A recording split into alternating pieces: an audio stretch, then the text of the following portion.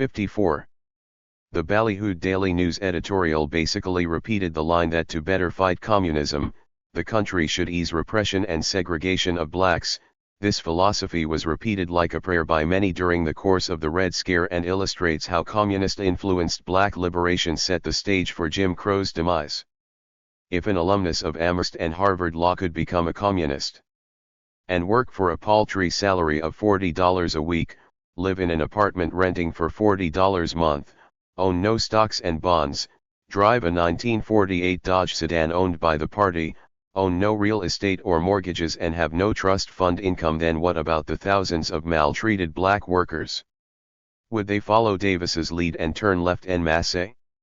This was 222. Washington's dilemma. It was a crisis, but it was also an opportunity for the left, as reported by the well-respected writer Joseph North in the Daily Worker. Word has flown throughout the city that Councilman Davis is on the stand, and the crowds waiting in line for admission have grown. Standing for hours to get the chance to hear. 55. In his memoir written from prison, Davis vividly recalled the experience. I stayed on the witness stand less time than any other of my fellow communist defendants who testified. I would say that the main reasons for the unique handling of my appearance were two. First, there was a fear of the rebound from the Negro people. I was pretty well known and my activities were followed with great interest not only in Harlem but all over Negro America and to some extent by darker and colonial peoples throughout the world. Secondly, my testimony had been pinpointed primarily around brilliant record. The court nor the prosecution wished to drag that ugly skeleton out of the closet. So I had a feeling they were glad to get rid of me. In fact, all the Negro witnesses for the defense at the trial were handled in a special way. He recalled bitterly the attempt to portray him as Mr. Dignity himself, while Henry Winston, the sawmill worker's son from Mississippi via Kansas City, was pictured as an uncultured yokel. 56. Davis was well aware of the delicacy with which the government had to handle his case. He objected strenuously during the trial and expected to have his bail revoked. Certainly Green had been sent for much less. Then why was it not? The answer is that the Negro question was the Achilles heel of the trial. When Medina at one point called him a boy, the ultimate insult for any self-respecting older black male, I was ready to slap his well-groomed face. I had, of course, much more experience in this type of struggle than most of the other party leaders, having been an attorney and also having often represented the party at congressional, senatorial, and judicial hearings. This fear of the Negro question also helps to account for the relative timidity with which the prosecution handled Davis and also reflects the damage done to the defense by Judge Medina barring him from being involved in his own defense. As for Thelma Dial, the black jury forewoman, Davis said, "I have only contempt for her." And how, he cried, could his old friend Adam Powell become as silent as a tombstone during the trial? 57. Davis's testimony was filled with nuggets of information, though the judge would not let him speak of the high harassment he received in Georgia after he joined the party. At a CPA meeting in March 1945, Davis recalled questioning the party's support of Arthur Vandenberg as representative to the United Nations. It looked as though we had begun some measure to rationalize a number of things that was doing. At the crucial June 2, 1945 CPA meeting, Davis recalled saying that on the whole we had not taken up real militant struggles against the main enemy of the Negro people. 223. Which is monopoly capitalism. Then he refined his thought. The issue was not the party failing to struggle for Negro rights but not always struggling against monopoly in doing so. 58. Why was there so much focus at the trial on Browder and the events of 1945? The thrust of the case against Davis and his co-defendants was that overthrowing Browderism was prime evidence substantiating the teaching and advocacy charge. It also suggested that the party was on trial for overthrowing a widely perceived laggard position on black liberation during that era. In his testimony, Davis recalled a 1945 meeting with Dennis and others. I pointed out that the legislative front had become extremely important in recent years because fascism works in such a way that it seeks to abolish even the limited legislative rights that the people have. And therefore the legislative front is of much greater significance at this stage of world history because of the fact that it represents a barricade against fascist destruction of rights. The judge and prosecution allowed him to draw an analogy between the position of blacks in the United States and Africa and Latin America. But he insisted that talk of an American Negro Republic has no foundation in present-day reality, it only existed for education and propaganda. The Black Belt thesis was haunting the party again since it could easily be distorted into seeming as though the party supported self-segregation of blacks. 59 Davis's point that he had been questioning Browder's policies before the alleged word to denounce him came from Moscow was lost on the judge, prosecution, and jury in their haste for a conviction. 60 Davis had to deal with yet another brushfire during the course of the trial: his cancelled car insurance. Davis ferociously objected, accusing the Automobile Club of New York, but Metropolitan Life, whom Davis had harassed so intensely on the Stuyvesant Town controversy, could not have been displeased. 61 Another brouhaha erupted when Davis sought to make his own closing statement, relieving his attorney, Harry Sacker, of the obligation. Medina said no, the request was not made in good faith but was a maneuver intended to cause disruptive and disorderly incidents in court. He went on to charge Davis with contemptuous conduct. Davis claimed he was without counsel. He had a very narrow escape in not being jailed for contempt like some of his co-defendants. 62. Davis was beleaguered on all fronts. When he sought to speak on WMCA, a local radio station, he was censored by the station. Here I am, a city councilman, twice elected. My record is public. I have made scores of speeches and written scores of articles about 18 years of public life. Could they find a single speech or even a line of a speech in which I advocated the forceful overthrow of our government? They could not. If they could have done so, they would have quickly put that material into evidence. 63 This was obviously true, but the larger agenda was to remove 224. Red influence from blacks and lessen Jim Crow to improve the U.S. global image during the Cold War. So the station wanted no part of Davis's statements analogizing the 1949 trial to past events in Nazi Germany. The trial was an ordeal for all of the defendants. Robert Thompson was assaulted in jail by hoodlums, whose convictions were then set aside by a black judge.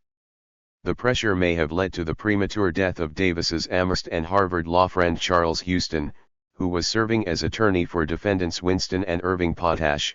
His work on the motion concerning the excluding of blacks, workers, Jewish people, and others from juries was typically brilliant and thorough, and possibly the strain of the research needed for this motion took his health. The intimidating presence of the state was ubiquitous. At the beginning of the trial in January, tempers flared briefly but heatedly in the city council and photographers crowded around, who had called a point of personal privilege, complaining of the size and tenor of police preparations at Foley Square. This was an affront to his dignity and status as a council member. He was ruled out of order, appealed, and lost 16-3 with only Connolly and Walter Hart joining him. 64. Sensitive to visual dynamics, Davis usually flanked Eugene Dennis in court, with Winston on the General Secretary's other side. The party had been fairly well prepared for the not unanticipated indictment and trial. Harry Haywood worked with Davis and Bob Thompson in preparing for depositions and in anticipating questions. Haywood was impressed with Harry Sacker, whom he characterized as energetic and bright. Yet the fact that Dennis defended himself and Davis an attorney, public orator, and the best-known figure did not raise questions about certain party tactics, Medina's denial of Davis's defense set aside. Further, Dennis was well known as a wooden and uninspiring speaker, though the fact that he was the highest-ranking Red on trial carried weight in terms of his pro-SE defense.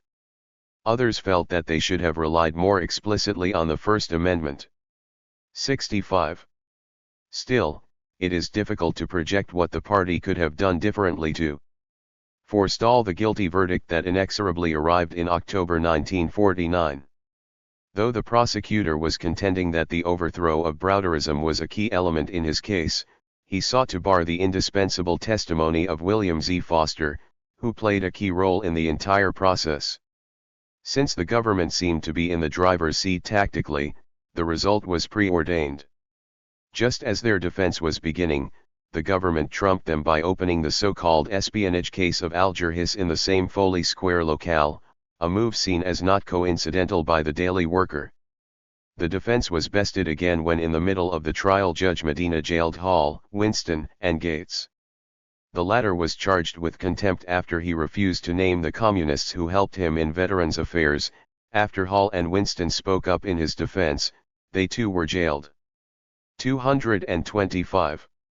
Later Gil Green was jailed after commenting unfavorably on a Medina ruling while he was on the stand. 66. During the trial, Davis and the party refused to shrink from hiding their solidarity with the Eastern European nations, and given the hostility of the United States toward these regimes, this too could be seen as a tactical advantage held by the prosecution.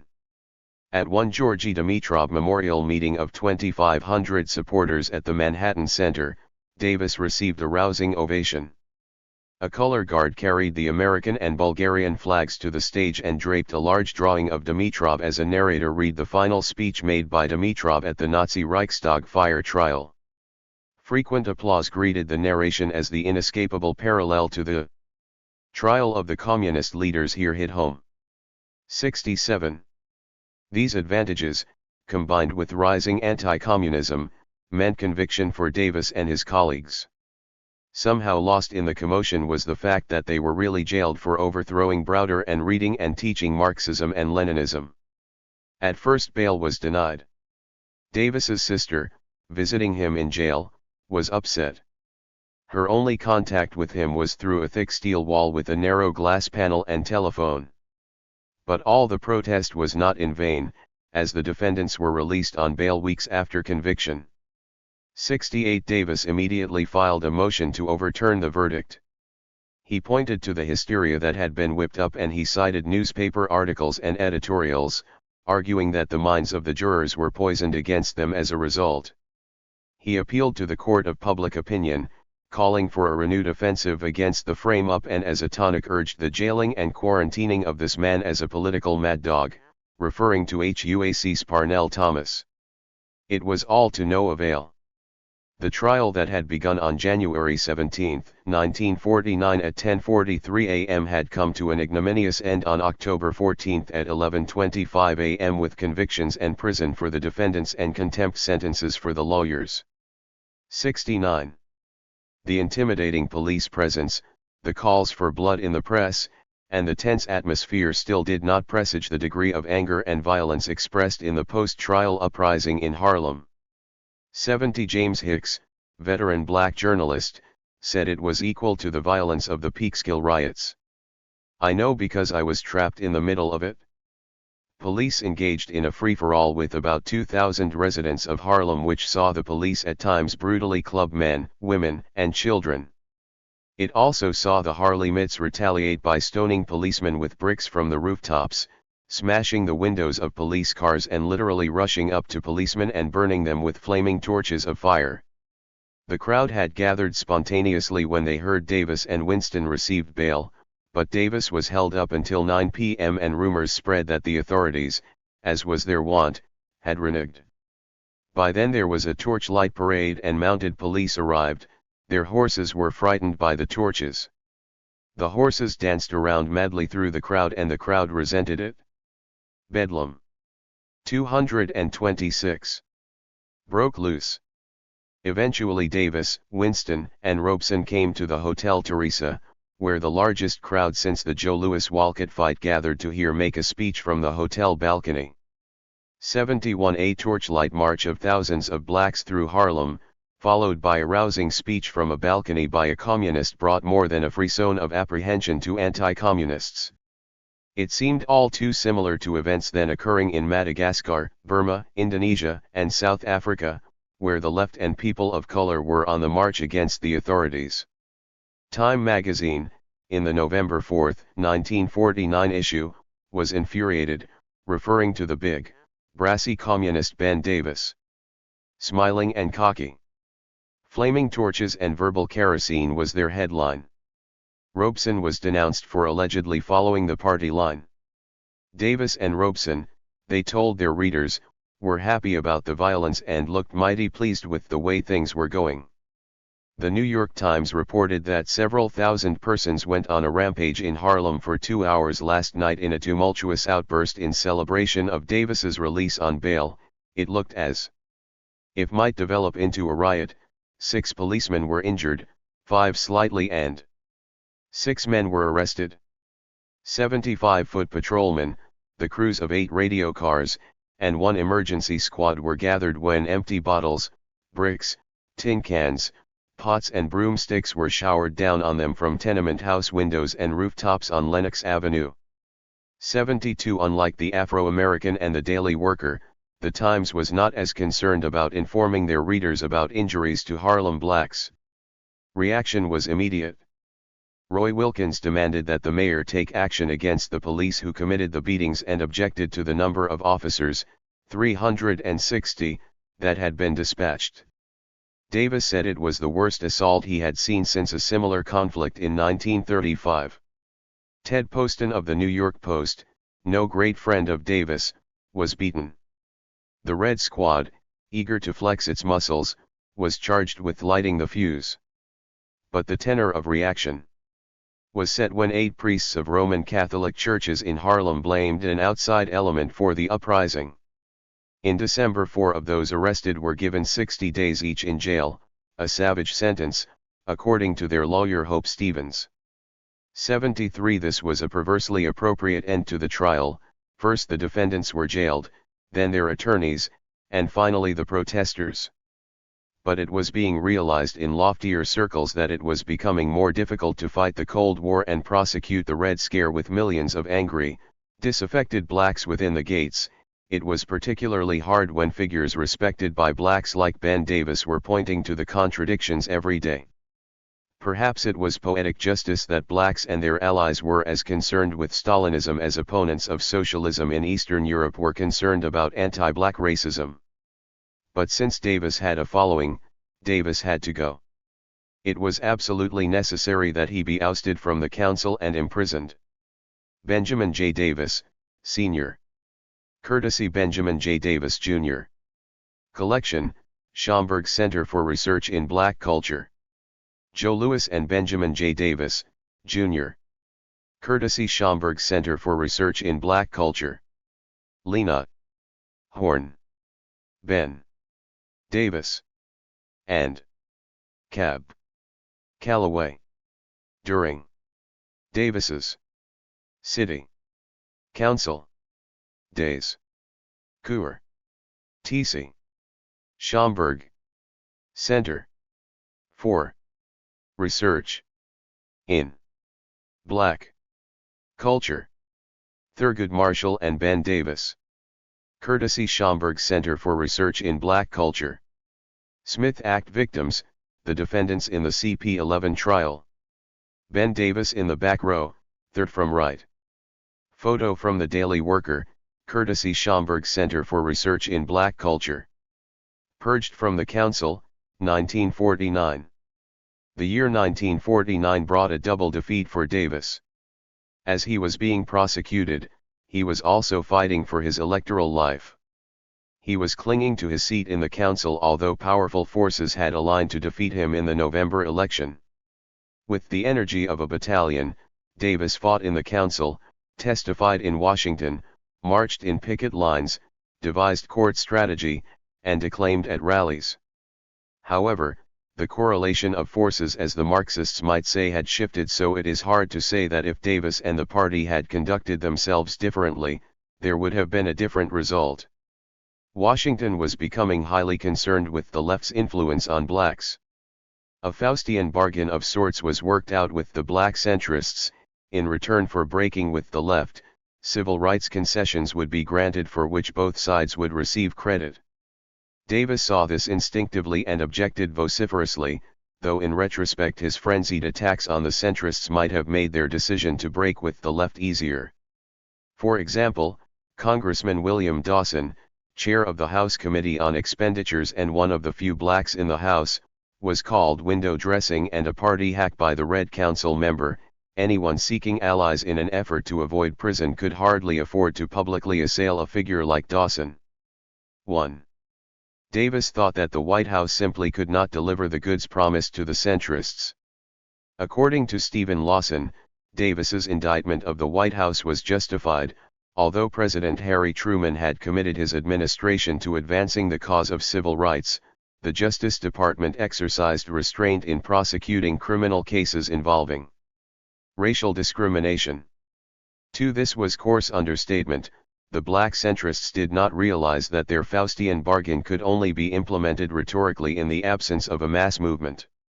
It would take the leftist-influenced atmosphere of the 1960s to bring White House promises to fruition. Davis was put forward as a party representative in Washington because of his excellent skills in oratory and his legal training. HUAC and the Dixiecrats summoned him south often because he represented one of their nightmares, a black red. Later Jose Ferrer was grilled by HUAC about Davis. 227. 228. And recalled meeting Davis at Robeson's home.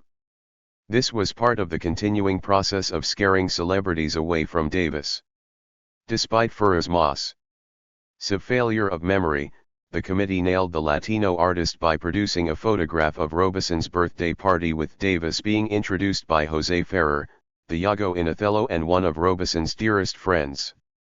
Exasperated, his interrogator blurted out, "It is almost unbelievable to some of us. I can only speak for myself that it would be possible to sit on the same platform with and lend your name to, and be unaware of the fact that was one of the most prominent communist members and functionaries in the Western Hemisphere." 3. This trend of hammering witnesses about their ties to Davis increased during 1949. Davis's arrows were not all aimed at Washington. To win in November he knew he had to shore up his base, and for him that meant African Americans and the left. The local NAACP had a fruitful collaboration with his office, particularly on police brutality. There were special assembly line forms to fill out for victims, which signified the level of ruthlessness of the gendarmes. It helped that Dorothy Hunton, the wife of his friend Alpheus Hunton, was on the executive board of the Brooklyn NAACP. But the burden of the trial and the campaign began to sour relations. It culminated when Roy Wilkins sought to bar the left from a major civil rights mobilization, particularly the still powerful CIO unions. 4. The vigilant Alfred Baker Lewis informed Frank Crosseth that the existing branch of the NAACP is now controlled by communists and their fellow travelers and dupes. This was the prelude to the watershed purge of the left from the NAACP at the Boston Convention of 1950 that left the organization rudderless and disoriented to face the coming King-led challenge. 5. This split came at an unfortunate moment for blacks. As ever, increased Red Scare military spending meant that less attention was paid to the pressing needs of Harlem and Bedford-Stuyvesant. Writing just after the city council election, J. A. Rogers was amazed by the deterioration of Harlem. "In the past 20 years I have watched Harlem run more and more down at the heels. Apartments are impossible to get while nothing is done about the hundreds of condemned buildings. In congested East Harlem many live worse than pigs. Even the furnace basements are crowded. Food is high and mounting higher while the government stashes it away or destroys it to keep up the price. Burdensome taxes are crushing the poor." The progressive nationalist knew that their yells for Marcantonio and Davis were in reality cries of pain for the economic pinch they are feeling. A significant fact is that of the 20,008 votes Ben Davis, communist leader, got, only 1,008 were communist. 6. This latter figure may have been incorrect but not his overall analysis. The tragedy was that the removal of Davis from the council removed this cry of pain. The ferocity of the siege against Davis and his allies left Black New York ill-prepared to combat their problems. The uprising after Davis's trial served. Purged from the council, 1949-229. to validate Davis's concept that New York's finest were no more than Ku Kluxers in uniform. In April, Dennis Berber was shot 6 times by officers who expended 15 bullets. To Davis, police brutality against blacks was the #1 public menace in New York. But this was not the sum total of Davis's mass political activity in the prelude to the election, whether barring evictions, protesting extraditions of blacks to Southern peonage, or fighting for a public market in Harlem. He was Black New York's Tribune. 7. As the election approached, Davis was also sensitive to the changing ethnic composition of New York. His comrade Bella Dodd apparently was not as sensitive. She was expelled from the party after non-Puerto Rican tenants in a Lower East Side tenement protested her acting as counsel for a cheating landlord. Then she called Puerto Ricans lazy, dirty, and immoral. This was the kind of hurdle Davis had to overcome. Perhaps as a result, Davis paid more attention to his growing Puerto Rican constituency. In reaching out to West Indians, especially in the wake of the detention of Claudia Jones, Davis spoke out more on immigration questions. There were an estimated 85,000 people from these islands in the city, and even though he was on trial, he promised, "I personally will be present in my office on Saturdays from 10 a.m. to 6 p.m. to address immigration and other problems." 8. Davis valiantly tried to attend to his council duties in the face of his cascading obligations. At first his colleagues tried to accommodate him. The council decided to meet in the spring at 5 p.m. instead of 1:30 p.m. But the Daily Worker maintained that this was forced upon the council by wide public pressure. In the past few weeks had received hundreds of protests from trade unions, Negroes, and progressives. The usually anti-communist Councilman Sharkey conceded graciously that Davis deserved his seat since he did not sail under false colors in the election. He also said that he did not want to give Davis a basis for appeal if convicted on the ground that he was unable to attend sessions during the trial. 9. Sharkey's solicitude may have been motivated by what the Daily Worker called the verbal lacing and the sting of his irony and eloquence, which Davis often directed at him. In June, after one tongue lashing, Sharkey withdrew his motion. Unfortunately, Davis's relationship with Mike Quill was fading rapidly. Davis and Isaacs were still close, but the fact that Isaacs could get enthusiastic backing from Allen Dulles, a future leader of the Central Intelligence Agency, showed the contradictions involved. 10. As the Cold War deepened a recurring economic crisis, Davis saw the focus on economic issues as a sure way to attract voters. In August he proposed a law rolling back rents to the June 30, 1947 levels. The New York Tenants Council, representing 250,000 residents, called on the City Council to back the Davis bill and oppose that of Sharkey. Davis's claim that his bill would save $50 million for Harlem tenants won applause uptown, but his effort was beaten in the council, 16-2, with only Connolly voting with him. 230. Davis blasted the landlord clique that passed Sharkey's bill 14-6, yet he compromised by voting for it too, albeit with great trepidation. The campaign to pass the Davis bill was hampered by initiatives, aimed at the Reds, to bar petitioners from City Hall and keep sound trucks off the street. The First Amendment was being sacrificed on the altar of the Red Scare. Under the guise of anti-communism, conservatives were able to snatch away the mobilization tools of left and liberals. 11. The budget was also subjected to Davis's scrutiny. At a hearing he tried to dispatch his aide Horace Marshall to represent him, but O'Dwyer demurred. "Sit down or I'll have you put out." In his statement, Davis had called for an outlay in the budget for social services such as the city has never had before. He derided a Jim Crow quota system in admitting delinquent children to charitable institutions. Thus he was among the 5 members voting against the budget. Councilman Charles Keegan of the Bronx mocked Davis's démarche, "If Ben had his way, the police department would be reduced to about 200 members and these would be sent out to the edge of town to show people where the songbirds were found." 12. Trying to act constructively, Davis and Connolly introduced a bill to establish a special committee on unemployment and home relief to study the economic crisis, boost home relief, increase welfare benefits, and so on. However, having their names on the bill guaranteed it an uncertain fate at best. One overriding problem in the council was the anti-democratic Board of Estimate, which violated the one-person one-vote rule by equating the borough presidents of populous Brooklyn and semi-rural Staten Island.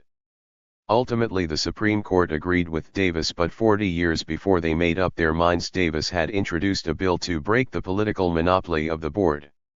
He was concerned about their virtual plenary power over financial affairs and wanted to democratize the process by giving the council power to increase, decrease or omit appropriations. Davis also led the fight against a sales tax. Quinn and Palestine backed it in a narrow victory for the right. 13. Winning favorable public opinion was essential for Davis for the party to win in court and at the ballot box. This partially explains why he devoted so much time to constituent problems during the 1949 afflictions. J. A. Rogers was quite correct in portraying the crisis of everyday living gripping Harlem, and Davis set out to make this a more visible issue. For example, he went to 138 West 112 Street in Harlem to interview the Lewis family. The mother had been struck in the head by a falling ceiling after giving birth to her 12th child. Another child had been bitten by a rat. They all lived in 3 basement rooms, paying $60 per month. The picture in the Daily Worker featured a sad-looking family and Davis's comment, "I've seen bad conditions in many Harlem homes, but this is the worst yet. I will personally take them to the Department of Housing and Building and purged from the council." 1949. 231. The Health Department and insist that the violations be removed. This was no crass exploitation of the poor, as his critics charged. The Lewises had come to his office for help. Davis immediately arranged for housing and health inspectors to visit the apartment, who promptly found violations. Then Davis filed a suit for damages in the face of an attempted eviction. Davis's intervention led to the arrest of the landlord. When in April the city appropriated $100,000 for 22 new building inspectors, Davis seemed to have won a victory, but he was not stirred since. It amounted to a little more than a penny per rat. 14. Davis voted against a resolution legalizing city flop houses that passed 12-8 since he saw it as a scheme by the city to avoid finding homes for the poor and the homeless. Just as the city was voting more funds for inspectors, a raging fire gutted a Harlem tenement at 142 West 131 Street. Within an hour Davis acted to secure aid for 100 homeless and cut through red tape to get them assistance. He sought to force the Department of Welfare to withhold rent to landlords for relief clients in rundown dwellings. He called on the department to conduct surveys and urged the city's council to take rent dollars and place them in escrow, then defend tenants in eviction proceedings. With Ferdinand Smith and Arthur Schutzer of the American Labor Party, he tried to empower the poor by spurring the organization of unemployed in Harlem. 6 years earlier such measures and actions would have had a good chance of getting off the ground, but this was a different day. 15. Davis's isolation in the council was compounded as Cold War issues reached the chambers. There was the question of Cardinal Mindszenty of Hungary, who would end up spending years in the U.S. Embassy in Budapest because of conflicts with his government. The council voted 16-2 to back the cleric. Davis dissented. Isaacs countered, the government did not convict him on false grounds.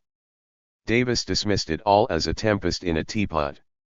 He has confessed he is guilty of black marketeering and conspiring with representatives of Wall Street to undermine the Hungarian government. Twisting the screw, he concluded that in any case, fair trials are not a virtue of this country. Several thousand people picketing City Hall disagreed with him. Davis went on to expose the cardinal's anti-Semitism and opposed the effort to involve the council as a body in a pro-Mindszenty rally, but his was not a universally popular position. 16. Then the council moved a resolution calling on the United Nations to do something about alleged religious discrimination in Eastern Europe. This too passed 16-2, with Davis berating Smokescreen for political reaction. Davis was called a traitor, as was his usual partner in dissent. Connolly, Earl and Isaacs abstained. Davis's position led to threats against his life. Unmoved, he wondered why the council had rejected his initiatives on police brutality if they were so interested in tolerance and freedom. He told his fellow members, "I warn the council that it is helping to bring about 232 things now tearing at the vitals of our people. They are, 1. The growing and increasing danger of war, 2. Fascism, 3. The economic chaos manifesting itself throughout the country." Anyway, he maintained, there was a high quality of religious freedom in Eastern Europe. Why doesn't mention Franco Spain? Where was the council when 6 million Jews were exterminated? I never heard the council pass such a resolution. Why doesn't it mention the Negroes lynched? By now Sharkey was blustering, "Stand up and say right now whether you believe in God." Dodging the bullet, Davis suggested that Sharkey should get down on his hands and knees before Truman and added, "Why, if it weren't for that president, where would you be now?" Someone in the gallery remarked in a stage whisper, "He wouldn't be facing jail." 17 But Davis was the man facing jail while simultaneously seeking re-election. Red leader Jack Stahel echoed international leftist opinion when he called this race the most important single campaign that is being waged in our country in 1949. The CP had the opportunity to use this electoral platform in an attempt to beat back the Red Scare with one of their most attractive and well-known comrades. Even if he was jailed, the past example of Eugene Debs showed that a leftist running from behind bars could be dramatically effective. The fact that the GOP, Liberals, and Democrats backed one candidate against him demonstrated their apprehension in running against Davis. Indeed, this was the only district where they put forward one candidate. They charged that Davis should not be elected since he might go to jail. Davis said he could do a better job from jail than his opponent. Such was the banter in an election during an intense Red Scare featuring the lone communist member of a legislative body in the United States. 18 Davis's district took in the west side of Manhattan from roughly 100th to 160th Streets and from the Hudson River to 8th Avenue, excluding the area between 117th and 134th, it ran over to Madison Avenue. He had a worthy record on behalf of his constituency, but he was beaten 3-1. However, Davis was still an intriguing story. He won an absolute majority in the black areas but lost because he did not prevail in the white areas, which shows how blacks were less taken with the Red Scare than their white counterparts. The problem was that the district was at least half white. Even in defeat, said the Daily Worker, Davis polled more Harlem votes than he did in the two previous elections. 19. It was simple to see why the anti-Davis forces had difficulty lining up a candidate even in the middle of an anti-communism surge. They thought it was advisable to get a black candidate since a white one would probably serve to unduly galvanize Harlem, or so they thought, but this pointed out the value of the communist campaign since it forced the other parties to make concessions to compete. Asked first was the Reverend James Robinson of the Church of the Master in Harlem. Then Fred de Mendez, a prominent Harlem Democrat, was courted. He declined on grounds of racial.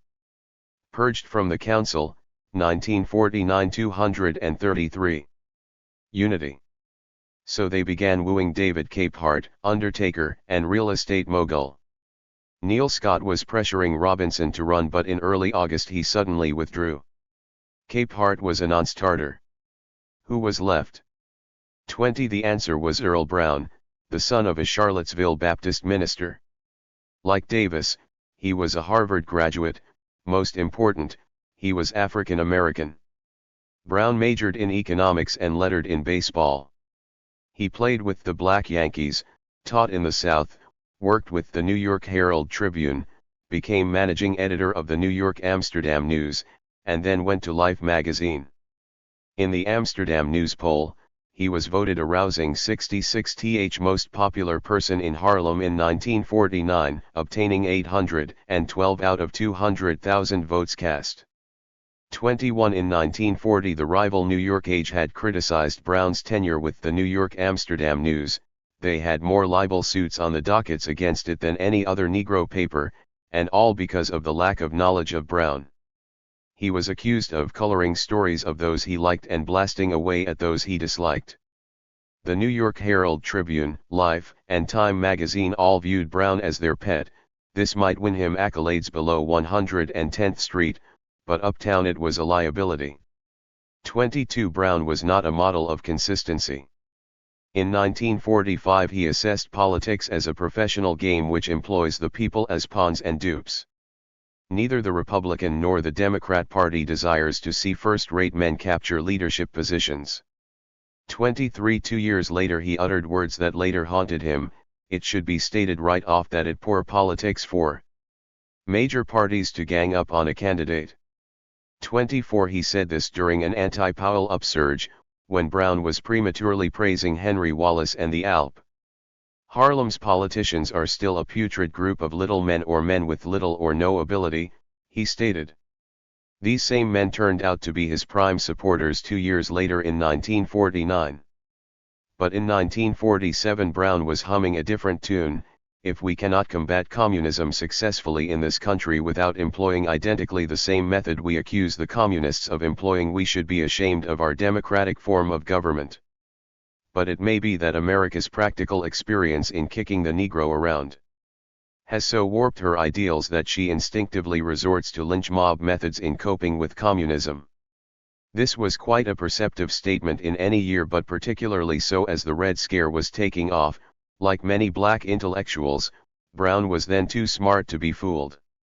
25 But by early 1949 George Schuyler was castigating Brown for being soft on communism, a charge that was ironic months later.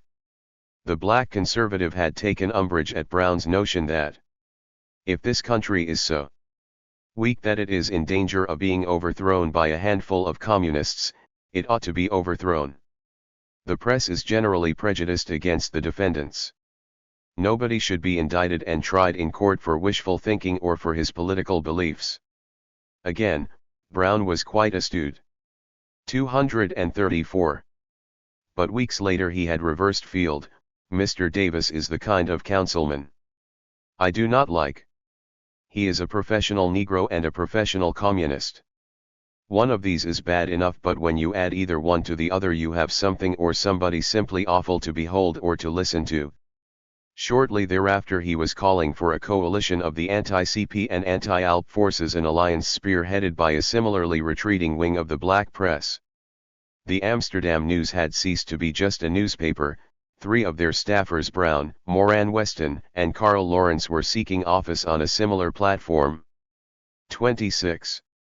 The cunning Harlem Fox, J. Ray Jones, had backed Davis in previous elections and what he termed his impeccable voting record, but in 1949 Jones' career took off when, in return for opposing Davis, he was offered the role of Tammany chief. Interestingly, in his memoirs he evaluates Davis positively while reproving Brown. I knew we would have to groom Brown, write his speeches, coach him, everything. Unable to write a political speech, but also he was unable to deliver one with any élan. Compulsive. Gambler. Favored the racetrack, always carried the tote sheet and bet regularly on the horses, in debt, to bookies, an odd career. In Harlem he was known as Look Down Brown and was the epitome of a bossed person. 27 Jones's estimate was shared widely. Neil Scott accused Brown of kowtowing to the rich whites downtown and showing no interest in Harlem as such. Robeson charged that Brown was going to do some overtime work for Henry Luce. He will have the dubious pleasure of splitting the Negro people, undermining racial unity, and of furthering the interest of his masters. 28 According to The Age on July 23, even some Tammany leaders were incensed by the decision to choose Brown. Brown provided an inviting target for Davis, a master of invective, even. If I am in jail, he said, I will be more good to you than my Uncle Tom. Opponent. Accusing Brown of treachery for running against him, he added, they had to pick up an obscure hack to ride into public office on the discredited bugaboo of anti-communism. Later he called him a polit. Eichel pipsqueak that the colored people will not even spit upon. 29. In the first draft of his bitter prison memoir Davis labeled him a bebop politician with a veritable jukebox mind. Politically he raised confusion to the level of high statesmanship. He was pitiful.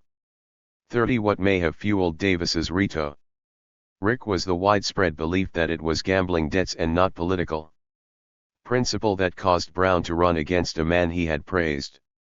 The presence of the left compelled elites to grant concessions to blacks.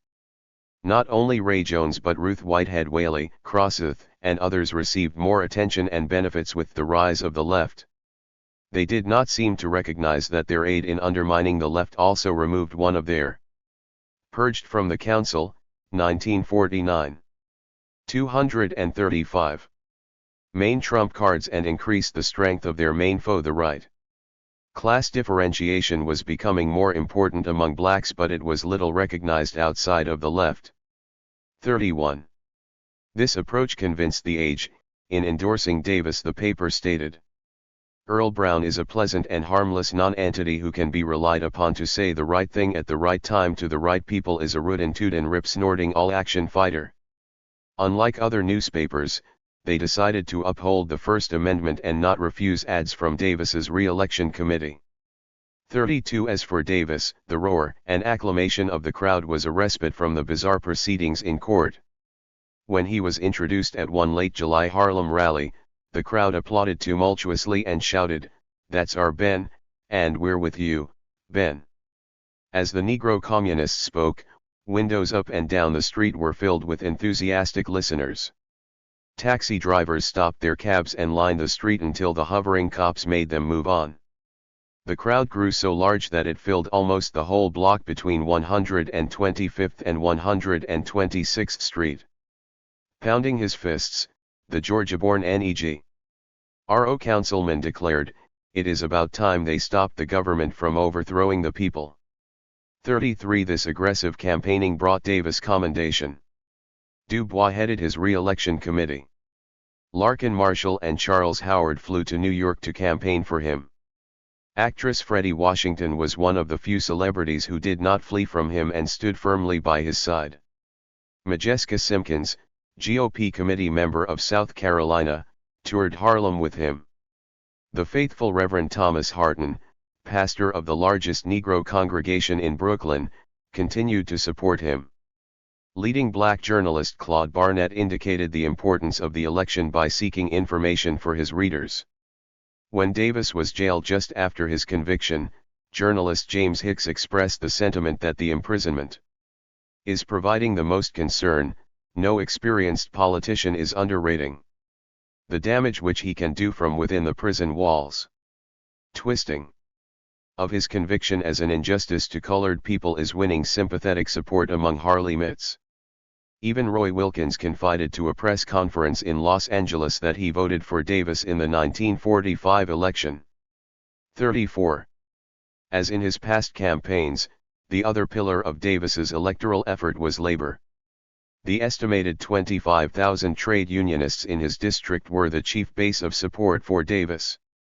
35. This was certainly true for black labor, excluding of course Randolph, Crosseth, and the Negro Labor Committee.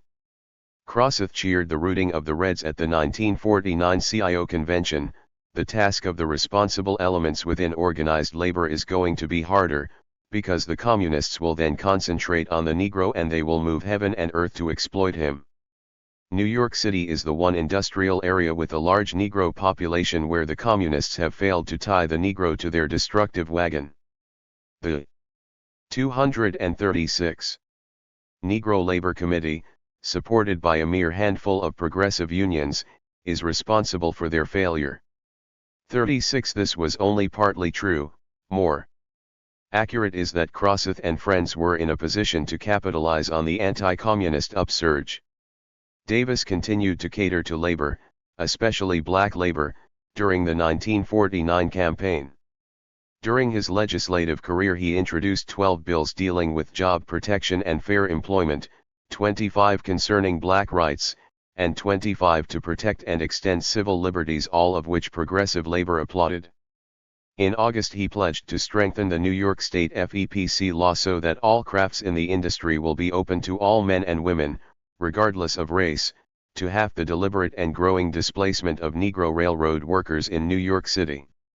His platform called for a black deputy police commissioner, 2 black police captains for Harlem, integration of Harlem detectives, banning mounted cops from Harlem, and indemnification of families of victims killed by police. This combination of race and labor politics cemented his support in a race-conscious Harlem dominated by working-class families. 37. The Harlem Trade Union Council, under the leadership of his friends and allies Ewart Gwinner, Charles Collins, and Ferdinand Smith, was the locomotive for the Davis campaign. Davis's mettle was tested when a race-based labor dispute erupted in Local 968 of the International Longshore Association. In the spring of 1949 an effort arose, in Davis's words, to eliminate Negro longshoremen from the waterfront in this 98% black union. Naturally this was a right-wing, anti-communist-led offensive. Black labor went to Ben Davis because we knew he would fight for us. Davis went without delay to O'Dwyer. Labor goons and hoodlum gangs connected with the reactionary, anti-Negro elements among the ship owners and union bosses are on the march. The very lives of these men are in constant jeopardy. Since the end of the war, membership had dropped from 1,500 to 700. Weeks later Davis's resolution was still rotting in committee. The right triumphed, blacks were purged, corruption and gangsterism increased, points conveniently neglected in the motion picture On the Waterfront and Elsewhere. Such was the price of the Red Scare. 38. Not just black labor backed Davis. Local 1199, drugstore workers, also supported him. Hundreds of union leaders and many locals lined up with Davis. He reciprocated when workers at Larkin Electro went on strike for 6 weeks in the spring. No candidate in New York County is more closely identified with the aims of organized labor, was the opinion of the unionists backing him. But when Max Perlow had to resign from the party in the middle of the campaign in order to comply with the Taft-Hartley Act, the predicament facing pro-Davis unionists was clear. 39.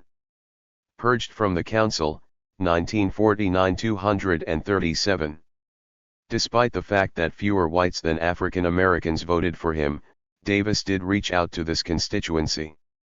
Annette Rubenstein, literary historian and frequent critic of the CP, backed Davis.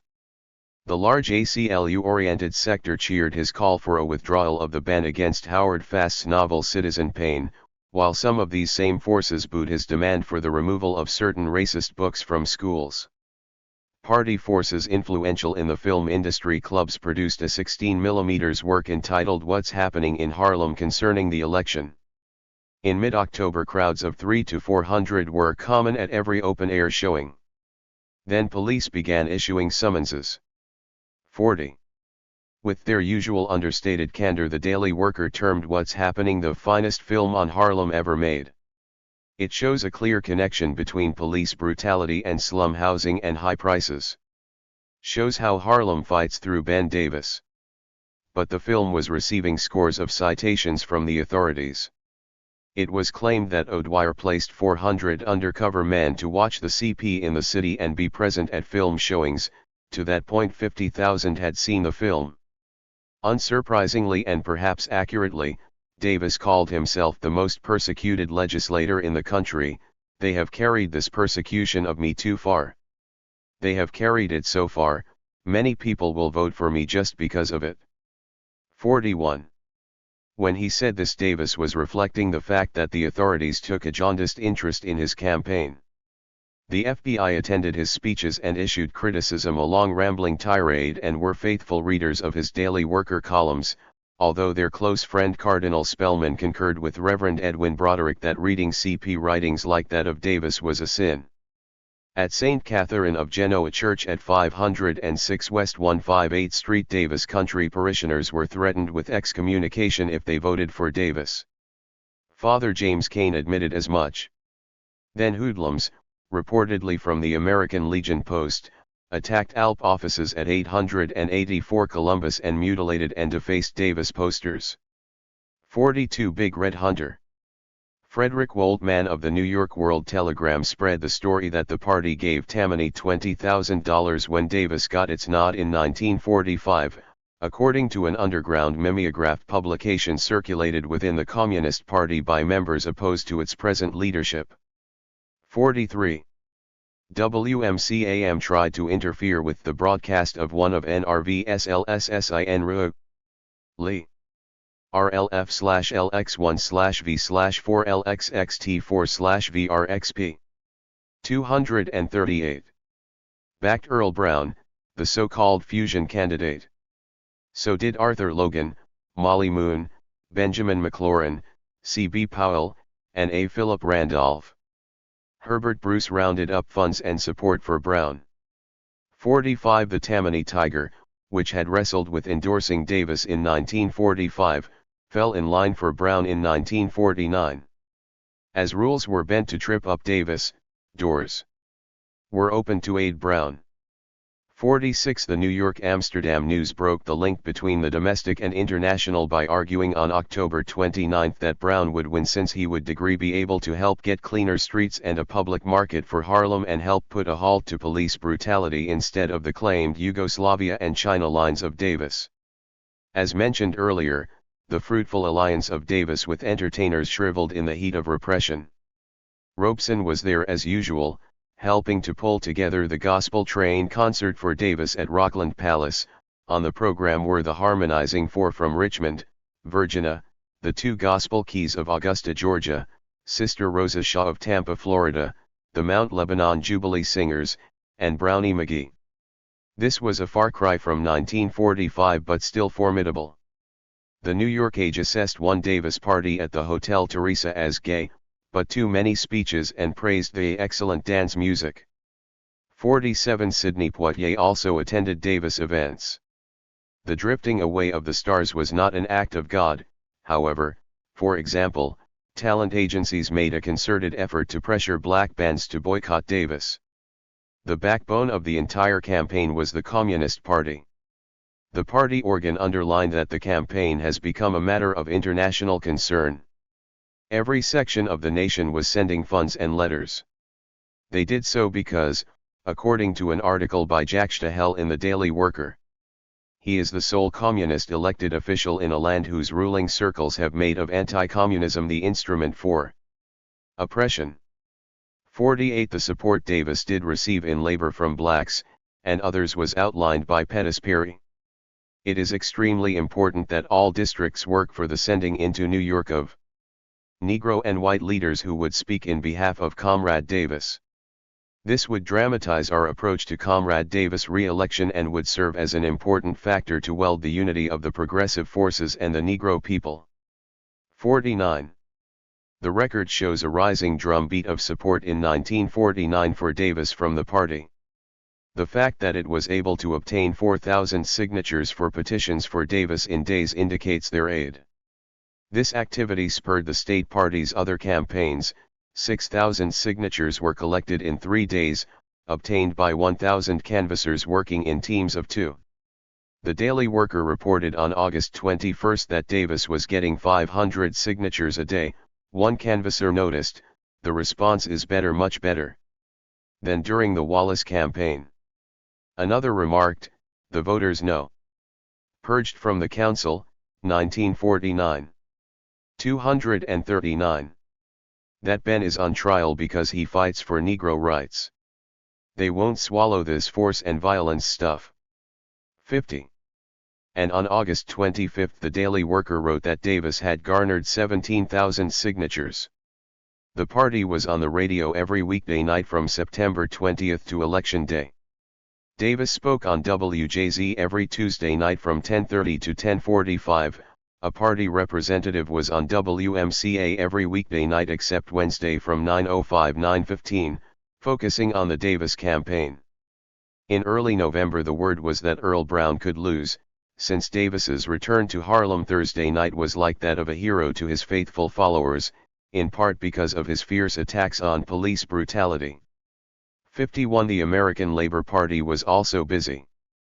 Ray Tillman, a black veteran, former Dillard University student, and former member of the executive board of the Transport Workers Union, was indispensable to the party.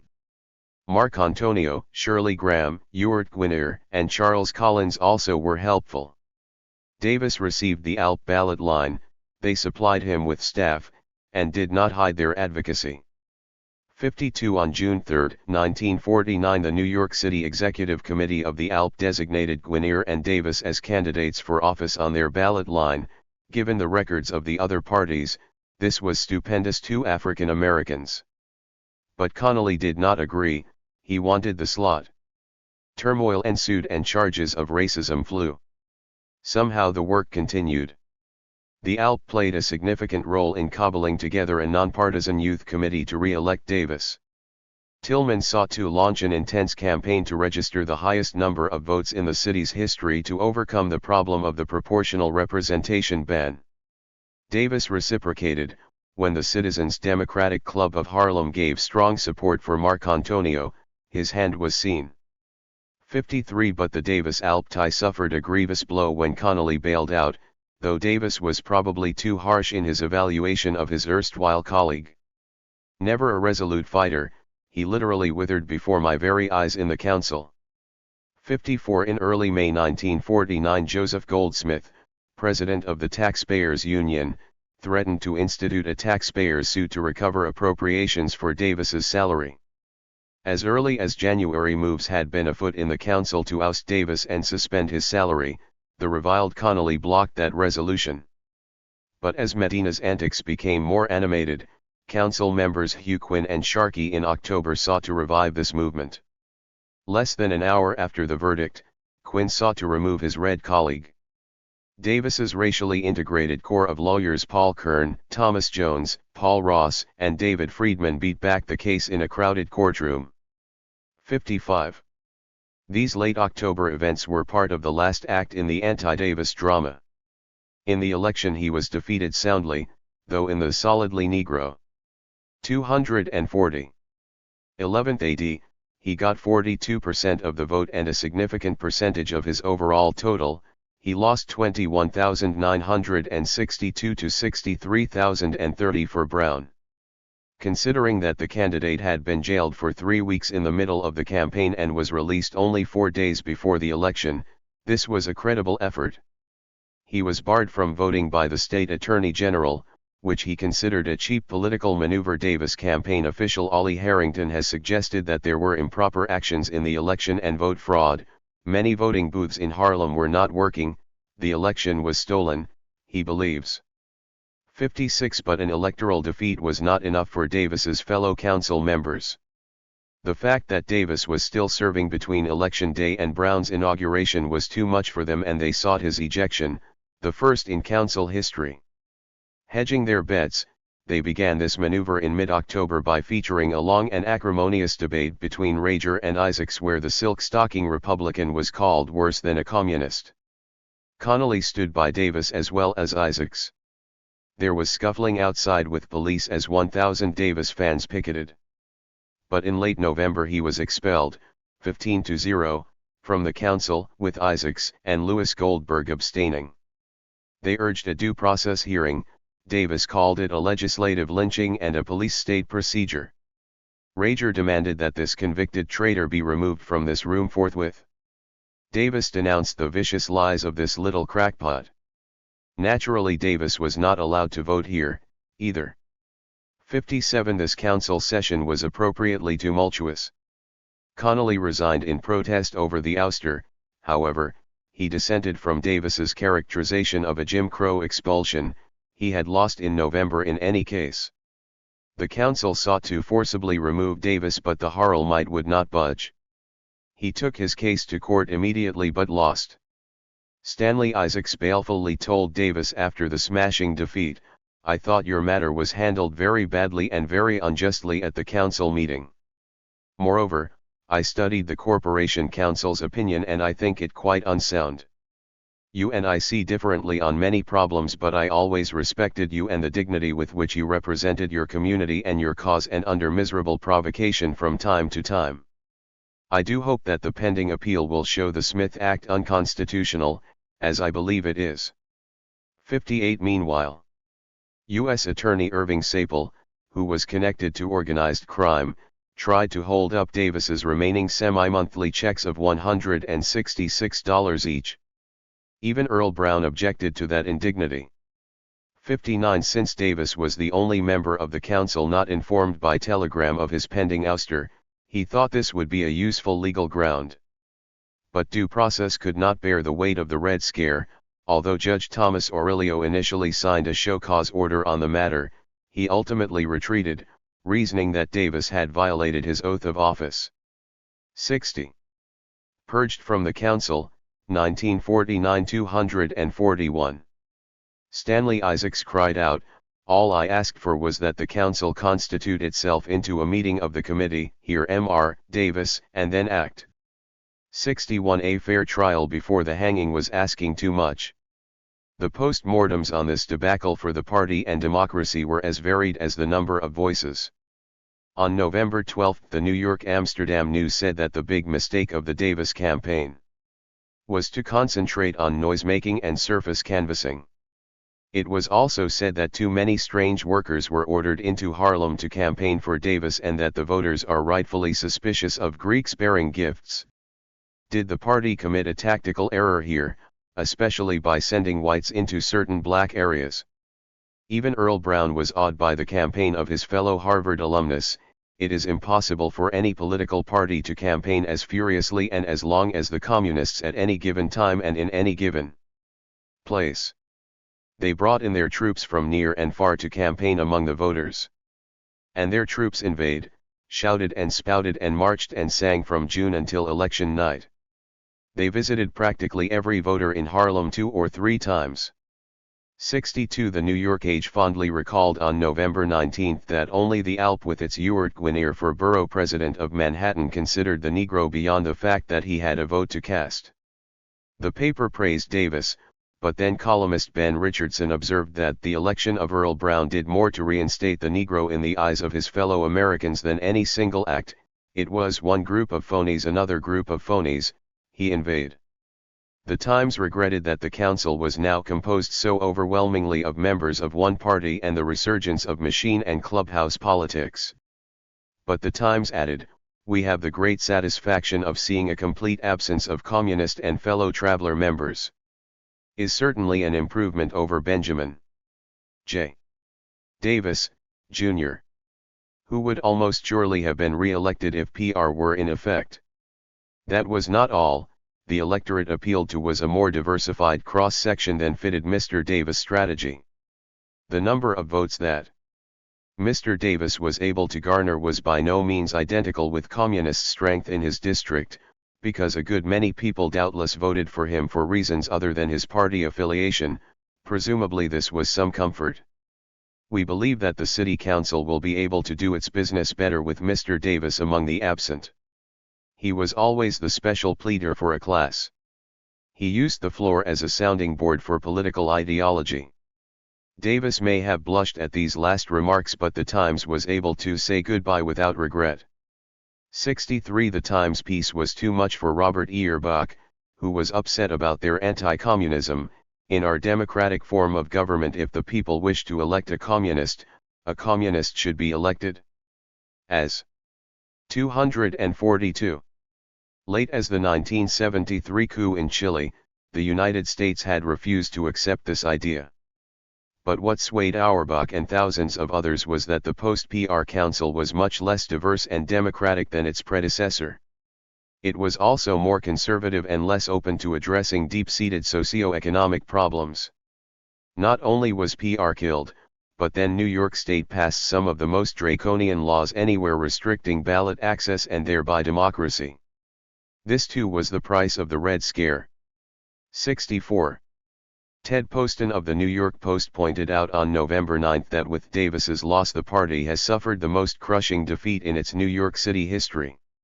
However, though Davis drew masses on election night, ironically no large crowd greeted Earl Brown at his tiny storefront campaign headquarters at 2157 7th Avenue. Still, Brown was modest. "It was no victory of mine," the Post quoted. "It was just the defeat of the forces of communism." The Boston Herald stated forthrightly that the Kremlin was not usually interested in United States elections, but there was one contest the Russians must have kept an eye on. The Herald reassured their readers by alleging that the Black-Red managed to get elected to the New York City Council by exploiting the race issue. They ruminated, Russia destroys men who oppose its system with repressive laws and with bullets. We do it with votes. In the marketplace, evil doctrines have never been able to stand the competition. 65 The courtroom antics, the violence, and the jammed voting machines were all forgotten in the myth-making. Meanwhile, on November 19 the Pittsburgh Courier called the Davis defeat a pleasant surprise. The party poured thousands of party henchmen and hacks drawn from all over the city and the East. Sound trucks spouting idiotic propaganda made the night and day hideous. Mile-long parades with floats and music wended their way periodically through the streets of Harlem, with straggling mobs of nondescript and fanatics shouting and singing. The reaction of the New York Herald Tribune was curious. Although an all-Democrat council basically hastened this GOP organ's demise, they saw the election and defeat of Davis as a clear gain. The Daily Worker quoted an unidentified police officer at the voting booth at PS 81 at 215 West 119 Street, "Guess our clubs will have to be a little heavier, now that Ben's gone." The cop smirked. "Now he won't be standing on the corners yelling about beating up women and children." These self-indicting assertions reflect how the process had been debased. 66. Ironically, it was Lillian Gates, a future foe of Davis in party battles, who summed up the party view. New York City election trends embody developing political currents far more than any other single area. Election struggles here both a test of present, and a mirror of future, political trends throughout the country. An unholy alliance was formed to defeat, which became a national concentration point of purged from the council, 1949-243. Reaction. Democrats, Republicans, liberals, and Fusion ganged up against him and conducted a campaign of confusion, lies and distortions with the Foley Square frame-up as the center of this concentrated attack. Although the defeat of is a serious loss to the people, the vote won by him reflected a major breakthrough among the Negro people. This vote far exceeded that ever achieved among the Negro people in the Harlem area. Davis' stature as a national spokesman for the Negro people has been heightened and his influence extended. The splendid campaign for the re-election of in the 21st Senatorial District merits a special article. Movies, open-air meetings elicited the grudging admiration of practically the entire New York press. Breakthrough centered in the 11th Assembly District. Here 46% of the votes supported Davis. The history of the removal of is in itself a lesson in the high price of anti-communism. 67. Some might argue that she was too optimistic, given the loss, but her opinion reflected similar sentiments within the party. While Stanley Isaacs was dodging brickbats from constituents angry about his position on Davis, "I voted for you this last election. I assure you I will never vote for you again," wrote one woman Davis was telling his ex-colleague to bear down. "The only ray of light that appeared during that infamous session of the council when I was illegally ousted was courageous and eloquent voice. I look back upon 6 years of association with you in the council with pleasure and pride." 68. From this point forward, Davis's accomplishments except for a brief period during the 1950s were cast into a dungeon of indifference by a press that once covered his every word. Simultaneously, the FBI stepped up their surveillance. Allies of a few years back crossed the street to avoid greeting him. The time of the toad had begun. The colossal opportunism of some people helps to account in part for Davis's perhaps too impassioned denunciations of those erstwhile allies. They knew better, they knew that they knew better, and Davis knew that they knew better. But that was all over now. With the onset of war in Korea, the Red Scare reached its apogee and the black condition regressed. 14. Fighting back, 1950 to 1951. The conviction and the council ouster had an immediate impact. Joseph Starobin reported bitterly from Europe, the American in Europe is the object of derision, if not contempt. Everywhere in other parts of Europe one finds a most intense interest and deep sympathy for what is happening across the Atlantic. There was similar fear there about impending fascism in the United States. Mass rallies, articles, and pickets supporting Red Scare victims like Davis were common. The Civil Rights Congress was already proving that despite U.S. strength, protest abroad could not be ignored. The fact that right after the conviction Japanese authorities pondered a copycat ban of the Communist Party illustrates the international scope of the Red Scare, which mandated in turn an international campaign to confront it. But the Korean War made it more difficult for Davis and the party to reverse the harsh sentences of the Foley Square trial in 1950-51. The New York World Telegram averred on October 5, 1949 that as the verdict given, let out an audible gasp. His reaction was understandable. There were heavy 5-year sentences and $10,000 fines. Judge Medina would have given them all 10 years except that. Congress in 1948 had reduced the sentence and he was not sure if it was meant to apply to the CP-11. According to the New York Times on October 22, Davis made an embittered statement. No longer were these deemed remarks that Davis had spoken with dignity, no, a different fate was being cast for him. On October 19 the Times militantly defended the trial, the conviction. Underlines the importance of the vital distinction between advocacy of radical or unpopular ideas and conspiring to use force to put them into effect. Fowler Harper remonstrated correctly days later, this of course is precisely what the conviction does not underline. But the dominant opinion was reflected by the editorial writers as they rewrote the first draft of history. The New York Mirror expressed the bloodlust on October 5. We envy those writers who will be able to comment on the outcome of the communist trial with calm and measured detachment. Our own honest, natural, and instant impulse is to yell hooray, and we're going to do it. Hooray! Prosecutor John F. X. McGoey was promptly rewarded with a federal $244, $245 judgeship, but on the same day William Hastie was named the first black on the Circuit Court of Appeals. The Davis speech at conviction augured the further integration of blacks into all levels of U.S. society. The Cold War mandated it, not just because of the international image but as a way to undermine leftist appeal among blacks. The pounding of the party was of crude legality. The New York Herald Tribune was not alone in doubting, on August 21, if the Supreme Court would uphold the convictions. The New York Post concurred 2 days later that the trial is a turkey. It is difficult to believe that the Supreme Court would sustain a conviction. On October 16, in the New York Times, Cabell Phillips captured the complexity of the trial and the appeal to the Supreme Court as one of the most momentous in the recent history of that tribunal. So vast are its implications that lawyers, scholars, and moralists will be arguing over it for a decade. The inescapable fact remains that for the first time, a political party in the United States has been put beyond the pale of the law. As of June 1951, he said, this would include 43,000 members with 22,670 in New York State alone. Recruitment of new members is bound to suffer, though the fanatical impulses of communism are not likely to be quenched by statutes or court orders. The disfranchisement of a political party is not an easy price for Americans to pay for any sort of security.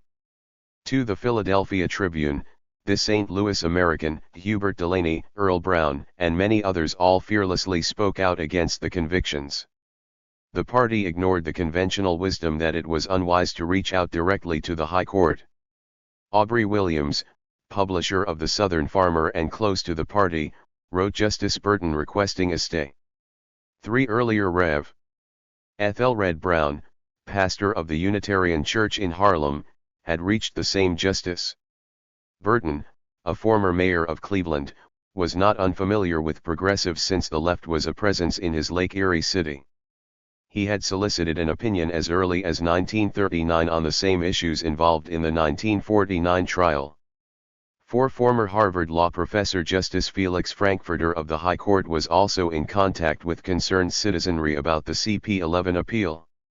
In a Dear Felix letter, Reinhold Niebuhr disagreed with his friends, siding with the majority and agreed with the dissent. 5. This desertion by some liberals disgruntled Justice Frankfurter, a former Austrian refugee.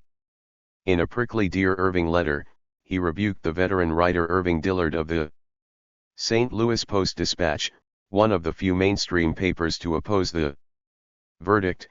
It always strikes me a bit odd that a man like you should be telling me privately what he does not tell his readers publicly. 6. The party-led mobilization against the verdict was being felt. Justice Robert Jackson testified on this drive at a Senate subcommittee hearing and displayed a stack of telegrams. He derided the party's campaign in unusually harsh terms. Much went back and forth between Frankfurter and Justice Stanley Reed on the case, with Professor Frankfurter on one occasion.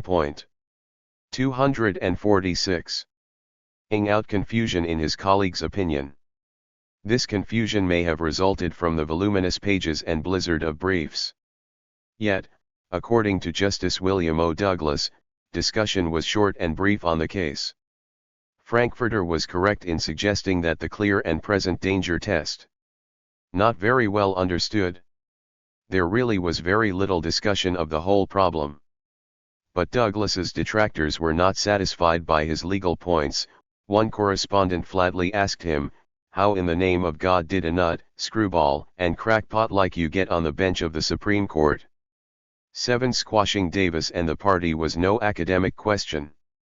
Bernadette Doyle, party candidate for California's post as state superintendent of public instruction and chair of the party in San Diego, received 613,670 votes in mid-1950, just before the Korean War. This was a whopping 26% of the vote, with one-third of it coming from San Francisco and Kern counties. The next year, Henry Steinberg, legislative director of the party in Los Angeles, received 39,707 votes for the school board. So putting away Davis and his comrades was not just aimed at fellow travelers and liberals, although this was a primary concern. This fact sheds light on U.S. Attorney Irving Saple's attempt to bar 5 of the defendants from visiting their homes outside New York without an order preventing them from teaching and advocating revolution. But, as ever, maximum concern seemed to be reserved for Black Reds. Henry Root Stern, chair of the New York State Board of Social Welfare, speaking to 100 people at an Urban League gathering at the McAlpin Hotel, cautioned them to be wary of Davis and Robeson. "I say that all Negroes must choose between the cause of the Communist and that of the free American. They cannot have both." 8. However, this was a difficult sale to make as long as Jim Crow reigned, so Jim Crow had to go. The Judiciary Committee of the State Senate of New York moved quickly to ensure that Davis could not take advantage of any residual backing for him. After the talk of his running arose, a bill was introduced to deprive Davis of the right to run for office. It was reported out 17-1, despite the party's plea that it was an unconstitutional bill of attainder, but it was privately called the Davis Bill by sponsors. Again, in a move that characterized his usual approach to the conviction, Davis tried to link his plight to that of his constituency, Negroes framed by Jim Crow juries in the South as well as persons active in behalf of labor would be automatically barred from running for public office. 9. Particularly after the onset of war, the party mobilized heavily against the convictions and for a reversal. When bail was revoked and Davis faced the prospect of a prison cell, 14,000 supporters rallied in Midtown Manhattan. But time was running out. 10. Davis was seeking more forthrightly to link the destiny of African Americans with global developments, suggesting that Jim Crow was the 247 Achilles heel of U.S. foreign policy. He did not spare Wilkins, White, Granger, Tobias, or Randolph in his indictment. Claire Booth Luce, that decadent pin-up girl of the reactionary Roman Catholic hierarchy, and her ilk were his prime target, however. Yet Davis was swimming in choppier waters. James Rourke has commented that after the launching of the Red Scare and the Cold War, the black press generally shifted its attention away from colonialism to communism. Reversing their earlier emphasis, In 1948 the 5 national black papers allocated 4 times more space to world communism than to European colonialism. 11 The newspapers were mirroring the consensus of the leadership and reflecting the pressure from on high, but Davis could not resist condemning this turnabout. After Truman launched the Marshall Plan, Davis charged, "They want to Mississippiize the world." This too was his response to Korea. Speaking to a crowd of 1,500 at 125th and Lenox in his capacity as Harlem Party chair, Davis was scalding, "If Truman, Dulles, and MacArthur have ants in their pants, let them send troops into Mississippi and Georgia to fight the Ku Klux Klan." Mounted cops watched as he yelled, "To hell with white imperialists, to hell with all imperialism." 12. It is also striking that Davis, probably more than any other party leader, raised the burning question of color.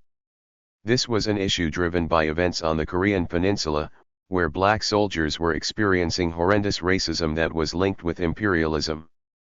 Worse, it was being claimed by General Mark Clark, chief of the Army's field forces there, that the presence of black soldiers weakened Army performance. Davis joined the Civil Rights Congress campaign on behalf of Lt. Leon Gilbert, a black soldier being court-martialed on spurious grounds. 13. This campaign was part of a Davis offensive against the racist attack on black troops. He protested their use. "Truman can cook up a red-baiting pretext to send Negroes 10,000 miles away to die, but he can't find a single way to get the anti-lynch, anti-poll tax or FEPC bills passed." This was a telling point in Harlem. How could you fight for democracy abroad, he wondered, when it was so glaringly absent at home? Worst of all, black troops were singled out for the hardest, dirtiest, and most murderous tasks.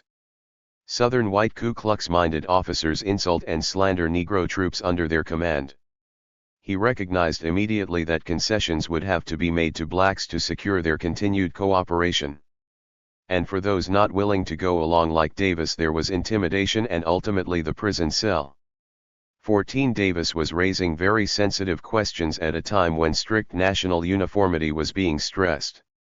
At a July 1950 rally in Harlem to save Willie McGee, a Daily Worker reporter recalled that the highlight of the meeting was fiery hour-long speech by Davis. His comments were spiced by cries from the crowd of "Amen." People leaned out of windows up and down. 248 Black Liberation/Red Scare. Lenox Avenue to hear Davis. What have the Koreans done to the Negro people? Yet he did not stop there.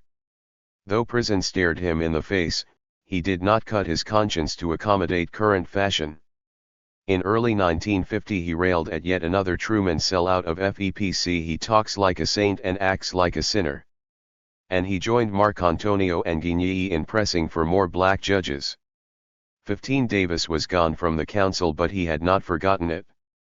Earl Brown supported his appeal to the High Court, but Davis was still dismissive toward Brown, despite the fact that the base of support for the party was steadily shrinking. However, Davis was correct in repudiating Brown's attack on Marcantonio as this last left-winger in Congress was about to be ousted. But times had changed in the council. With Davis gone, for the first time in 6 years the council did not legislate Negro History Week in February 1950. 16. Davis' base of support was not just shrinking politically. His friend and top NAACP litigator Charles Houston died in the spring of 1950, a lawyer for Winston and Irving Potash. His loss was not propitious for the CP11 appeal. Then his other Amherst friend, Dr. Charles Drew, a pioneer in blood plasma research, also died. "They were in fact close friends," said Davis in his obituary, "where they played varsity football together." But Judge Medina refused to lift bail restrictions so that he could attend the funeral. 17. Davis was not catering to dominant sentiment. Just weeks after his conviction and council ouster he was declaring, "We should devote far more conscious effort to mastering the application of Marxism, Leninism, Stalinism to the specific conditions of our own country." In an accompanying photograph he was autographing copies of a Stalin biography and said communists were proud of being called Stalinist. At a 1,000-strong rally organized by the Harlem Party at the Renaissance Casino, he urged the collection of 25,000 signatures on peace petitions during the month of June alone. When the film The Red Menace opened in Harlem in July, Davis was on the picket line with Abner Berry, carrying a sign stating, "How about the Mississippi Menace?" Yet with all these counter-hegemonic positions, in a New York-Amsterdam news poll to determine the leading Harlemites, Davis ran far ahead of Thurgood Marshall, Ralph Bunche, Hullen Jack, Frank Crossuth, and Roy Wilkins. The fact that elites tended to display more compassion for victims of Stalinism than victims of racism made the process of winning black support problematic. There would have to be more civil rights concessions before Davis could be isolated. 18. Davis's popularity in the face of vilification was driven by his combative stance against a long-standing Harlem scourge, police brutality and racist repression. His activism was expedited in early 1951 when Judge Henry Goddard barred Davis from leaving the jurisdiction to speak in New Haven. 249. Stuck in New York City, he took full advantage. Davis heightened his association that year with the Civil Rights Congress, which sought to popularize the slogan "Bring our boys back home to fight Jim Crow." 19. Ample evidence proved that police brutality and racist violence against blacks was on the rise. The war-induced suppression of civil liberties apparently had revived the police and others, spurring on some who might otherwise restrain this bestiality.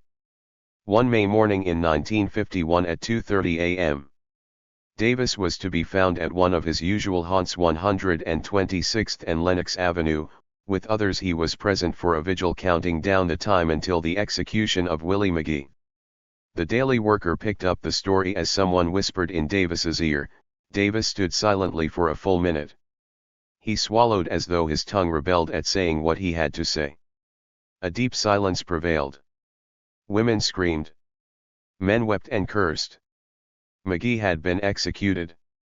The demonstration had begun in the early afternoon with a few hundred supporters.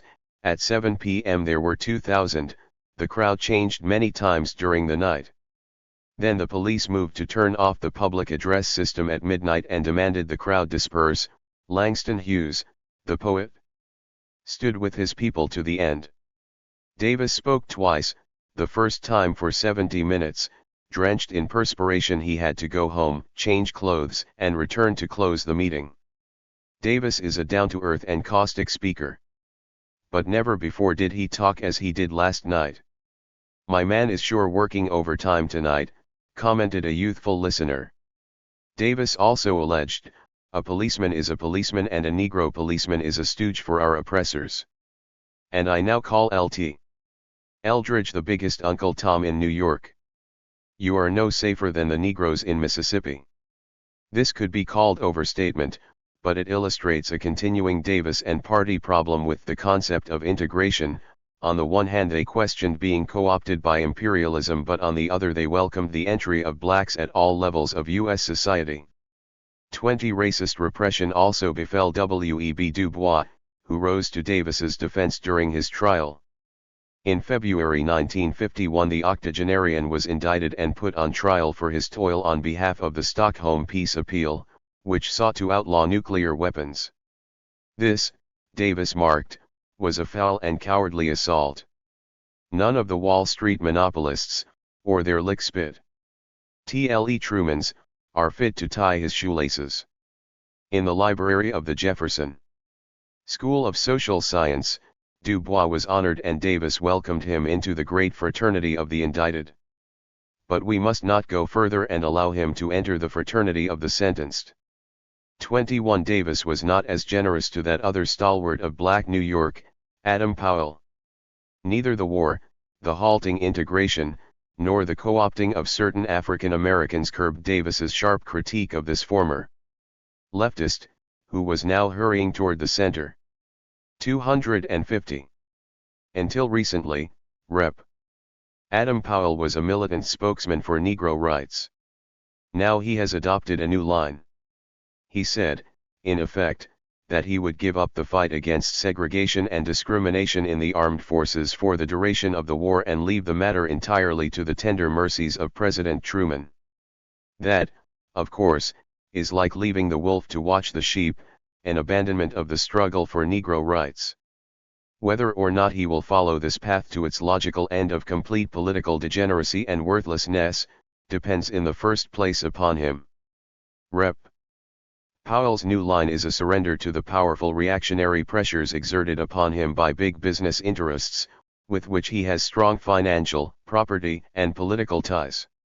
The notorious and transparent Negro agents of imperialism are exposed to do the job for their Wall Street masters. Wall Street needs a radical-sounding orator. While there was much truth in his remarks, the real point was whether it constituted sound tactics at a moment when Davis and the party were being isolated.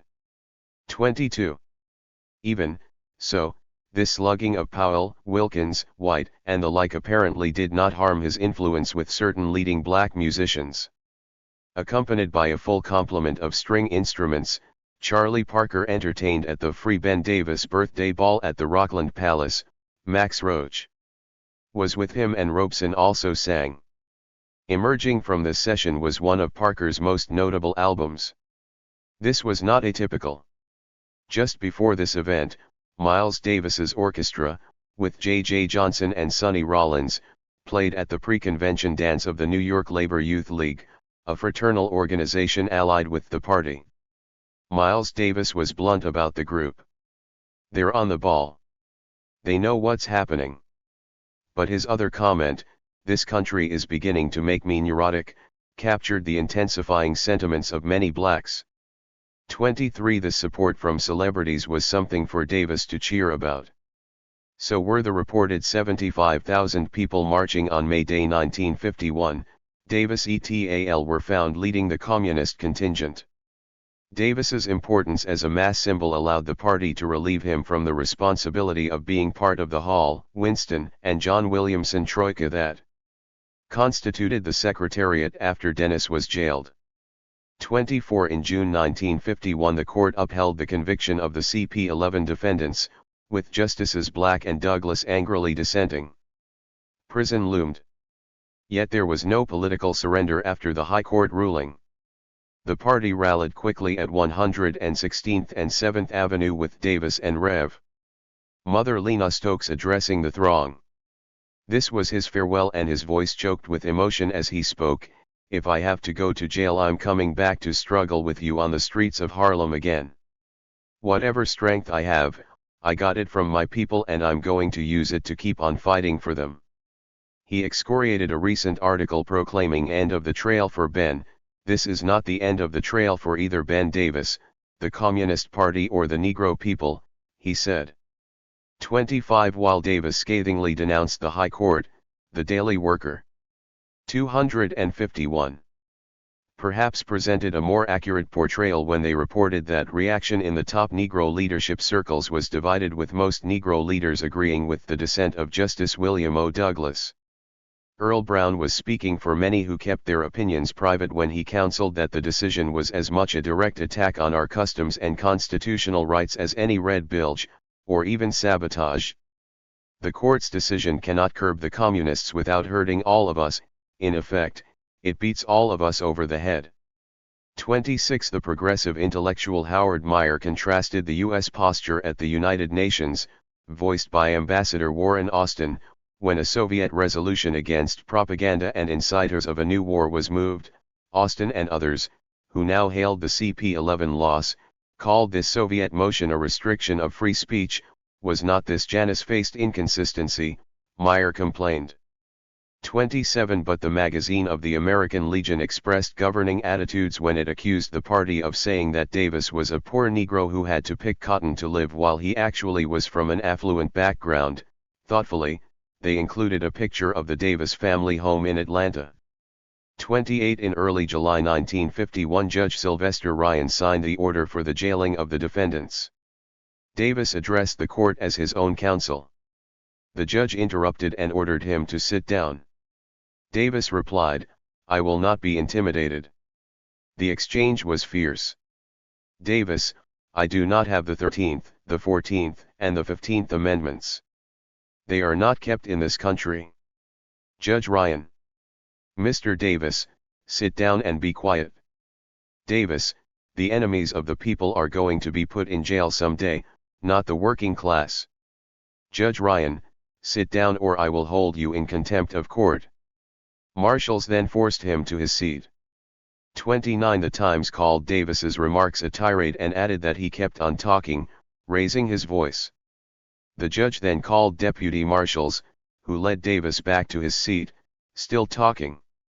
Finally the judge threatened to hold him in contempt if he did not sit down and keep quiet, and Davis subsided, glowering at the court.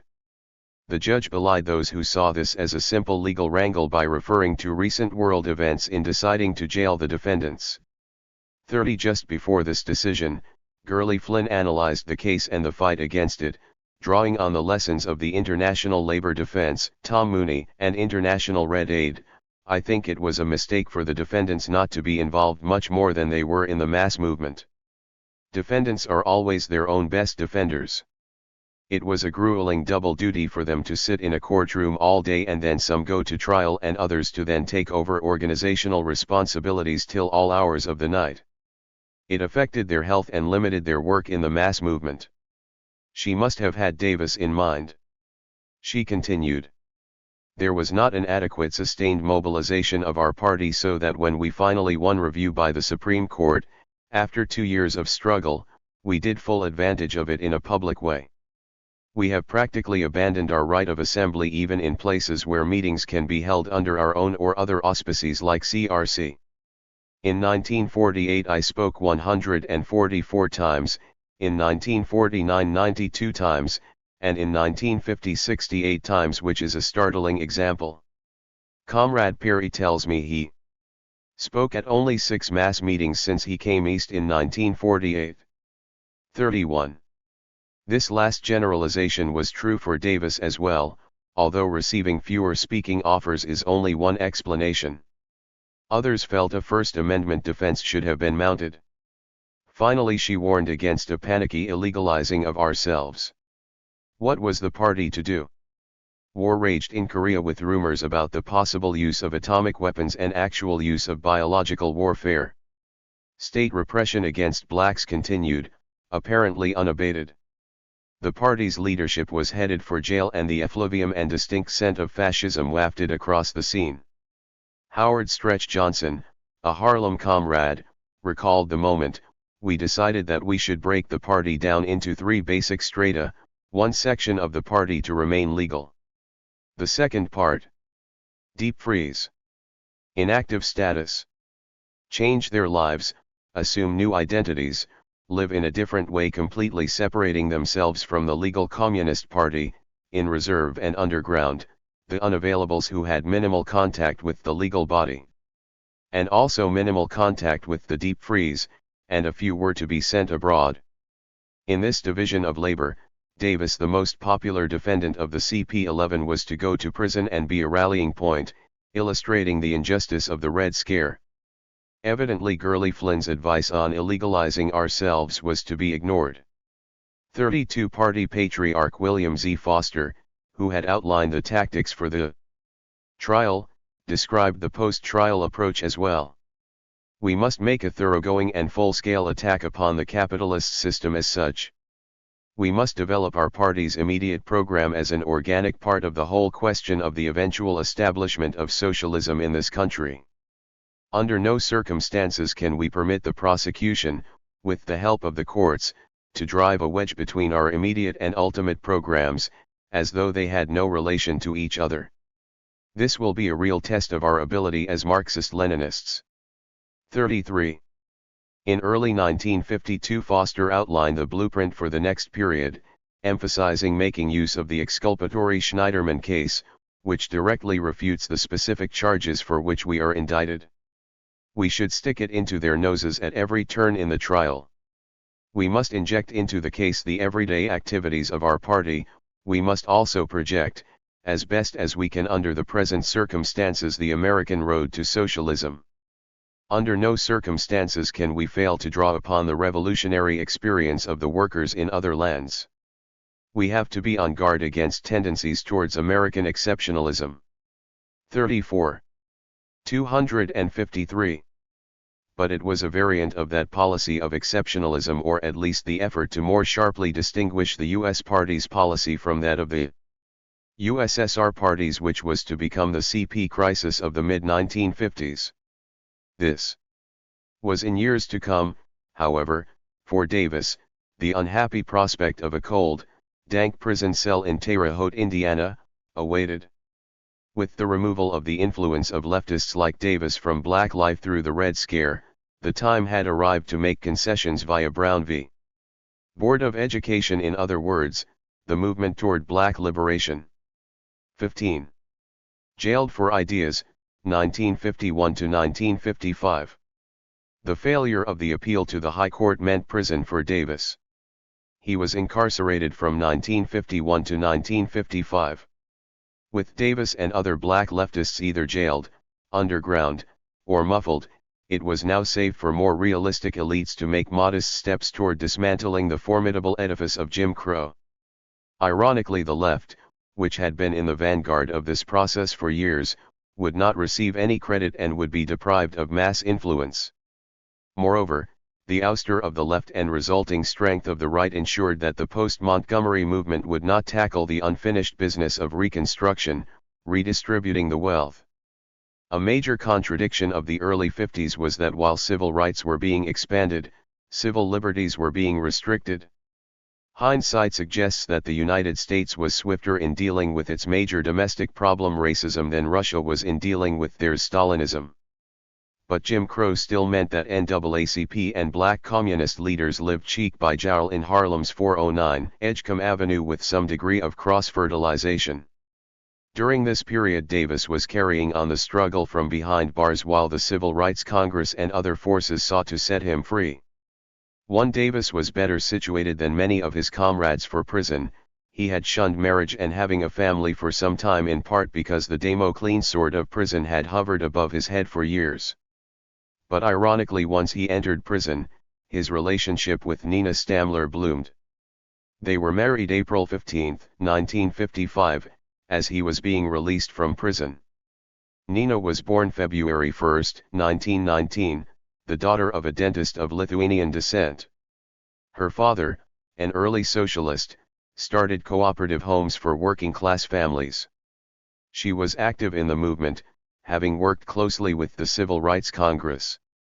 Even though Davis had often used nationalist themes in his speeches and racists for some time had sought to stampede whites by suggesting that communist influence meant miscegenation, and even though in the 1950s some African Americans were not entirely comfortable with the idea of interracial marriage, Davis was not deterred. During his prison sojourn, Stamler was in frequent contact with him and he came to rely on her heavily. Moving from New York to Indiana was a jarring experience for Davis. 254. 255. Not surprisingly, his days in prison were not pleasant. Later, Gurley Flynn reported, Ben Davis not talk much about his prison experiences. But they were rough and mean, I am told by others who were there at the same time. 3. Davis's notoriety and beliefs meant that the authorities there could not ignore him. Like other blacks, he was confined to Negro cells and had to enter the mess hall. Separately, blacks were subjected to a special persecution, and black Reds were treated worse than abject pariahs. The Terre Haute prison held 2,500 inmates, 10% of whom were black. 4. Claudia Jones wrote that the door to his cell remains locked during waking hours. He is denied the freedom of a recreation room where there are ping-pong tables and other facilities, access to a library, daily showers after work. 5. The perversity of Jim Crow was such that even meritorious conduct lists were kept segregated. These indignities bothered his sister. I wonder how long this shall go on, it just doesn't seem possible that this can be happening to my brother. 6. Perhaps the least of his problems was the country music that blared frequently in prison.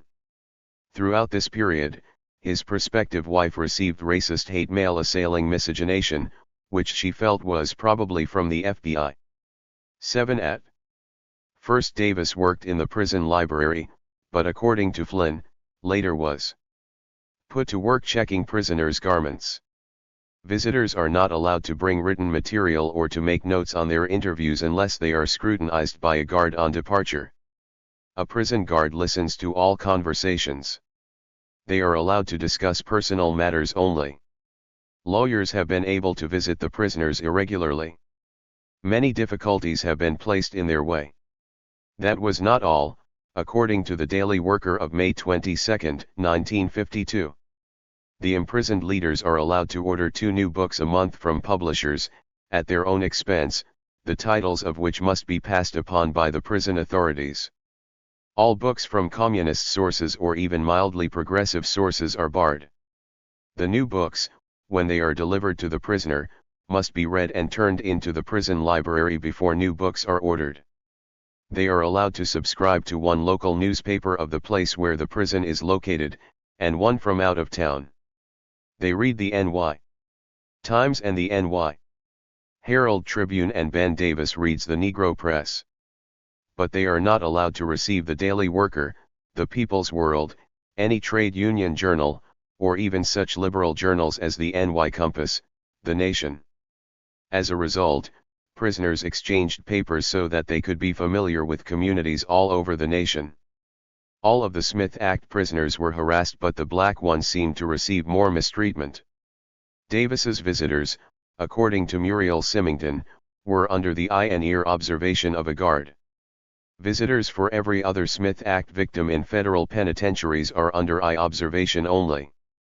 Mr. Davis' only visitors are his sister and a white woman. 256. Friend. This gratuitous harassment springs from the fact that one visitor is white.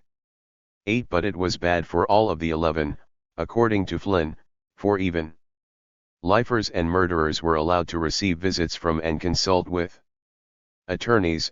Smith Act prisoners had to get clearance from high-level authorities, which could take weeks or months. 9. George Crockett visited Davis just after he was jailed in 1951. The first thing I saw was a large prison made of red brick. If you didn't know it was a prison beforehand, you'd say it was just another beautiful building in a rural area. The grounds are beautifully laid out, trees and all sorts of beautiful colored flowers. Ushered into a room which could be taken for a reading room or library in an exclusive men's club. I walked into another large reception room furnished with upholstered chairs and a lounge. One of the most selfless people I ever met. He said he wasn't a martyr. And the real martyrs are the folks back in Harlem. Ben has no fear. The fear, he said, is for those who don't know what the future holds. He is at long last a free man. His is the freedom of the man who has been subjected to persecution and can still stand up and say, I've taken all they can throw at me. I have not been conquered. 10. One of Davis's most frequent visitors was Party General Counsel, John A.B.T. They met roughly every 3 or 4 months.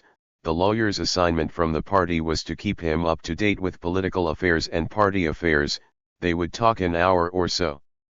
The fact that he had to make rounds to all the prisoners allowed ABT to be their connection, or at least to the extent that prying ears and eyes allowed. He recalled a nice big room with wicker chairs in a relatively new jail. He also recalled big arguments with prison authorities about treatment of his clients. 11. Davis's wife recalls that a guard sat nearby whenever she visited. It was horrible, she says. 12. Davis played on the prison baseball team, studied Spanish, and read Einstein's theory of relativity and the autobiography of Lincoln Steffens, but his prison stay was no idyllic jaunt since he suffered significant weight loss and had to have an operation for an intestinal ailment. He had been health conscious for years, so these problems were a real setback. Weeks after he entered prison, he complained of a painful condition in his right leg and foot, because of an old back injury. 13. This problem led to a slip disc in his vertebrae and an end to his tennis game. The jailer's neglect of Henry Winston while imprisoned showed that authorities could be derelict in providing health care.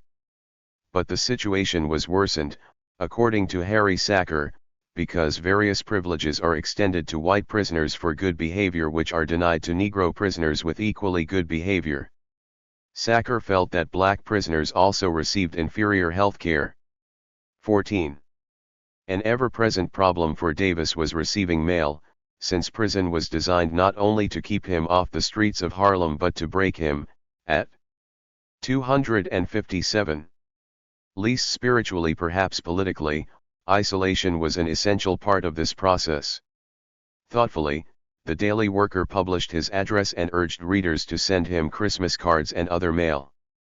One key project that unsettled the authorities was the writing of his lengthy memoir, which took 2.5 painstaking years to complete under enormous difficulties. At first, Davis was denied the freedom to write. Even after he was released, he did not get his manuscript until years later, since the director of the Bureau of Prisons called his work propaganda, and then it was returned to him only after a mass campaign and the threat of litigation.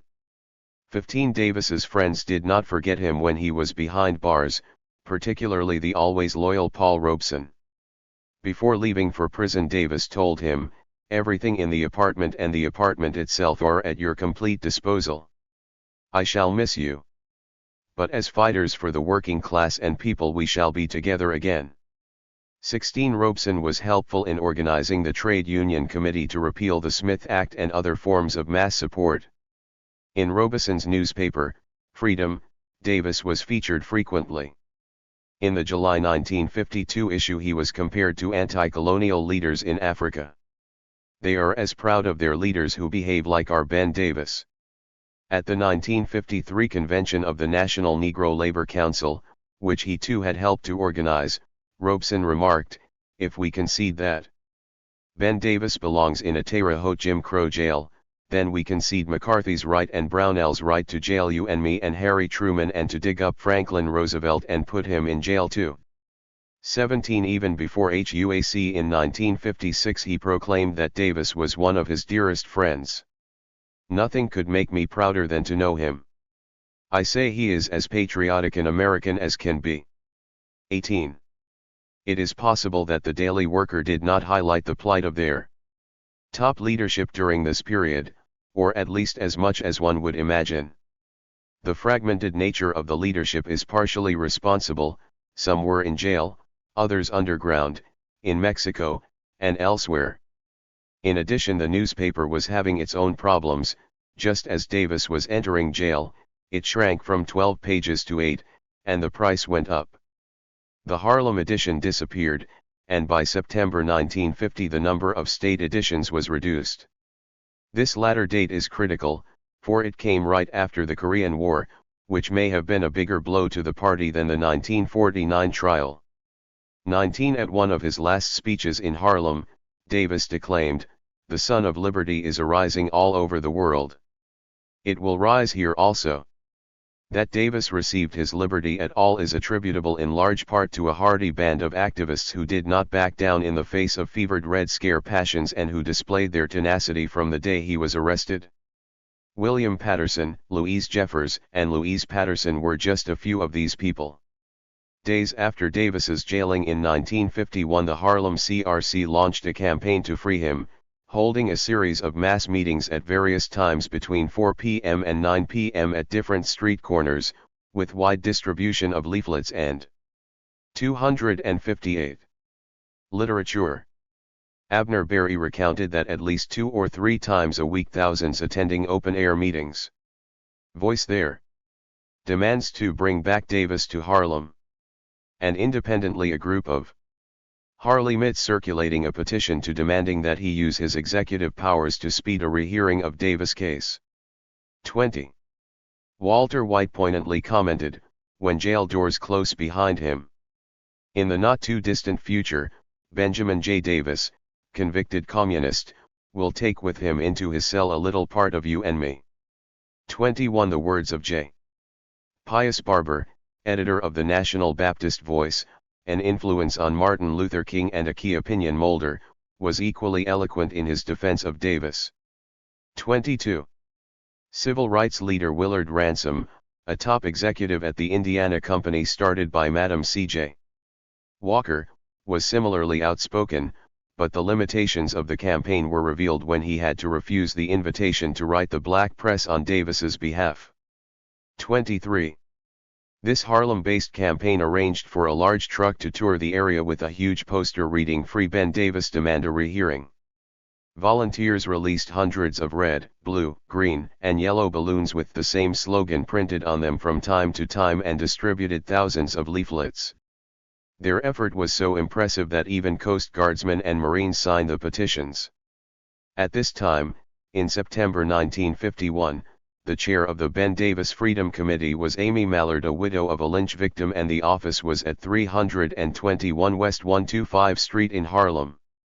Weeks later, a Harlem committee to repeal the Smith Act was formed that included Alice Childress, Ollie Harrington, Ernest Thompson, and Charles Collins, among others. They pioneered in producing cartoon strips featuring Davis and dramatizing the case. They issued freedom bonds that facilitated contributions to the campaign, and they issued posters calling amnesty. Free Ben Davis. But with all that, at the end of 1951 Davis remained in prison. 24. The year 1952 was a bleak time for the Reds. Some saw the election of General Dwight Eisenhower as the arrival of the man on a white horse and yet another step toward a much-discussed fascism. State repression was making solidarity with Davis problematic. Party journals were still tossing garlands at him and his friends were still praising his fortitude, but a movement strong enough to free him had not materialized. Though some were suggesting that military spending was priming the economic pump, this alleged rising tide did not lift all boats in Harlem. Conditions were bleak. 25. The Daily Worker column seemed to suggest that the Free Davis campaign of 1952 did not get started until the summer. There was reason for this. The CRC was conducting struggles coast to coast and Smith Act cases were raging as well. This defense organization was akin to an overworked firefighter in a city besieged by arsonists. Yet in late July in Harlem, petitioners were finding that the 11th AD was still Davis country as thousands signed for amnesty in an era when some were afraid to endorse the Bill of 259 Rights. His defense committee then initiated a pledge scroll: "We the people of Harlem are angered at your arrest and imprisonment. We recognize the injustice of your arrest. We love and respect you for the courageous fighting leadership you have consistently carried on in and out of the city council before your arrest over a year ago because of the unconstitutional Smith Act. We, the Negro people and those who join with us, pledge to bring you back to the community of Harlem where we need you to continue the job. We pledge not to rest until you are free." 26. Harlem was one of the few communities where such words, aimed directly at African Americans, could be openly circulated. An amnesty committee in Chicago was having similar success with protests in Washington Park. The zenith of the Free Davis efforts that year came with the Davis Birthday Gala in September featuring Charlie Parker. Tickets for this historic event were a mere $1.50 and boxes were $6. 3,000 people appeared. At midnight Robeson led the crowd in singing "Happy Birthday." The Daily Worker was ecstatic. In one box there sat a well-known editor, in another former All-American football player who is a successful businessman. And there were doctors, lawyers, labor leaders and small business people. There were no anti-communist jitters. 27. The fact that they did not dare mention names of those present undermined that last bit of optimism, but the success of this event provided a reason to swagger. The party tried to circumvent these jitters by running Davis for office so that Davis's supporters could express support for him in the isolation of a voting booth. Since thousands had signed Davis petitions, it was felt that he could perform credibly as candidate of the Freedom Party for the state assembly in the 11th Assembly District, which even the Times had pointed to as a Davis stronghold.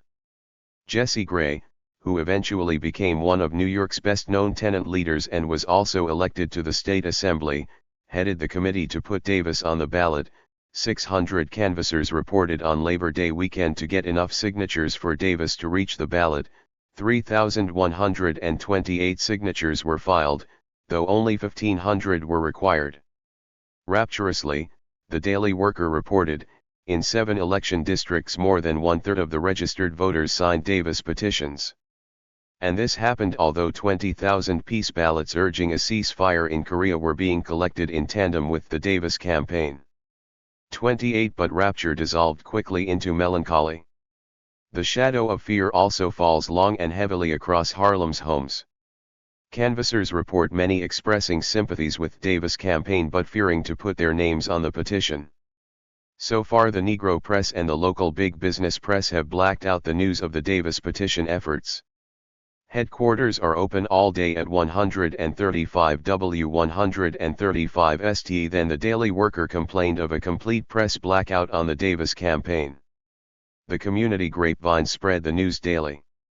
Davis was in jail, but the response of his neighbors proved that he was not isolated nor forgotten.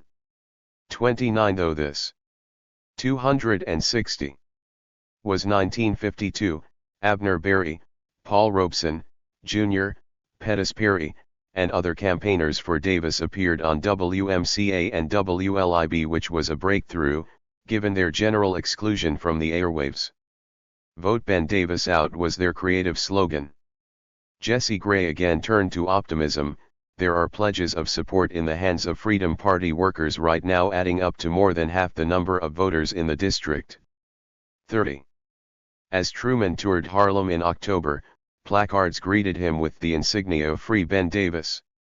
Visibly disturbed at the sight of the slogans, Truman looked away.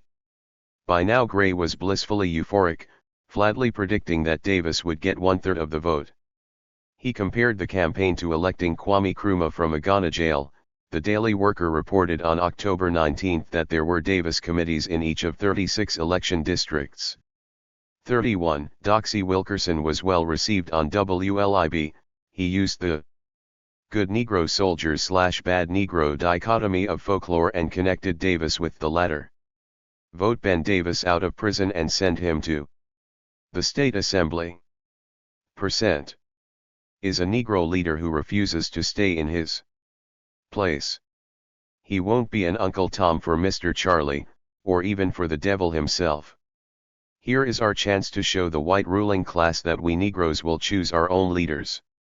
Wilkerson added, I, too, have studied the principles of Marxism-Leninism. I teach and advocate those principles.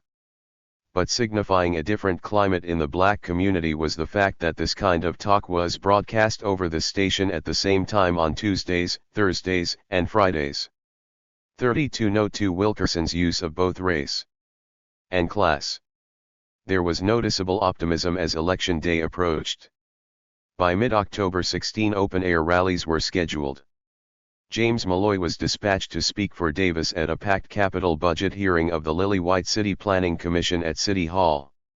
Malloy stressed the wretched state of Harlem. Harking back to old times, the Davis campaign led the fight to save 1,200 tenants from eviction to make way for a high-rent project, the Riverton, which was ironic, given that the Metropolitan Life Insurance Company spawned this Harlem project in order to deflect attention from the all-white Stuyvesant town. An open-air meeting was held at 5th Avenue and 133rd Street. Mothers with infants in their arms stood for 2 hours in the chill air as their neighbors discussed steps to be taken. There were entire family groups, parents and children in the crowd. Lester Rodney, Daily Worker sports writer, joined those plugging Davis, appearing on WMCA. His 1949 campaign film was shown at various open-air meetings. But with all this help, Davis got only 879 votes out of 25,000 cast. 33. Yet given the political polarization, the fact that so many would vote for a jailed communist was remarkable. Propaganda from television, films, and newspapers was shrill anti-communism. And as Fiorello LaGuardia and Ollie Harrington have suggested about the 1945 and 1949 elections respect. 261. Tivoli, vote fraud or general chicanery could rarely be discounted in New York elections. Still, there was no gainsaying the shrinking number willing to identify with the Reds, in stark contrast to the recent past. Certainly harassment was proceeding in other spheres. When HUAC brought their traveling road show to Detroit, Davis's ally the Reverend Charles Hill was grilled. Activist Coleman Young was also asked about Davis. Both were accompanied by the experienced George Crockett as counsel. The committee was upset about Davis speaking at Hill's church, but the pastor's response was deft. "Are you asking me a suppositional question? If you are and want me to suppose, I will. I think that any meeting in which the first Negro councilman ever elected to the office in the state of New York were to attend would be of interest to a great number of Negroes. It would be to the credit of any party if that Negro were elected under the label of that party. I would think that Negro people would be more interested in what a given candidate's program might happen to be, and what he was going to do to improve the conditions of Negro people, than any label tagged onto him by such a committee as yourselves and others. Are you trying to invade the privacy of my ballot box?" 34. The committee was not impressed by his verbal facility, and Hill remained a convenient target. Meanwhile, other anti-communist investigators sought to bring Davis to New York in July 1952, but his operation for an intestinal ailment barred the visit. Although Davis did not win the election despite the hoopla, it did lead to a delegation, headed by the Reverend Harold Williamson of Rugged Cross Mission, seeking to visit the director of federal prisons about his jailing. 35. The fight to free Davis quickened in 1953, part of it came from the energy and organization spawned by the November 1952 election. This was timely, for Gurley Flynn continued to report a deterioration of the conditions endured by the Smith Act prisoners. It means a complete loss of personal freedom, a rigid confinement of body and mind, a subordination of all one's waking and sleeping hours to a monotonous routine, the effacement of individuality in work, recreation, and all phases of existence. Life is suddenly slowed down, a piece is taken out of it. Davis was isolated in his age cohort. Only 10% of federal prisoners were over 44, and for 17,424 prisoners there were 67 doctors, 28 dentists, 12 nurses, and 4 quite busy psychologists. 36. Patterson continued to complain that Davis receives his visitors only under eye and supervision. No other Smith Act prisoners are subjected to such an indignity. The added indignity which Ben Davis is subjected to is because of the interracial factor. Here he mentioned Davis's fiancée. 34. Davis continued to be plagued by health problems, undergoing a minor operation in January. But in a possibly smuggled letter to his attorney he continued to plot tactics from behind bars.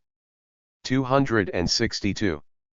Today one has to try to attain the big by also hammering away on the relatively small, where chances of victory are greater and which prepare the atmosphere for the conquest of the larger. It's simply not in the cards that one sweeping and basic democratic victory on the legal or any other front can take place at present, which will correct injustices all down the line, if not reverse the trend.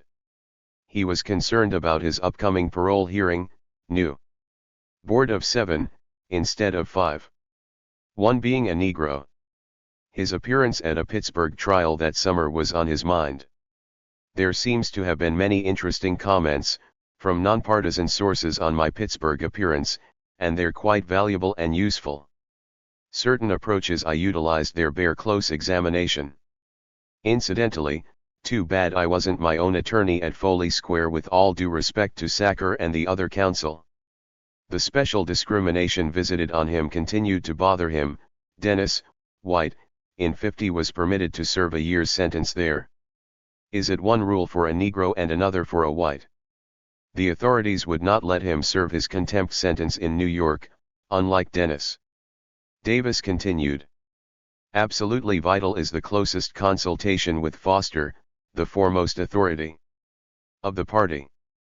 Incidentally, Foster has an uncanny grasp of the legal as well as the political, and will be of great help on the brief, if his health permits. Anxious that you don't misconstrue my dissatisfactions. Not directed against your personal or professional ability in any way. I suggest you talk matters over with Nina. This missive foretold the Davis and Foster-led alliance that was to become so important in the party after 1956. 38.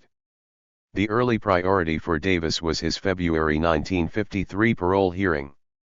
A delegation consisting of Robeson, Dolly Mason, Kenneth Forbes, Dr. Marcus Goldman, Cyril Phillip, Arthur Stein, and John Abt had a tour meeting with the Federal Parole Board. Judge Rogers had interviewed. Added that Mr. Davis was probably the most intelligent prisoner whom he had ever interviewed.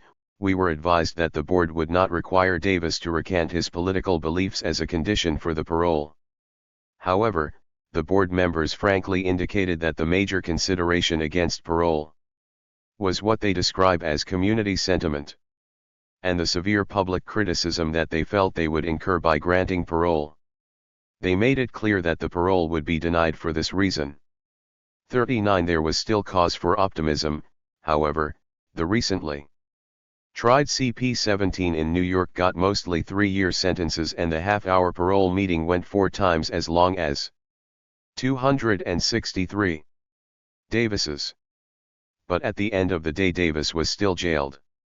Moreover, the FBI was sufficiently efficient to update his security index card to reflect his Indiana address, which would facilitate his being detained further in case of emergency. 40 The tempo was intensified when Davis was called to testify as an expert on Marxism-Leninism at the trial of Steve Nelson, Ben Carruthers, and others in Pittsburgh. He was to be lodged in the county prison. This trip was bracing. It got him out of the closed confines of Indiana and on the road. It also brought his predicament to a wider audience. Supervision over these prisoners is relaxed. During waking hours the doors to their cells are unlocked. When they are not engaged in the performance of their assigned tasks they are free to repair to the reading room, where they are at liberty to engage in conversation, play ping-pong, etc. None of these privileges is extended to the Negro prisoners who meet the same proscribed standards. 41 When Davis would object, he received demerits. He was restricted in his right to see attorneys, visitors, and others. When Davis finally arrived in the Iron City in late July 1953, his friends from Georgia, New York, Detroit, Chicago, and elsewhere came to greet him. The Daily Worker was sympathetic. Ben Davis looked tired when friends saw him at the Allegheny County Prison. He had just finished a long car trip from Terre Haute, where he is serving a 5-year term. Has lost weight. His face is somewhat drawn. Was chained hand and body on the long trip with federal marshals. He was not allowed to speak to those who had come to see him. In the court calendars from Andy Mellon's bank hang shamelessly on the walls. There is the mahogany wainscoting and the muted lights, the big window from which you can see the brand new skyscrapers of Mellon aluminum. 5 minutes into his testimony, the scene was complete when Davis was slapped with a contempt sentence. 42 He refused to name the members of the Negro Commission of the party. "I am not turning into a stool pigeon," was his reply. The Daily Worker added. One felt his vitality as his voice filled this courtroom, which is noted for its poor acoustics. Davis's humor was not improved when the judge suggested that blacks were involved in lynching each other, citing the tragic assassination, by racists, of Florida's civil rights leader Harry Moore. The paper stated, his face was drawn by the hardships of 2 years in prison. His cheeks were lined, but his eyes glowed with pleasure as he saw dozens of Negro and white friends. 43 Asked if he were still a communist, Davis's response struck a chord within the party: "I certainly hope so. I hope that they have waived the question of my dues and that I am still a member in good standing." Asked what club or party cell he was in, he replied only half seriously that he was in prison and there are no clubs there that I know about. 44 Ever vigilant, the FBI was placing memoranda in his file about his performance. 45 The parole hearing and the Pittsburgh appearance were orchestrated. 264. Largely by the Civil Rights Congress and William Patterson particularly. It was Patterson who led a CRC delegation to the office of Pittsburgh prosecutor Edward C. Boyle demanding the dropping of the contempt charges.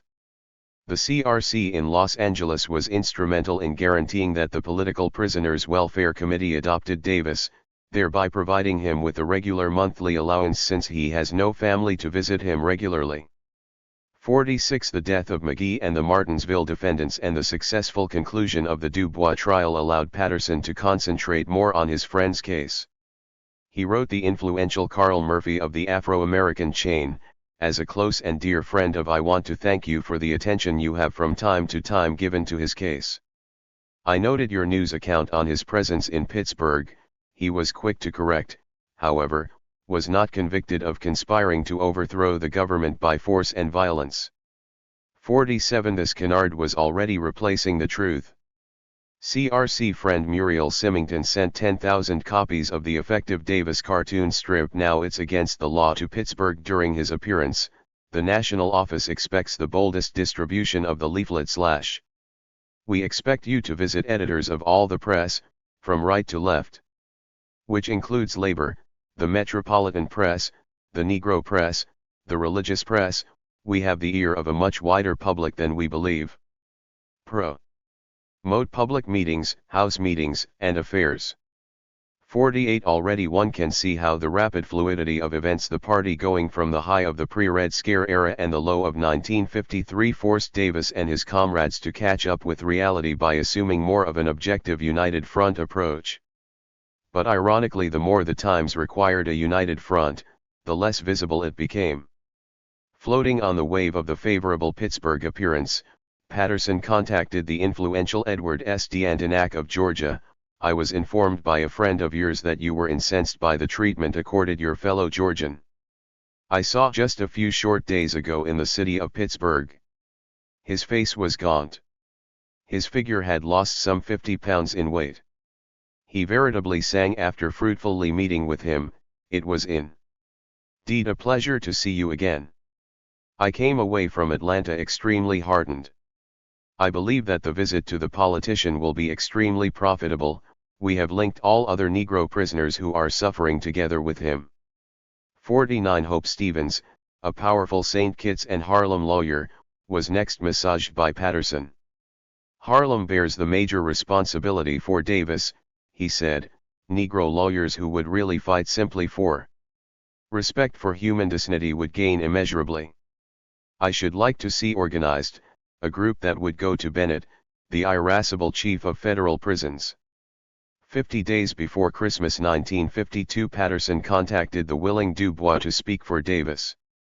51 Costa Rican colones abetted the production of special postcards to the 265 Attorney General and special pamphlets on Jim Crow in prison. As ever, friends were urged to deluge him with holiday cards, and they did.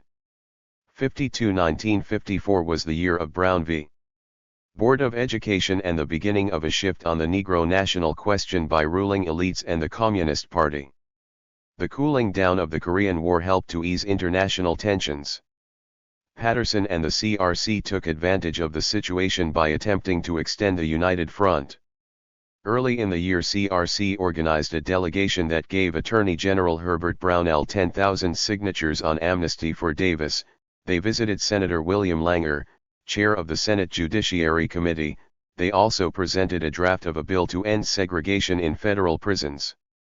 53 Patterson's visit to Jim Crow Atlanta was time well spent. The Davis name still opened doors for him. The terror of the times was reflected by his use of initials and sobriquets like Mr. R when communicating with Walter Aiken. Yet all was not going well, perhaps as a result of the scare. 4 weeks after the successful Washington trip, Patterson conceded that he had heard nothing from the influential pair of A.T. Walden and Edward D'Antonac. Patterson wanted the effective and well-connected attorney Walden to sign on to the Davis prison desegregation suit, but he refused. In turn, Patterson could not resist warning of the risk of more fascist-like conditions, contending that the Davis case will accelerate the tempo of understanding. May I say that all paperwork and research could and would, if you desired, be done here. You would of course make the argument.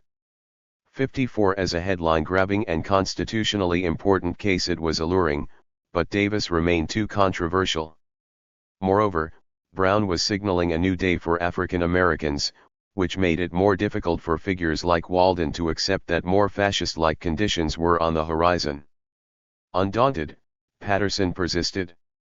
Days after Brown he congratulated George Hayes, the powerful Washington, D.C., litigator, on the victory, and in passing solicited his aid for the Davis suit. The Afro-American was helpful, it urged Brownell to end discrimination in federal prisons. Then, the CRC sought to pull together a forum in Harlem focusing on Davis. Robeson, George Murphy, Claudia Jones, Louise Patterson, Rev. Edward McGowan, and the talented actress Beulah Richardson contributed. Aku was the assistance of Majeska Simpkins, a pioneering figure in the modern civil rights movement. 55 The forum was held at 310 Lenox Avenue, jamming every seat of the United Mutual Auditorium. Several hundred Negro and white New Yorkers paid stirring tribute to Davis, and ABT gave a personal report about Ben.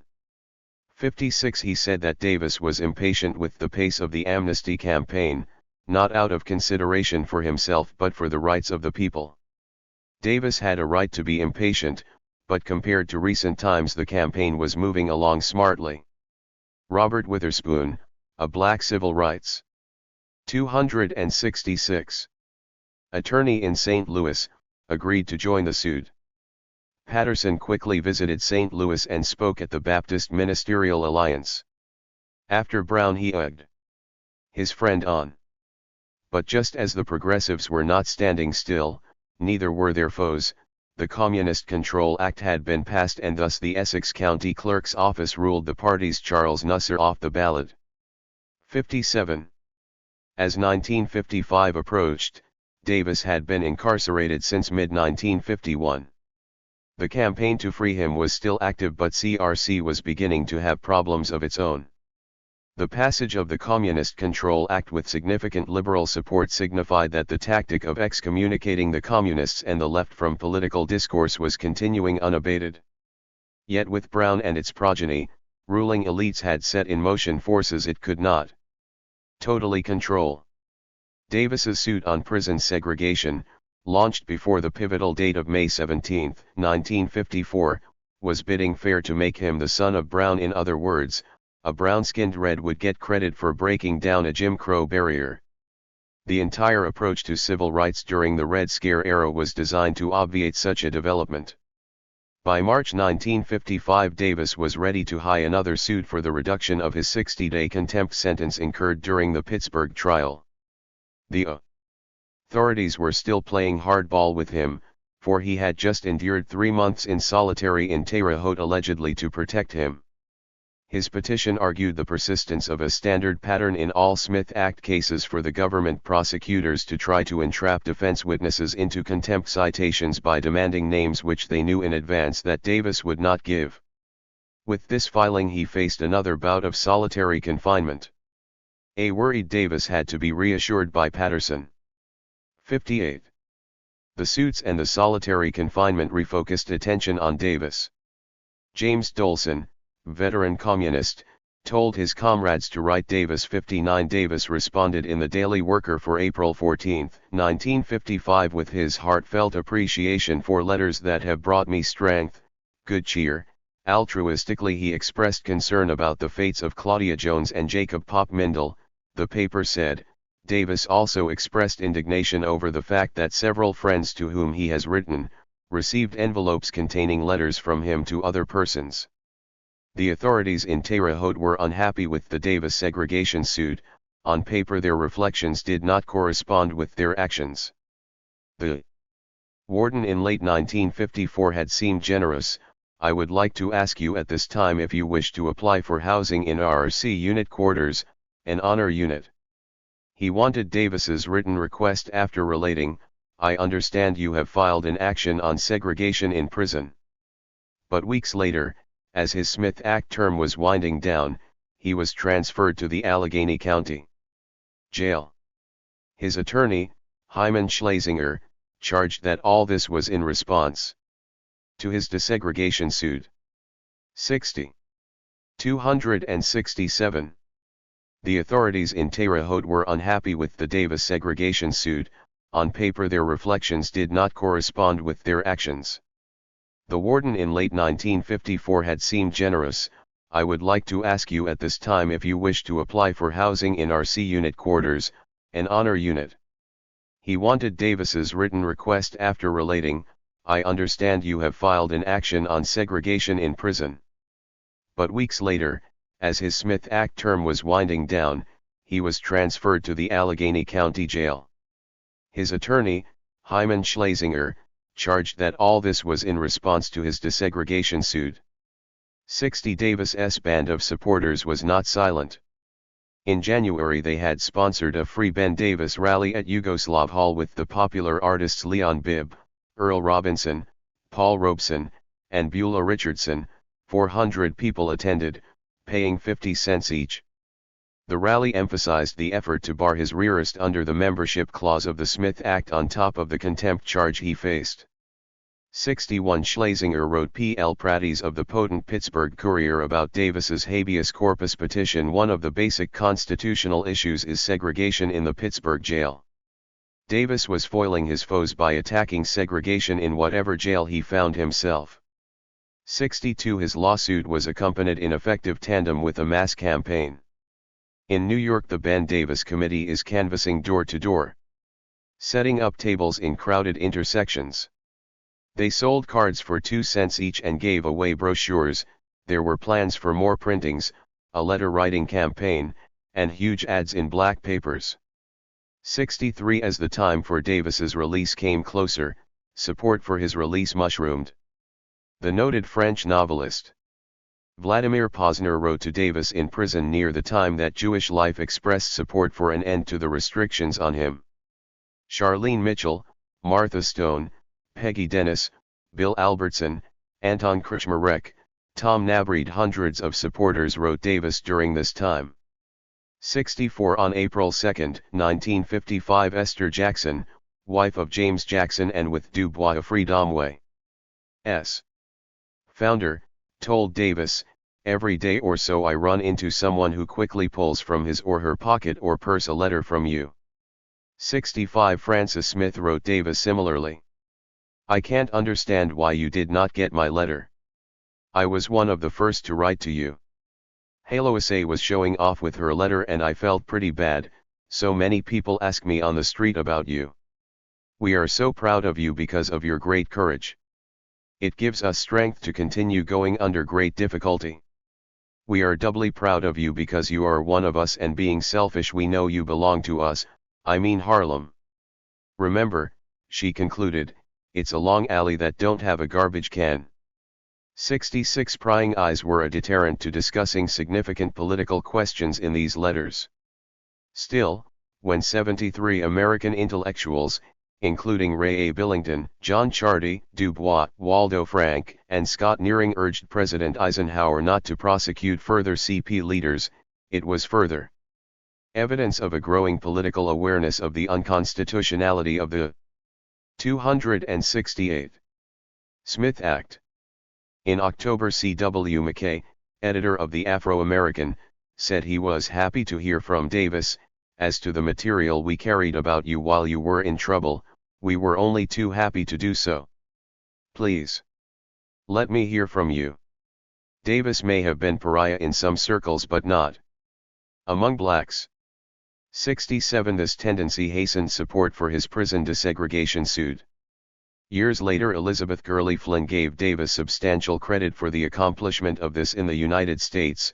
She saw desegregation during her jailing at Alderson and recalled that the black women incarcerated with her there knew about him. The tempo stepped up after Brown. The Afro-American was critical in publicizing the effort, and even the New York Times was forced to take note. Davis did say that blacks had to enter the mess hall separately and there were separate tables in such halls.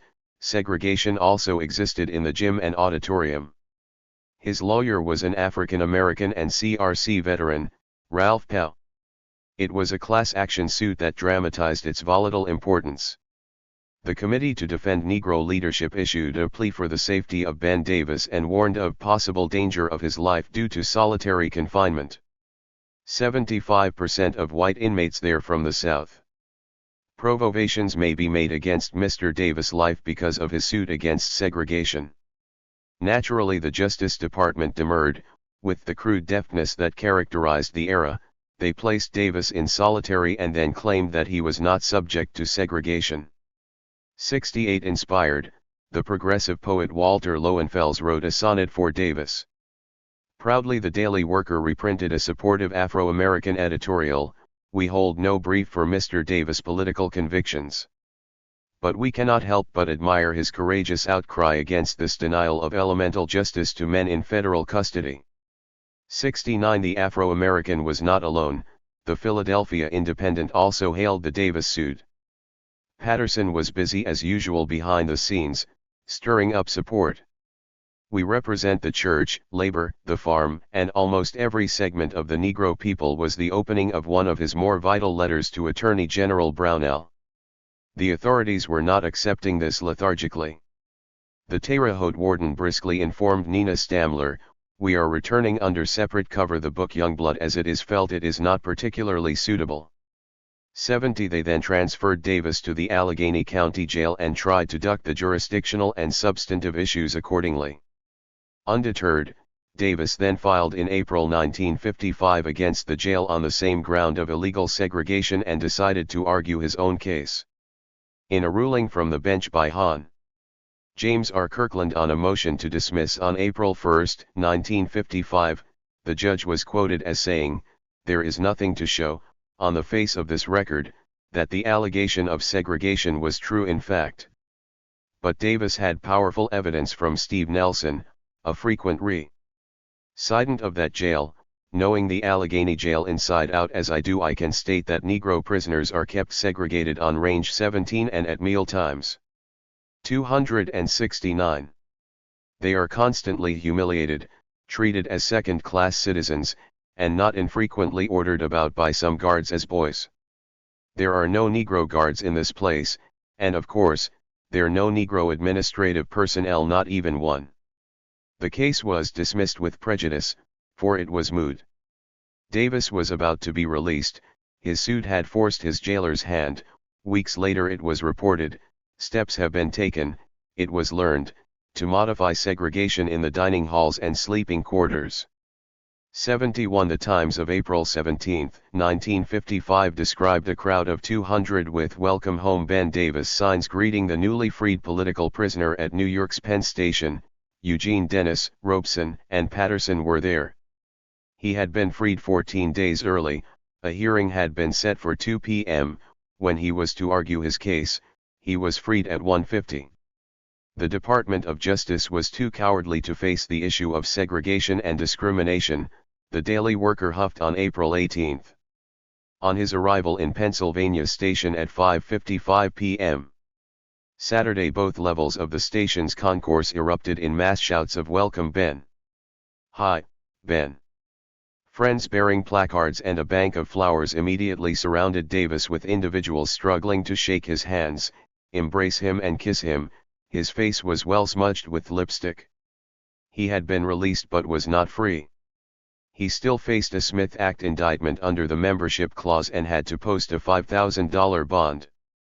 Bessie Steinberg of Pittsburgh supplied the latter, but it required a massive struggle to extirpate the former. 72 The New York Amsterdam News also gave featured coverage to the story. In an exclusive interview, the much slimmer Red pointed boldly to two hopeful signs, Brown and Bandung and their intimate connection. Things were looking up for the party. They did not realize that ahead were the revelations about Stalin, the intervention in Hungary, the war against Egypt, the prominence of Dr. King and fractious, internecine conflicts within the party. Ringing in his ears was Matthew Hale's poem to him, for Ben Davis. "Dear Ben Davis, / give me your hand, / no cell has room for a man to stand cabined, cribbed / and confined by bars, with feet on the ground / and eyes on the stars, / if your heart is wide / as the earth is wide, / no cell can keep a man inside." 73 Soon the party was complaining about arbitrary restrictions placed on Davis. They were scheduled to expire December 26, but justice sought to extend them. Still angry about how he had outmaneuvered them, the Justice Department placed the Benjamin Davis Freedom Committee on the so-called subversives list of the Attorney General, which, according to the Times, Is used by all federal agencies as a check on those seeking employment. 74. The sight and thought of once popular Reds like Davis loose on the streets again seemed to spur the anger of the authorities. They sought to block pub. 270. Location of his memoir: if it were published before February 1956, the date the subject's conditional release period ends. Then the permission of the U.S. Board of Parole would be necessary. They crudely solved the problem by not releasing his memoir to him. 75. Recall that this was just before COINTELPRO, the FBI's infamous so-called counterintelligence program aimed at the party but quickly extended to virtually all dissenters. But even before this sinister initiative started, Davis was receiving an increased scrutiny from J. Edgar Hoover's Mafia. He had to see his probation officer every other Tuesday, which facilitated surveillance. The FBI was upset particularly about the gumption of the desegregation suit. There were those, if one accepts certain premises, who were justifiably concerned about communist ability to influence the developing civil rights movement and thereby interfere with the finely crafted plan to grant concessions without the Reds anywhere near the bargaining table.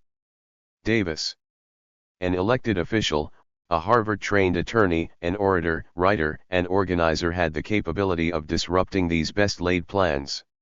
The Red Scare was useful in pushing the elite version of black liberation. He had moved further uptown in Harlem and his Riverside Drive apartment building was under frequent surveillance. 76. An ostensible reason for their accelerated surveillance was put forward on December 28, 1955, in an effort to develop information which will lead to the apprehension of communist fugitives Gilbert Green and Henry Winston, the 6 top communist leaders. Have been selected for intensive investigative coverage. Davis was named and imaginative special agents were assigned. Davis's security index card, which would facilitate his being rounded up in case of some soi-disant national emergency, was updated again, back to Harlem. One of his friends, Kurt Oberg, complained in August to Davis that he had 10 or 12 different good jobs on every single one. Sooner or later I have been fired because of my record becoming discovered, so it is useless to try and keep a job for any time. He was a victim of red baiting. Just as the FBI was struggling to keep Davis and the party away from the civil rights bargaining table, Hoover's agents became a presence at the table where inter-party disputes were being played out. 77. 16. Party Wars, 1956 to 1959. COINTELPRO, or the FBI destabilization of the Communist Party, was a dominant factor in exacerbating and creating contradictions within the party in the post-1956 era. The FBI played on tensions created by the disclosures about Stalin, the Soviet intervention in Hungary, the Suez Crisis, and, ironically, the burgeoning civil rights movement. Once again at the center of this troubling scenario was Ben Davis. The anti-communist scholar Harvey Clare has written, many people assume, erroneously, that with the collapse of the New Left in the early 1970s, American radicalism disappeared. He is right by a half. Though given postmortems many times by various coroners, literary and otherwise, the United States left has been resilient. As Davis emerged from post-prison restrictions in 1956, a movement was emerging in Montgomery that highlighted the glaring blot on the U.S. escutcheon racism. As many on the right saw it, this was a direct boon to the international left, which was headed by Moscow. And as Richard Gid Powers reminds, the FBI began taking more serious notice of Dr. King when it learned he had been introduced to Benjamin Davis. Hoover saw black organizations as easy prey for the Reds and was concerned with civil rights organizations almost exclusively in terms of their potential as targets for communist infiltration. Given a certain point of view, Hoover was right to be concerned, since the party was still one of the few national organizations with a disciplined and sophisticated core of full-time black revolutionaries that included figures with many contacts and allies still within the emerging movement. William Patterson, Doxey Wilkerson, Henry Winston, James Ford, James Jackson, Ed Strong, Louis Burnham, Ted Bassett, Harry Haywood, Hosea Hudson, Augustus Strong, Bill Taylor, Abner Berry, Claude Lightfoot, and Geraldine Lightfoot were just a few of the black comrades surrounding Davis. That they would take advantage of the moment to play a role in the movement, recruit, and help to blare headlines abroad trumpeting the fight against Jim Crow was of grave concern to the authorities. Controversies arising in the party in 1956 were like manna from heaven for the FBI.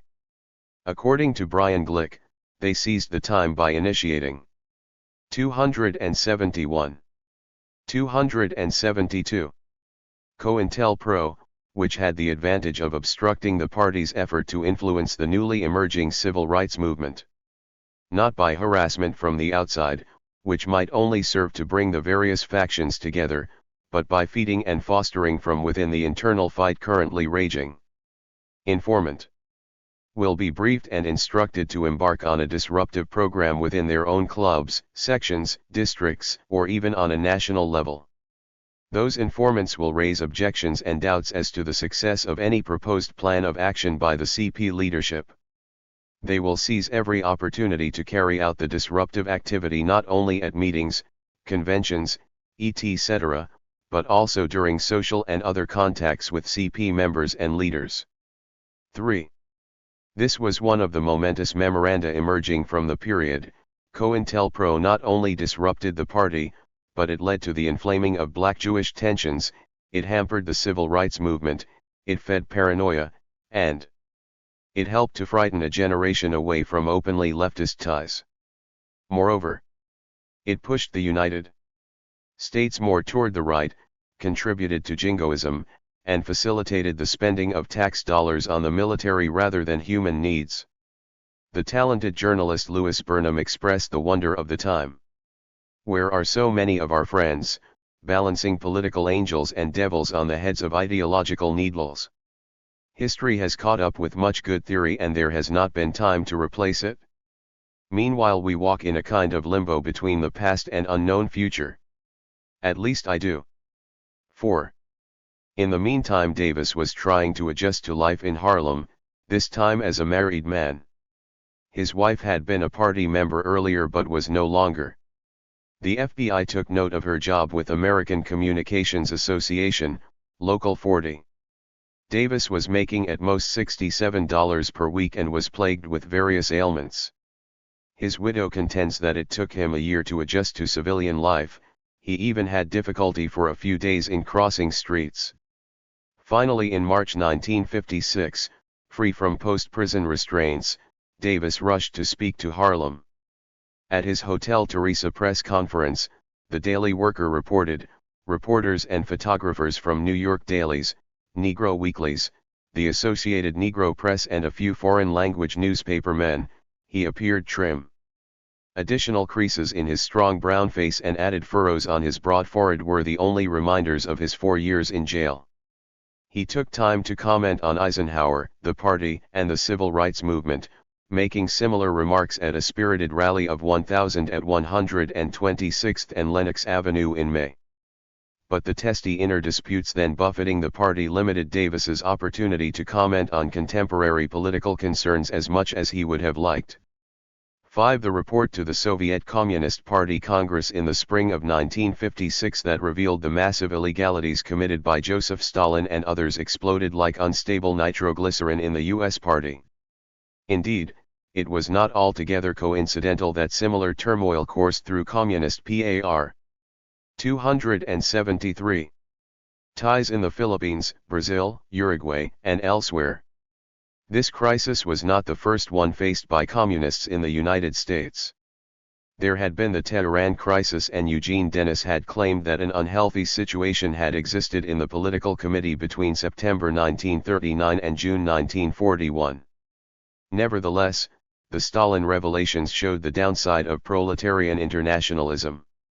In other words, the U.S. party was speckled with controversy when the Soviet party exposed its dirty laundry. 6. Dorothy Healey, the party leader from California, recalls vividly that probably the most significant meeting that the Communist Party held in 20 years was that which took place in New York starting April 28. There were 100 people in the Jefferson Auditorium. Healey, like some others, was in tears about the Stalin revelations. I got up and ran out of the room. Then Davis saw me. And he came over to me and had the tact and comradeship to say anything to me. Just put his arm around me and said, "Let me take you down and find a taxi, I know New York better than you, and then you can go to your hotel." And he did that. 7. Davis was one of the first to try to grapple with this difficult problem. In the Daily Worker he wrote, "Crimes under socialism are departures from the natural order of things while they are natural under capitalism." He conceded that virtually all communist movements have been more or less infected by methods of work and leadership akin to the Soviets. But he added, can anyone imagine Eisenhower and Truman admitting any of these colossal crimes of their system? He called for an expansion of inter-party democracy and learning the therapeutic value of self-criticism, acknowledging that far more needs to be done for establishment of a collective leadership. 8. Davis's sudden candor about internal difficulties had the effect of disorienting the ranks not accustomed or primed for such. Reaction was swift in party ranks. The response of one comrade was typical. Ben Davis has come out with the claim that to use the Stalin revelations as a basis for major re-evaluation is to again place the SU ahead of the USA in our thinking. I am unable to make sense out of such a thought. 9. Davis was hoisted on his own petard. It was difficult to point to Moscow as a beacon and then retreat from that view when the Stalin devaluation took place. The usually staid internal party journal, Party Voice, was beginning to reflect the turmoil. The New York State Party organizational secretary saw a crisis within the party, for the Stalin expose came right after the party lost 2/3 of their members in the previous 10 years. The gifted black writer and actor Julian Mayfield refuted the idea put forward by Harold Cruz that Stalin was the key to explicating these losses. People who had been wanting to leave all along, but hadn't wanted to desert the party during the McCarthy period, now had a cause. 10. In contrast, Louis Budens and Joseph McCarthy gleefully contemplated the consequences of the turbulence gripping the party. 274. As if the exposure of brutality in the USSR was not sufficiently complicating, it was followed later that year in a related development with Soviet tanks rolling into Budapest. The patrician party leader Junius Irving Scales happened to drop by the party's national office at the time to see Ben Davis, with whom I had a superficial but cordial relationship. He invited me to sit in on an important meeting about the Hungarian affair. He escorted me into the meeting room with his arm about my shoulders. This may have been the last flash of tenderness before the knives came out. Scales writes, in New York the level of bitterness between politically opposed comrades had no limits. Old friends ceased to speak to one another. 11. Again, Davis was at the center of these events. He called the first use of Soviet troops a serious mistake, but the second use, a grim and painful necessity. He linked Budapest to the Suez Crisis and suggested that that attack was launched because Israel, Britain, and other countries saw the progressives as being off guard and off balance. In a rare occurrence, he questioned the Daily Worker editorial of November 5 and the National Committee statement of that same date. He voted for the November 20 open letter despite what he perceived as weaknesses. At this juncture he was still conciliatory toward party leader John Gates and the forces grouped around the party organ, which were much more critical of the Soviet role and much more willing to make wholesale changes in the party. 12. The politically rehabilitated James Ford attacked the National Committee's open letter on Hungary.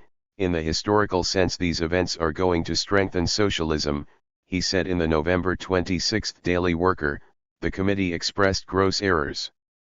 It places the forces of imperialism in the background, the forces of peace and socialism in the forefront for condemnation.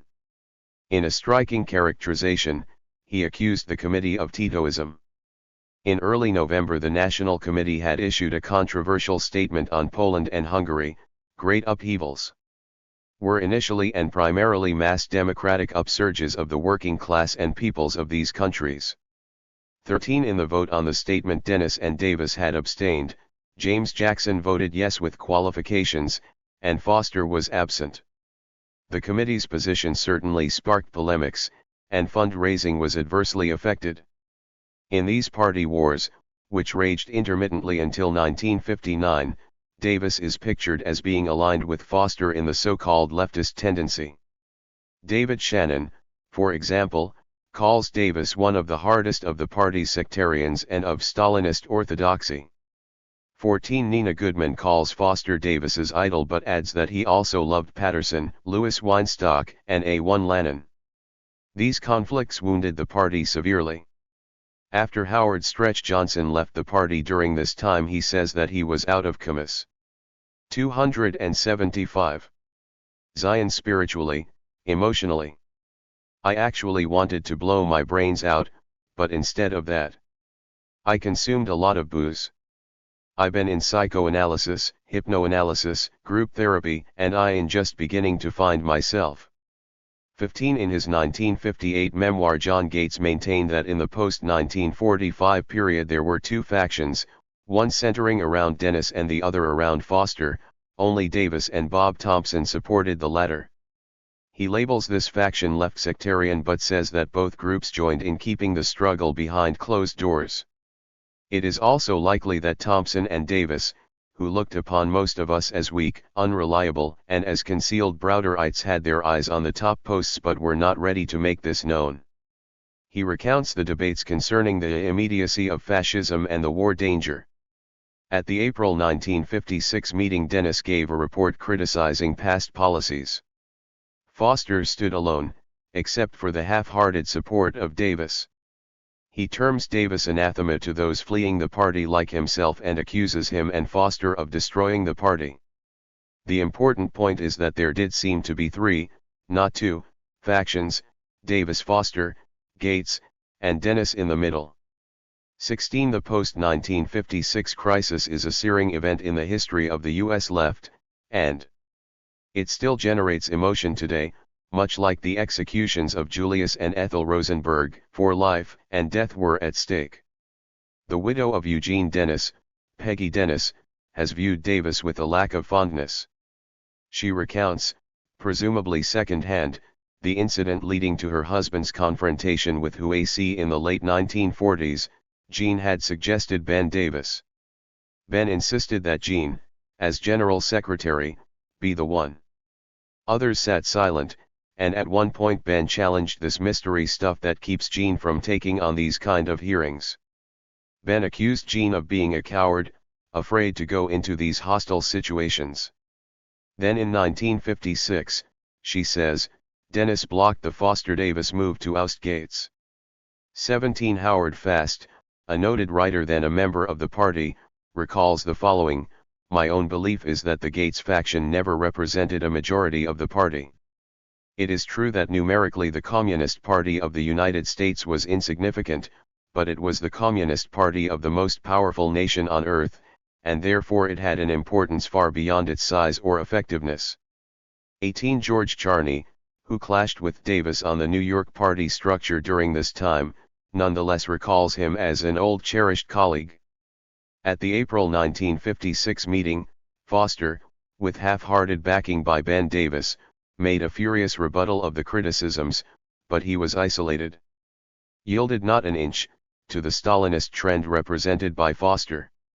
After this meeting, a special report on Stalin was read to us. For the first time I heard charges made, first by Ben Davis, that had we had state power we would, like Stalin, have executed dissident Com. 276. Raids. The irony was that he was referring to himself as the imaginary victim. The whole spectacle took on an eerie cast. During the Gates fight, Charney continues.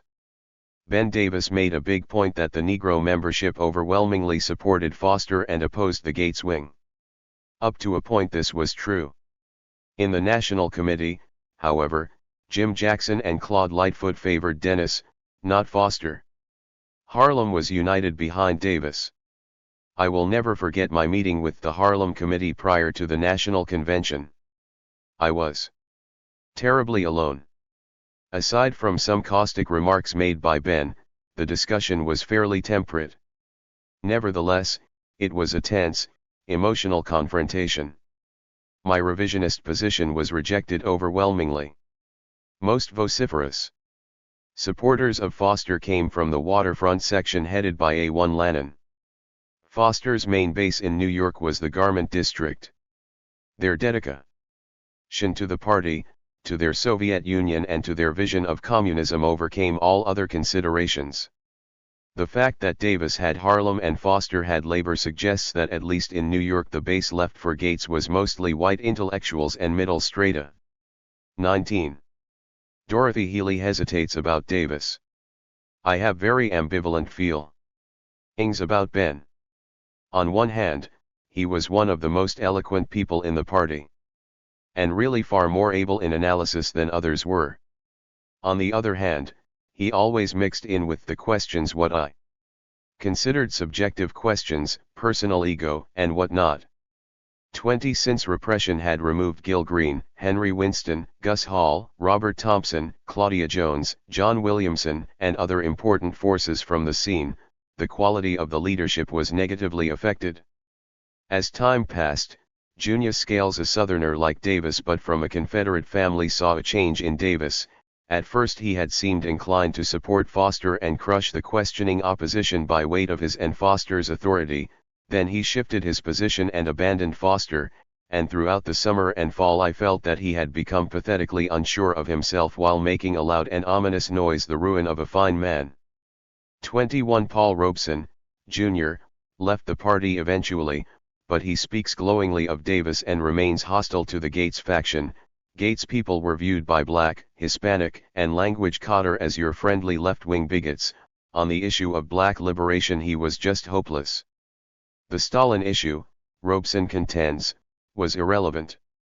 His father's sympathies were with Davis, primarily on Third World, African grounds. 22. Steve Nelson has his own memories of Davis.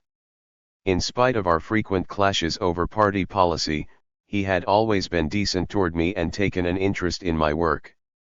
Ben reminded me that it was he who had first nominated me for the National Committee, even before I went to Spain. More than many of the other leaders, he had made a real effort to keep in touch. 277. With what was happening in basic industry. The witness who stood up for us in our Pittsburgh Smith Act trial even when it meant lengthening his own sentence with citations for contempt of court. Finally, I recalled the day he and Nina Stamler were married in our house in Pittsburgh right after his release from prison. But I still couldn't accept his point of view. And his ideas were those of the party. He saw this bad blood in the party as early as the post-war period.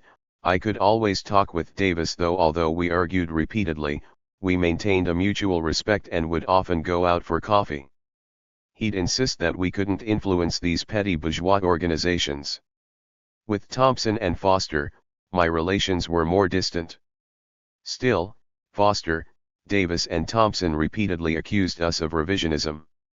23. The general always fights the last war. Perhaps the perceptions of Foster and Davis were overly colored by the Tehran crisis. Doxy Wilkerson disagreed with many of Gates's views. He had disagreed vocally with the reiteration of the Black Belt thesis, but he and Davis did not get along and he ultimately left the party.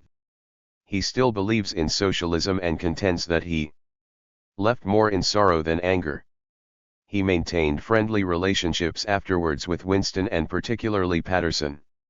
Retrospectively he still views the 1956 conflict as Americanization vs. Sovietization. He accused the U.S. party of tailing the Soviets and for being too bureaucratic. The party needed major reforms. Americanized forms. Changes in doctrine.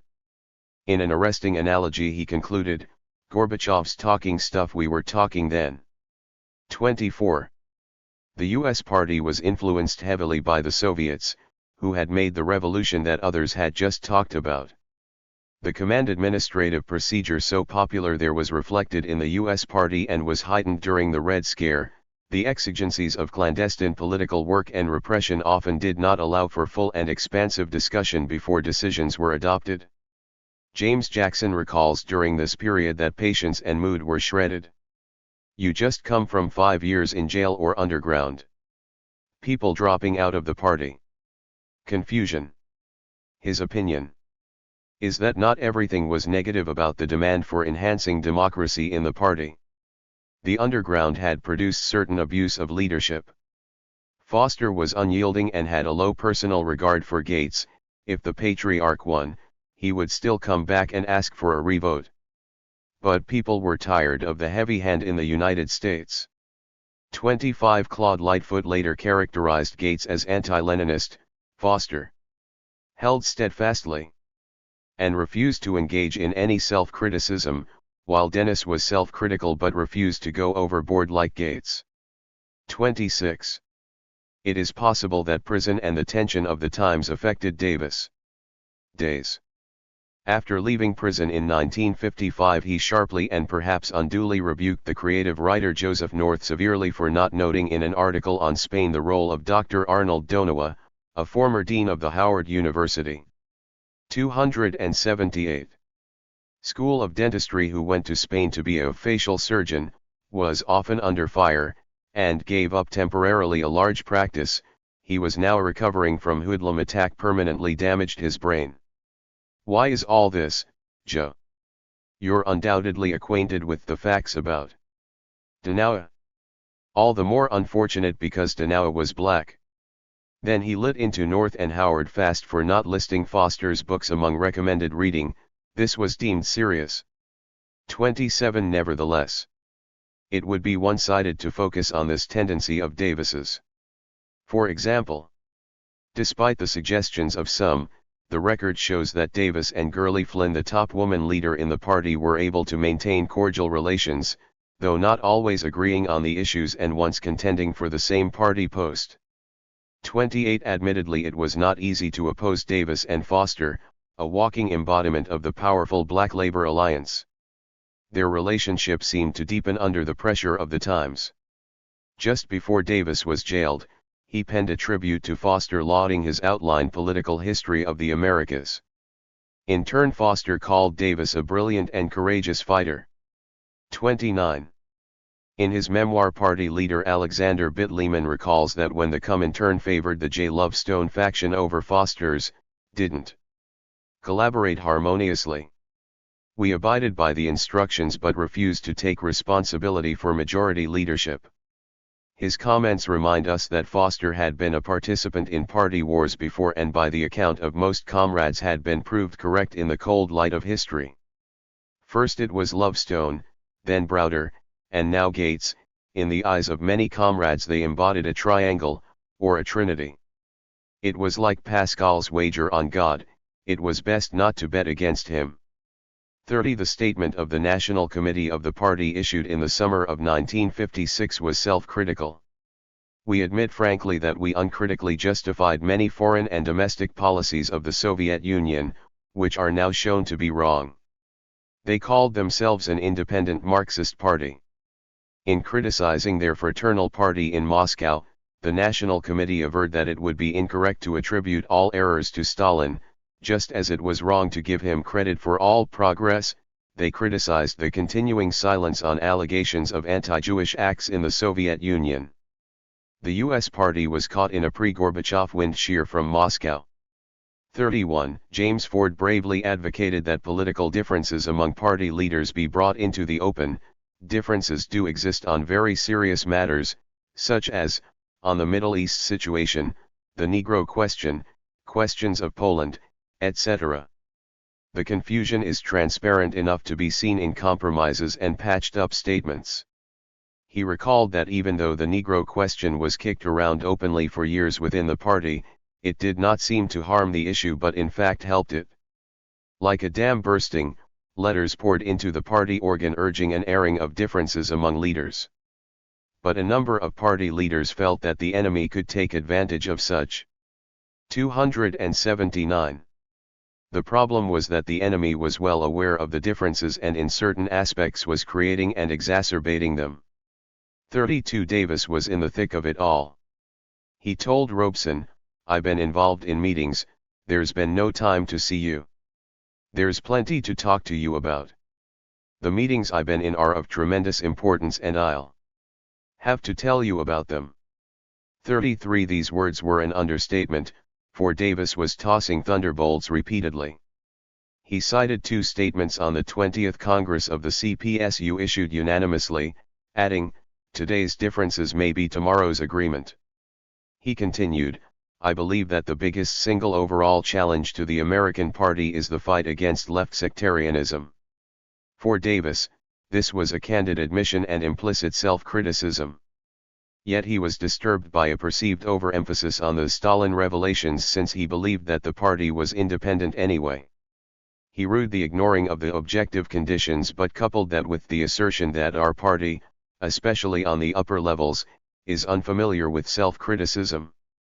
"One of the most positive lessons we should learn from the Browder period," he said, "is that we should not go overboard in correcting sectarianism as we did in correcting right opportunism. Right opportunism is not the main danger in our party. Yet, our party has made many massive right opportunist mistakes." Davis had put his finger on one of the major weaknesses of the party. It did tend to fight one kind of opportunism by instituting another kind, and his comment on self-criticism was telling, although tardy. 34 Some correspondents did not feel that Davis had gone far enough. Davis bristled. He scored the Browderite views of Chick Mason, who had attacked him, and wondered why they ignored the subjective factor. It is strange to find many leading party members today who claim virtually that the extremely difficult objective situation of the last 2 years had little or nothing to do with the sectarianism which often hampered our party's commendable and heroic activities during the last period. 35 One writer concurred that the Smith Act and our enemies are the main cause. This was true, but the issue really was, whether the often sectarian approach toward, for example, Lester Granger, Walter White, and others was congruent with the objective conditions. 36 Also in September 1956 the party issued the draft resolution for the 16th National Convention. Everyone in the leadership voted yes, except Davis and Foster, who voted yes with qualifications. The resolution assaulted left sectarianism in Negro work and an inability to act on the multi-class character of that struggle. It also questioned the party's uncritical view of the CPSU. The Times printed extensive excerpts from this document and noted the critical decline in membership, from 80,000 to 20,000. Days later Foster reconsidered and changed his vote to no. Just like in 1944, he was isolated. He felt that the resolution was overly critical of the left sectarian trend and that the proposal for a mass party of socialism, 280, was misguided. He believed that the errors of the period were due to the support of the Progressive Party, the failure to raise more sharply the idea of the parliamentary road to socialism at the Foley Square trial, and sending Cotter underground. He also called the Black Belt thesis obsolete. With evident delight the Times editorialized about communist dissension and predicted the ouster of Foster. 37 The authorities played a role in the turmoil by forbidding Davis to travel to Detroit to bolster allies there. The fragmenting leadership put up a brave front. It urged united support to the DW Fund drive, despite serious differences on other issues. A brush fire had broken out in the largest district, New York. Though defeated 35-6 in a vote, a minority of 5 submitted a report calling for a non-party political association. Other skirmishes were breaking out nationally. In a message to the state conventions and clubs of the party, issued by the leadership on December 19, 1956, tendencies to substitute invective for serious argument were lamented as well as sharp, even extreme, controversy. Leading figures in the party. 38 The Times on December 24, 1956 compared the party wars to what happened in Yugoslavia with Tito. Then in one of his more thoughtful theoretical pieces, Davis weighed in, left sectarianism in this new world situation will undoubtedly continue to be the main danger, for a long period ahead. He proceeded, in the last 6 or 7 years our party has come upon lean, hard days, extremely isolated from the main thoroughfares of mass activity. The morale and fighting spirit of the party is at an all-time low. There's a sharply critical attitude toward the leadership, which in most respects is fully justified. Paralysis in mass activities. Wholesale disorientation and loss of members, unnecessary tensions and strains. Although he did not agree with a certain rigidity and with various characterizations in Foster's above-noted article, Davis stated that he makes a very important contribution since the present condition of the party is a perfect setup for liquidation. In his essay, Davis hailed the many positive, bold, and provocative articles generated by the controversy and concluded that comrades cannot be turned on and off like spigots. I have participated in the spigot approach, but no more. It is hard to tell comrades they were boldly fighting McCarthyism, he said, then tell them they have blundered. No wonder comrades ask themselves whether the last 10 or 15 years of their lives have been wasted. Here was a side of the much vaunted self-criticism that was rarely noted. Dennis's April 1956 report was correct, he said, but in underestimating the positive role and achievements of the party, it opened up a veritable Pandora's box. The search for errors by our party almost became vulgarized into a spree, with the line between indictment of 281 mistakes and judgment of the party becoming very thin. Moreover, considerable mischief was committed in the party by attempting to apply mechanically the lessons of the 20th CPSU Party Congress. It was absolutely wrong to dump all of the daily workers' excesses in applying these lessons on Comrade Gates. Major errors, he continued, were my individual lagging on the theory of the Negro question. Our narrow electoral policy of 48, the extreme security measures instituted, our failure to investigate the new and peculiar features of the capitalist economy in our country. The Stalin devaluation removed inhibitions that thwarted a more basic examination with national traits of our own country. He blamed Stalinism for stunting creative development of Marxism-Leninism. But Davis rushed to object to the dumping of democratic centralism, Leninism, and the party itself. How can one be so cocksure one way and then overnight be so cocksure in just the opposite direction? He criticized Gates by name. If that is Marxist science, I want no part of it. He questioned the narrow view of Negro nationalism, since among blacks this trend could be progressive. In certain areas, the situation of Negro women in the party is disgraceful.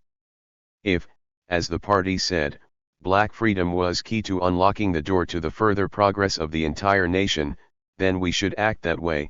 He railed at the bitter resistance of some comrades to campaign against white chauvinism. The treatment of the black cotter is shocking. He assailed Gates again for not putting the Negro question centrally, in fact, profoundly underestimates it. The party organ, he said, was seriously incorrect on Hungary and the Mideast, and Gates is one of the sources of the political disorientation among our members.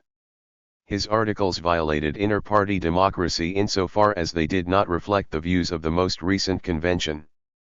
With this powerful bombshell the fight had reached a new level of intensity. 39 His old comrade from Harlem, Herbert Wheeldon, was mocking. His arguments possess a wonderfully fugitive quality. No matter which direction I turn, their conviction seems to escape me. 40 Davis was not repentant. He had criticized Lillian Gates and Alan Max for suggesting that we must purge ourselves of all errors before we take any action against U.S. imperialism. We must purge ourselves of the errors of the Soviet Union. This is truly fantastic.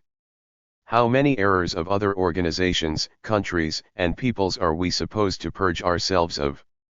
Should the Negro people, for example, purge themselves of all their weaknesses and mistakes before they demand full citizenship? Or a worker who wants a raise from the boss? How can good comrades get themselves into such a ridiculous and impotent posture? Because the Soviet Marxists contributed to the tragic situation in Hungary, they should have stood by, risk letting the fascists take over power and content themselves with exclaiming 282. Mea culpa. Or if one has contributed to the exposed situation of a friend, one should do nothing if a bandit threatens his life. This was, he concluded with a flourish, A hidden form of liquidation. 41 Eugene Dennis, whose midway position was viewed subsequently by many comrades as holding probably the soundest views of the three factions, was worried about this increasing hostility. In July, John Williamson expressed his own unease to the General Secretary. In my humble opinion, the failure to bring about a change in the social composition of the membership, disproportionate influences of the New York organization and the war industrial composition, the inadequate and sometimes total failure of leading comrades to go to party branches and talk to rank and file comrades, or go and talk to factory workers or trade unionists who disagreed with us politically were the central issues. 42 Then in early December, as chaos was breaking loose in the party, he again contacted Williamson. I have been and am under extraordinary pressure and am immersed in countless meetings. The recent events in Hungary have had a powerful impact here. Many have been profoundly shaken and disoriented. A sizable chunk of New York and New Jersey is a cesspool. Midwest areas, most of the West Coast, have reacted as workers and Marxists. The demand that Foster and Dennis must go has become more organized. The proposal is being openly and actively advanced in these quarters that Steve and Johnny are the logical alternatives and that if their position is not upheld at the convention, many will take a walk. Among the Gates New York followers, the healthiest forces are considerably influenced by El UNITA. One of the big casualties of the critical and dangerous party situation, the lost opportunity in connection with many new developments and openings in the trade union and Negro people's movements. 43 All the while Louis Budens and Joe McCarthy were celebrating the fallout in the party. 44 This battle was a precursor of sorts, as Dennis's reference to El UNITA suggests, of the Eurocommunism controversy of the 1970s, that is, the effort by certain European communist parties to distance themselves from Moscow. It also was a reaction to questions of nationalism such as Zionism and white chauvinism and the stringent campaign against this latter trend within the party. The problem was that the unceasing pressure from the FBI and events themselves made it difficult for Davis and the party to assess and evaluate themselves properly. The isolation and membership losses contributed to the confusion. So did the FBI. The CP-11 trial, as Richard Gid Powers has observed, had its origins in preparations for an emergency custodial detention program. Throughout 1956 their surveillance and harassment of the party escalated. 45 A close watch was placed on Davis particularly. As the government was deciding what to do, an FBI agent reported, Davis has indicated that 283. He still adheres to the communist doctrine and the government is mistaken if it believes he has changed his beliefs due to his past conviction. Their response was swift. Upon the expiration of Davis' probation, maximum investigative efforts will be afforded this investigation and the resources of the entire underground squad of the will be available. By April, an agent was happily telling Hoover, the feasors of Davis have reflected that Davis no longer walks in a free, casual manner, but rather walks noticeably slow, giving the indication his back causes him some pain. Until Davis's death 8 years later, the FBI maintained a ghoulish, macabre, and curious interest in his health. As tension increased in November, Davis's activities are closely followed on a daily basis, though one of their main informants gets Davis and another one of the main 10 communist leaders mixed up. Davis received threatening letters and was threatened with car bombs. The Cuban superintendent of his apartment building informed him immediately when FBI agents came to the building to install electronic surveillance. 46 With revelations about Soviet anti-Semitism and the Suez Crisis, Zionism reared its head in party ranks. Davis and other black leaders were charged with anti-Semitism because they backed Egypt and condemned Israeli aggression. Neither Davis nor other party leaders reassessed their support for the creation of Israel. However, it will be interesting to see if the dissolution of the USSR will mean a second look at this momentous decision, which after all was backed avidly by the much reviled foreign policy of Stalin. This was doubly ironic for Davis since in the pre-1948 period, few blacks, or Jews, for that matter, were as active in Jewish affairs as was he. 47 Since the party and Moscow were so fervent in backing a Jewish state in Palestine, the entry of comrades to the party with Zionist inclinations was facilitated. It was also felt that Jews were disproportionately sympathetic to the party. Davis's electoral successes were sparked in part by substantial support from the Jewish community. Yet the events of 1956 expedited the worsening of black-Jewish relations. Daily Worker reporter A.B. Magill in May 1956 called on the party to raise the slogan of Arms for Israel. The Stalin devaluation period and the resultant glasnost allowed such ideas to be expressed. Then Ed Strong, one of the more popular black leaders, denounced Daily Worker editorials on the Suez Crisis that departed seriously from a Marxist-Leninist analysis. It had been claimed that Egyptian and Arab provocation led Israel to launch war. 48 Then the New York Times entered the picture. They reported that the American Jewish Committee had done a study of the party that concluded, most of the party's Negroes, the analysis said, seemed to be behind the Foster Dennis Davis pro-Soviet group. The Negro members, it is suggest, look upon racism and traditional colonialism as the prime evils to be fought and tend to relative indifference about Eastern Europe. 49 Jews in the party were split, with workers backing Foster and intellectuals and 284 Yiddish-speaking activists on the other side. It was true that blacks were less susceptible to manipulation of the Iron Curtain issue since they had few relatives or brethren in Eastern Europe and were in any case generally suspicious of initiatives that seemed to come from elites. Davis assailed Abner Berry, objecting to his neutralist stand on the Mideast. In passing he noted the strong pro-Egyptian influence among the Negro masses expressed in part, by the increasing growth of Muslim influence and organization in Negro communities. I venture to say that Negroes are anything but neutral in this matter. And they're right. He downplayed the idea that this harmed black Jewish ties, but certain Zionists were out to prove him wrong. He came under attack despite his past yeoman duty pushing issues of concern to the Jewish community. 50 The New York Times on March 18, 1957 charged that black communists were using the Jewish issue and charging Jewish bourgeois nationalism in factional disputes. This infuriated Davis. He returned to the Berry piece and accused him of making an apology for the pro-imperialist policies of the Ben-Gurion government and condemned the bourgeois nationalism among certain Jewish circles. He added the obligatory Israel has a right to a secure existence as a state but warned that Israel is courting national suicide because of their brutal aggression against Cairo.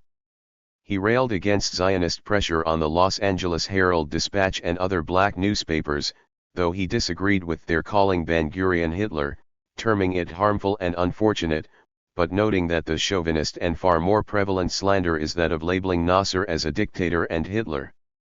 51 Aware of these contradictions, the FBI sought to capitalize on them, intentionally or inadvertently helping to inflame black-Jewish tensions. 52 Davis was onto something. The Suez Crisis was an important milestone in the revival of Islam among blacks. Nasser was seen as in the tradition of Bandung. African Americans, as was their wont, reacted to the flood of negative publicity directed at Nasser by flocking to his banner. But that was not the only development in this general area. Montgomery signaled that the Black Belt thesis required retooling, though self-determination was too potent a slogan to disappear simply because the party decided it was obsolete. These factors, along with the erosion of the left and its heritage of militant organizing across racial lines, set the stage for the rise of Malcolm X, the Nation of Islam, and a contradictory nationalism among increasing sectors of young African Americans. In any case, the national question had become even more complicated. 17. When Black and White Unite, 1958 to 1959.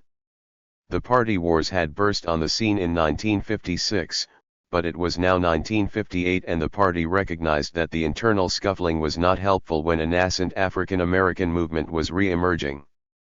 One can surmise that the FBI and other authorities had distinct though not fond memories of, for example, the election of a black red to office and growth of leftist sentiment in the not-so-distant past.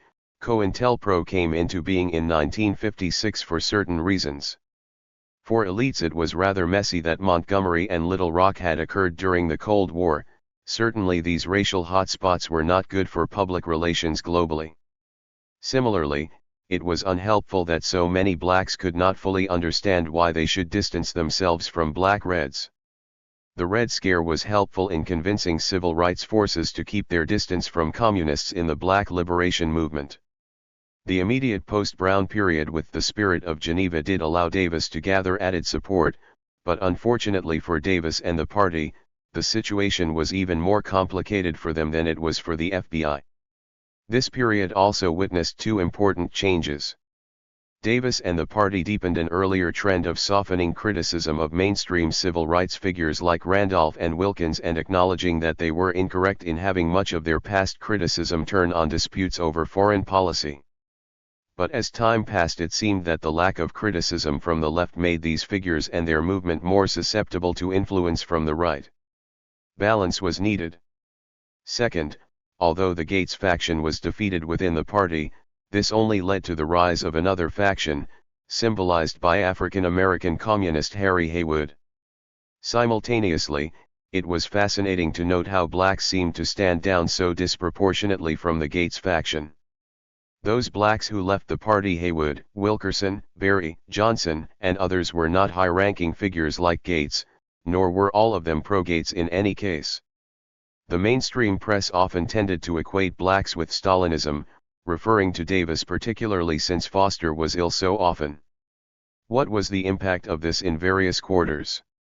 Why were blacks so closely identified in the popular imagination with the Stalinists? Was it inevitable that one of the conditions imposed by racism was resistance to tampering with perceived? 285. 286. Revolutionary doctrine? What impact did this have on the evolving civil rights movement? Were black Reds conservative radicals? Political scientists Edward G. Carmans and James A. Stimson identify 1958 as a pivotal year of the African American movement.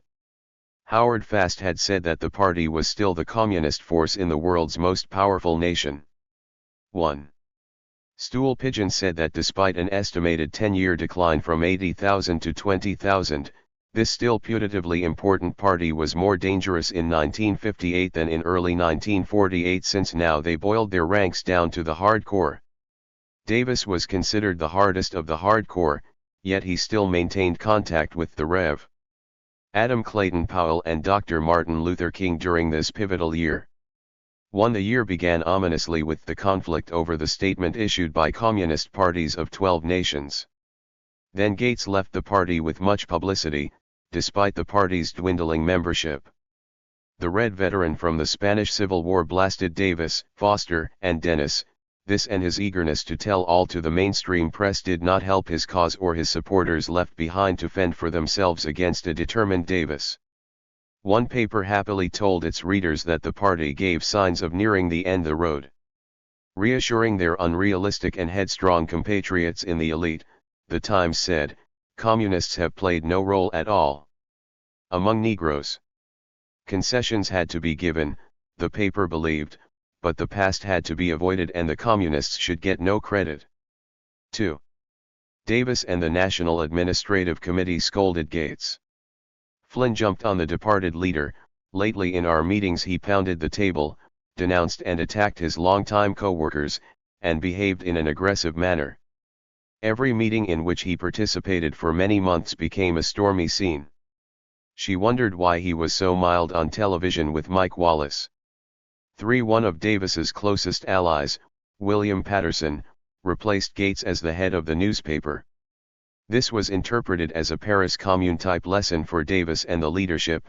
Supervision over the party voice was deemed vital.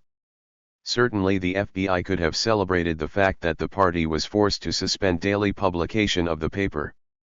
Ferdinand Smith, a respected veteran but now deported to Jamaica where he was president of the Federation of Trade Unions, told his old friend Patterson, "Gates going from the paper, and I hope all influence in the party, I think was a good thing. Our mistake was that he was not taken head-on at the last convention. Unity is always a most desirable thing, but unity at all cost can be a mistake of the first order." 4. Soon thereafter, A.B. Magill, a daily worker specialist on the Middle East, complained about an article published in the USSR that attacked him. After citing his recent promotions, he rebutted, "If I am a revisionist, what shall be said of a party leadership which reposed such confidence in me?" 5. With the Gates exit, the correlation of forces shifted within the party. When black and white unite, 1958 to 1959. 287. As of February 22, 1958, only 7 of the 20 members of the National Executive Committee, which had a strong Gates influence that had been elected the previous spring, were re-elected at a full 60-member meeting of the National Committee. A resolution written by Dennis was passed: attack right opportunism and the ultra-left viewpoint. The former was represented by Gates and the latter was African-American leader Haywood. Now the national question could no longer be ignored. Evidently left sectarianism was no longer considered the main internal danger. 6. The New York Times reported that the party was again firmly under the control not of Davis and Foster but of the CPSU. The paper added that rightist forces suffered 2 major defeats at the committee's meeting. But Davis and his allies could not be thrilled by the fact that some of the comrades allegedly more influenced by Zionism, Charney, A1 Bloomberg, Max Gordon, Morris Shapps, George Watt, and William Lawrence, were accusing the Foster-Davis faction of a witch hunt. Then Charney, Lawrence, and Watt resigned. Even if that were considered, as the baseball announcers say, addition by subtraction, the fact that the Times reported that Abner Berry and Jesus Colon and S.I. Gerson had signed this protest was uniquely disquieting for Davis. 7. The situation was fluid. After Charney resigned, he identified Davis and Foster as the pro-Soviet faction, but Davis replied by citing the departures of Gates and his camp as a turning point. In early March, the former National Executive Committee was dissolved and a new leadership body of 15 was set up. But some comrades in the minority took the position of refusing to participate in such a leadership. They declined all nominations.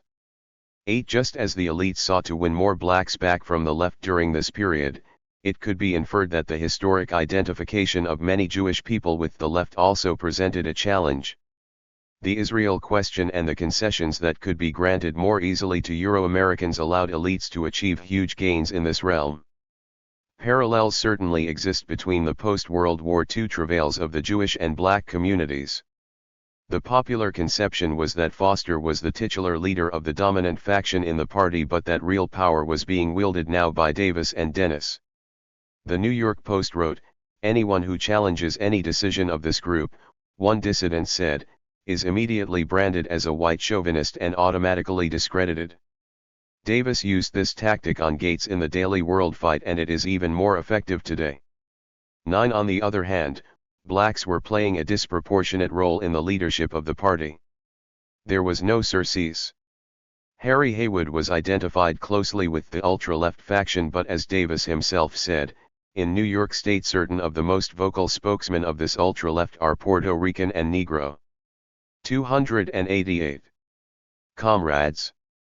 10. It could be presumed that the perceived racism of the Gates faction, as suggested by Paul Robeson, Jr., helped to convince even more some of the comrades of African descent that self-determination could not be done away with lightly.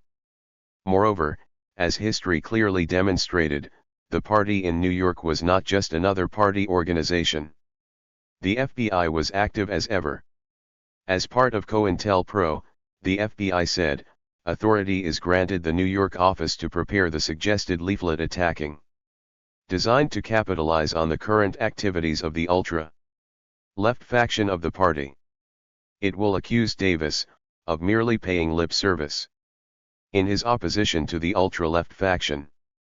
This leaflet should force Davis into stronger opposition to the ultra-left faction, which should bring an increased animosity toward Davis from the individuals involved, including many leading Negro comrades. It can be claimed that Davis is reluctant to offend the group for fear he may damage his position and interfere with his ambition to become head of the CP. The FBI conjectured that Davis has allowed Loman to continually defy CP leadership and get away with it.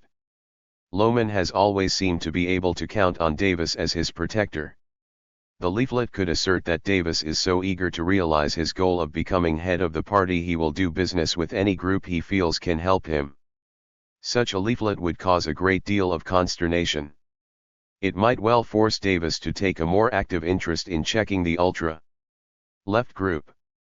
If Davis can be put on the defensive with the leaflet described above, it may damage his position as a leader of the CP. 11. The leaflet was released. The patrons of the FBI were so audacious that they stated openly in mid-May 1958 that the FBI had 90 wiretaps on the party across the nation. Senator Kenneth Keating of New York, a liberal from the area with the densest concentration of communists, was interviewed on television an increasing material force in this battle and called for increased vigilance against the party. 12. Hoover chipped in that the most rabid group of pro-Soviets in this country are in charge of the Communist Party. At a time when the USSR was being painted as the closest thing to hell on earth, this was loaded language. A wiretap on Davis by the FBI at this same moment allegedly revealed, again. Davis told his wife that a lot of the guys down at CP headquarters were chauvinistic. 13. The party was still suffering reversals. In late May, Foster reported to the National Committee that his paralytic stroke the previous October had limited his work and discussion. He was sufficiently well to report that the group he termed the right had strength in the National Committee and that delegates to the recent convention were hostile to them. He suggested that the spirit of Geneva in 1955 pushed back sectarianism but aided what he called right opportunism. The fact was, that the pro-party elements carried the convention politically but were unable to win the national leadership decisively. With satisfaction, Foster wrote of the practical fusion of the When Black and White Unite, 1958–1959 289. Center, identified with Comrade Dennis, and the Left, identified with Comrade Davis. 14. This unity worried the FBI. They made a leaflet charging Davis with dereliction.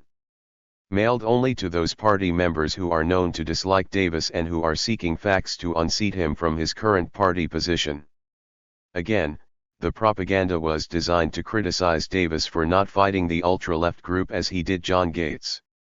Well aware of the racial and national dynamics, the FBI gloated, is an excellent controversial figure to cause disruption.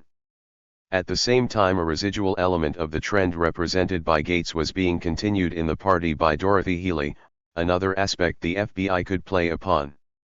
15. In a sense, the party wars could be seen as part of an ongoing international dichotomy between social democrats and communists or various trends within Marxism or even Marxism-Leninism.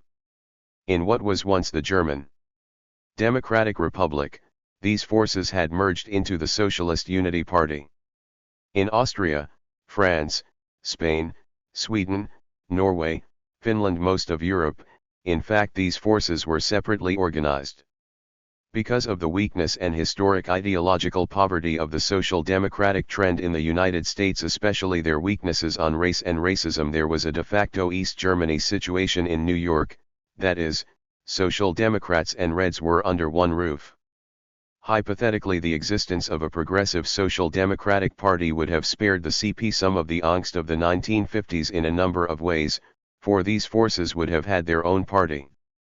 Indeed, the weakness of social democracy in the United States is a major explanation for the strength of the right-wing tendency among U.S. elites, just as social democracy's difficulty in handling the question of racism helps to account for their historically small numbers, compared to the communists. This was the backdrop to yet another controversy, the effort to fuse these leftist forces in the state of New York. They did come together in a public forum in mid-June, but the Times said that dissension began to develop, at opening session between Davis and the old Progressive Party leader from the West Coast, Vincent Hallinan. The party was accused of acting to split the unity conference of leftists, by insisting that only one candidate be named for state office instead of a full slate. Walked out. He resented what they said was an implication that their party had played the Democrats' game by not running opposition candidates for certain offices. How ironic this must have seemed to Davis. The embodiment of left sectarianism, Davis was now being criticized for being a right opportunist. This issue was needlesome throughout the critical election year of 1958. 16 Davis was getting it from all sides. Two linked events mirror the difficulty of the era. In one of their ubiquitous memos, the FBI declared that consideration should also be given as to the best means to break up or weaken the existing coalition of Davis, Dennis, and Thompson and preventing 290 them from working harmoniously as leaders of 17. Then Dennis confessed to John Williamson. Ben played a very disturbing role, particularly in relation to Claude and Carl. Ben is displaying some of the negative attitudes manifested in 1949-50. The FBI was such a potent force during these debates that it becomes difficult to ascertain the true origins of controversies surrounding Davis's role. Still, it could reasonably be expected that mature party leadership could handily deflect external efforts to foment discord. 18. Problems continued to brew. In July 1958, the National Committee defeated a resolution scoring the Daily Worker for backing the execution of Imre Nagy, the deposed Hungarian leader. Sources close to the PAR TI reported that Mr. Davis had attempted at the meeting to secure the removal of Dorothy Healey, but was defeated. With the illness of Mr. Davis is generally regarded as leader of the Stalinist faction. 19. When the CP celebrated its 39th anniversary in September, a crowd of 1,300, most of them in the older age groups, half-filled Carnegie Hall. 20. The innovative and hyperactive FBI was suggesting that Flynn's attitude towards some CP leaders present an excellent opportunity for us to increase her disillusionment and add a disruptive influence in the leadership of the party.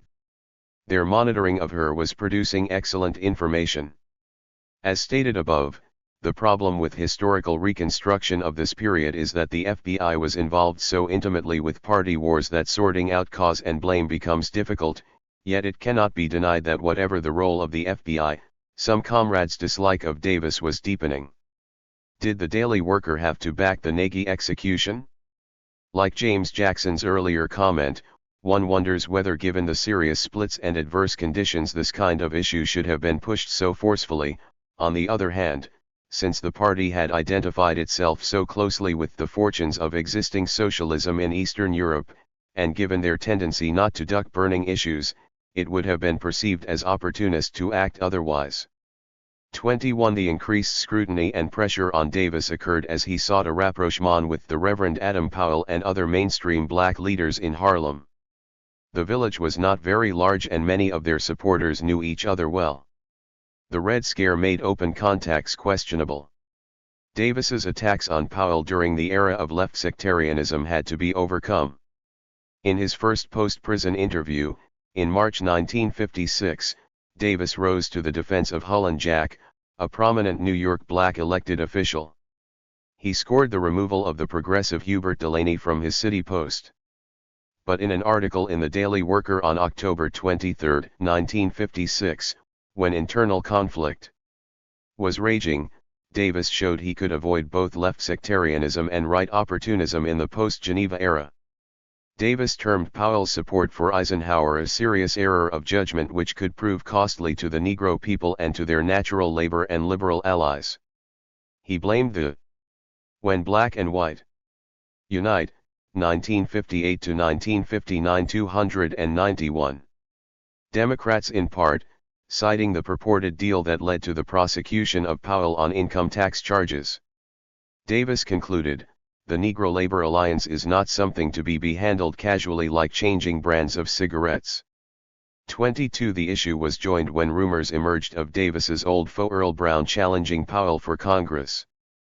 The Harlem GOP was leaning to Powell in defiance of the party organization.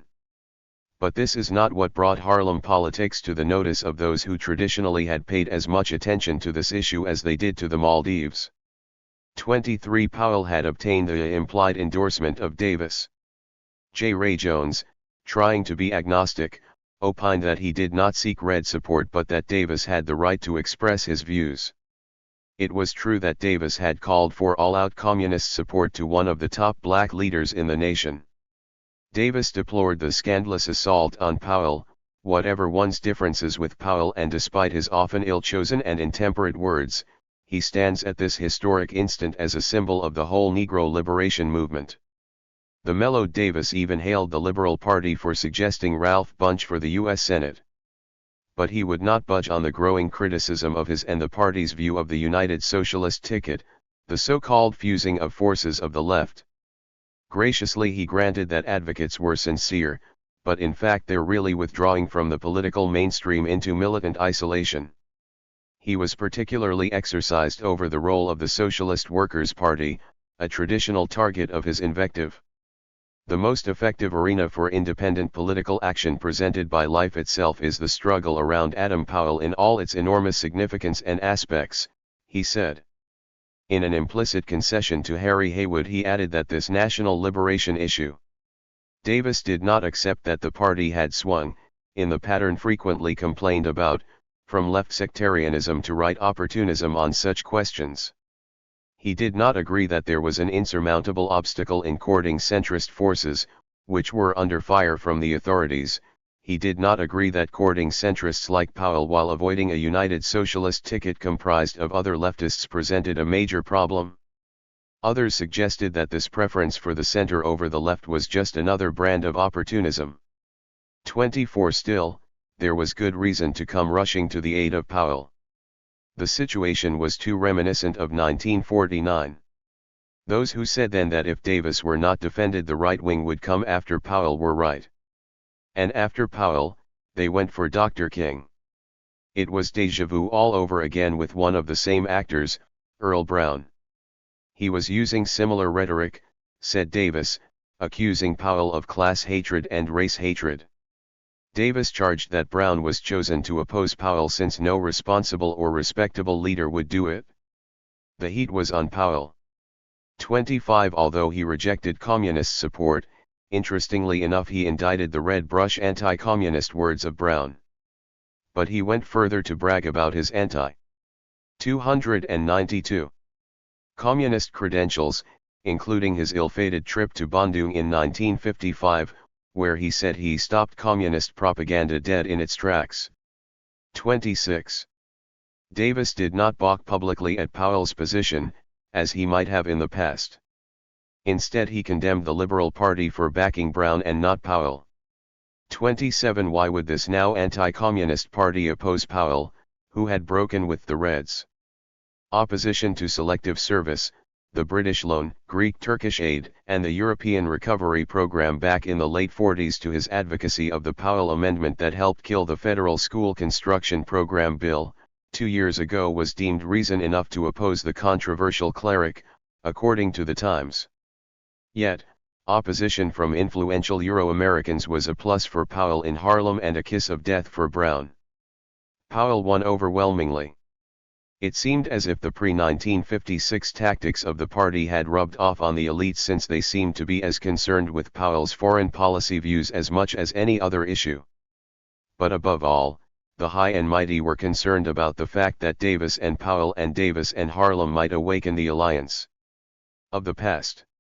28. Complicating matters was the contention over fusing the left for the elections. The leading candidate of one leftist party offers nothing, said Davis. The SWP did not offer an alternative because of its opposition to peaceful coexistence. He lambasted their opposition to a major domestic question too, the anti-monopoly coalition. This was harmful and divisive, but in a move scorned by others on the left, he argued against abstention but recommended voting for Robert Wagner for mayor on the liberal line, despite serious differences. John McManus of The Guardian was perplexed. Mr. Davis did not attend any of the 7 meetings except the last ones. He therefore is in no position to talk of any group worming its way into the inner circle.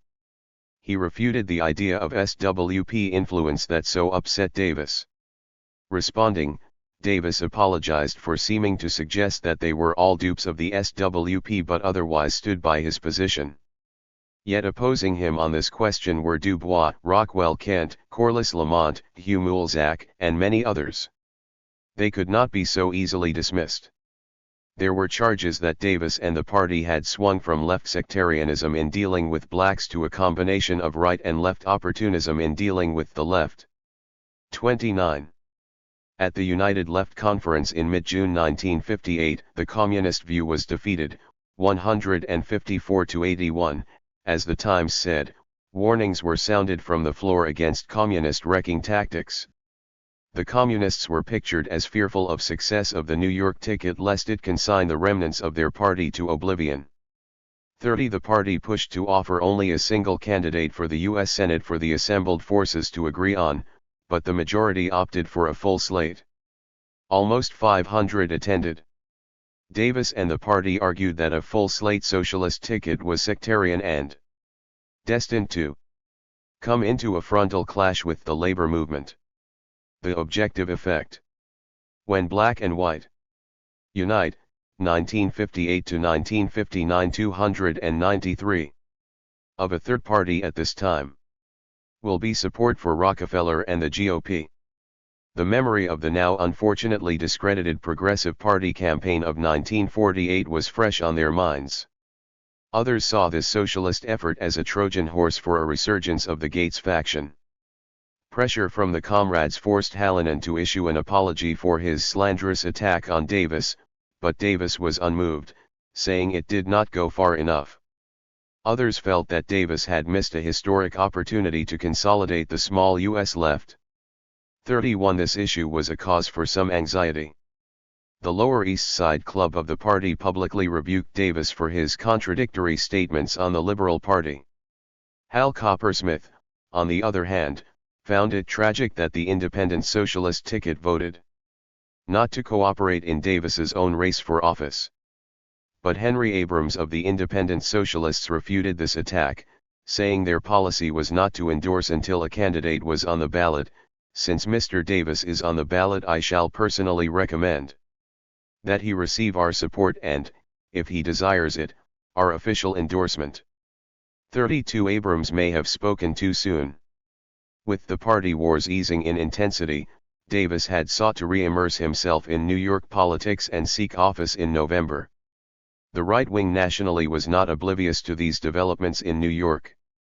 Veteran Red Hunter J.B. Matthews informed the apostate Louis Budens early in 1958 that he had denounced Mayor Wagner for appointing the Reverend Dr. Gardner Taylor to the school board.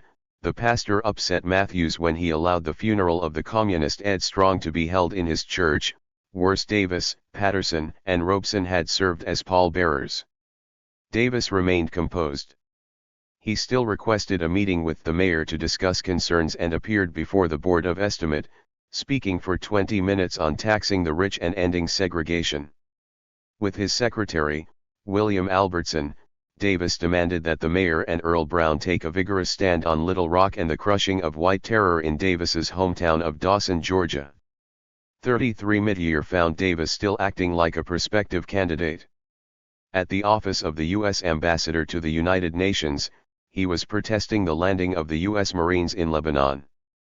And at a New York State Party meeting in late July 1958, Davis set an ambitious goal of recruiting 600 new comrades by January.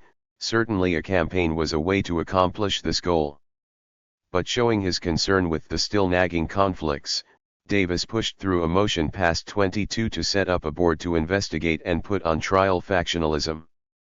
A week later, the party announced that he would run on the People's Rights Party ticket for state senate from Harlem. It was like old times. 300 cheered Davis on at a rally at 126th and Lenox. A press conference was held at the Hotel Teresa. He opened a headquarters at 306 Lenox Avenue and 3,000 rallied at his familiar corner in late August. 34.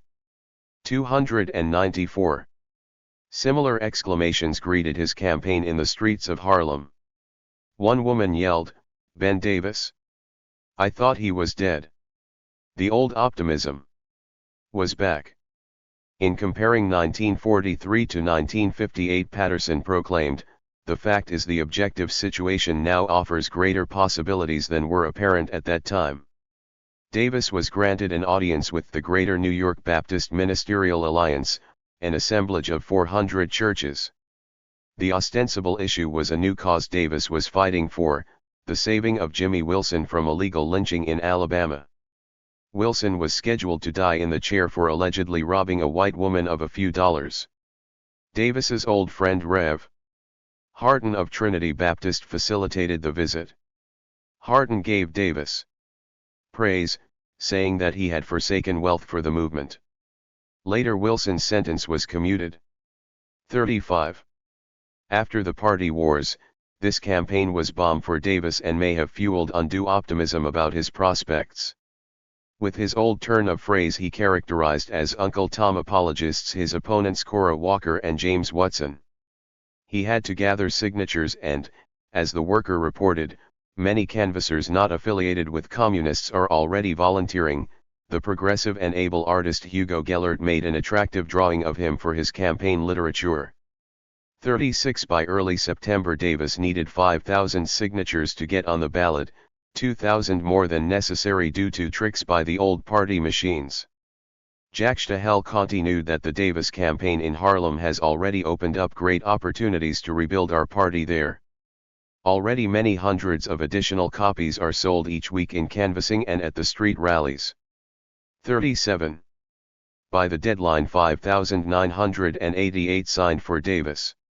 Joe North graphically wrote, "The massive figure of the former councilman was etched against the Harlem sky." As he stood on the loudspeaker truck and in shirt sleeves delivered a speech which electrified a crowd that inundated the 2-score policemen, in a cheap-jack attempt to scare the listeners off. Seldom has this writer heard a speech of this caliber. Charlotta Bass was there to endorse him, and Davis made a point himself to endorse both Powell and King. "We must fight for King. You see a certain conspiracy here. If they can pick off every militant Negro, one by one, they will get us down where they want us." 38. Just when a writer to the Worker was noting how enthusiastically Harlemites were reacting to Davis, fate intervened in the form of the authorities. 39. The New York-Amsterdam News, read widely in Harlem, reported on September 20, leading government investigative agencies were scanning the names of some 5,535 persons who signed Davis's petitions, including local and state civil service agencies, where blacks were disproportionately employed. Jesse Gray and Paul Robeson were identified as subscribing witnesses to the petition. Then the paper dropped the "When Black and White Unite, 1958 to 1959. 295. Other shoe, it is highly doubtful that he would be seated if he were elected, election officials pointed out. 40 bets were hedged. Tammany moved to knock Davis off the ballot, but unity was growing. 2 street meetings drew 1,500 supporters. Dorothy Healy, chair of the party in Southern California, sent $100. Tammany won, however, as a court overruled Davis's attorney David Friedman and found that only 967 of the signatures were valid. The FBI had outlined the mise en scene by listing ways to oust him from the ballot. They concluded, the political aspirations of the Communist Party USA would be considerably disrupted and injured if Davis was found ineligible to be a candidate. 41. Not only was Davis building an entente with Powell and King, but even George Schuyler returned to compliment him. "Davis," he began, "has always been my favorite communist." He had just heard him speak on 125th Street, "I found it almost entertaining." Davis's oratorical skills were still well polished. Schuyler hoped he would get on the ballot since the race was so dull. "I have known Ben Davis for about 30 years and what endears him to me is that he has never represented himself as anything but a communist. I like people who take a position and stick to it, no matter what the penalty may be. After all," he said, "much of what he says cannot be contract overt and was logical."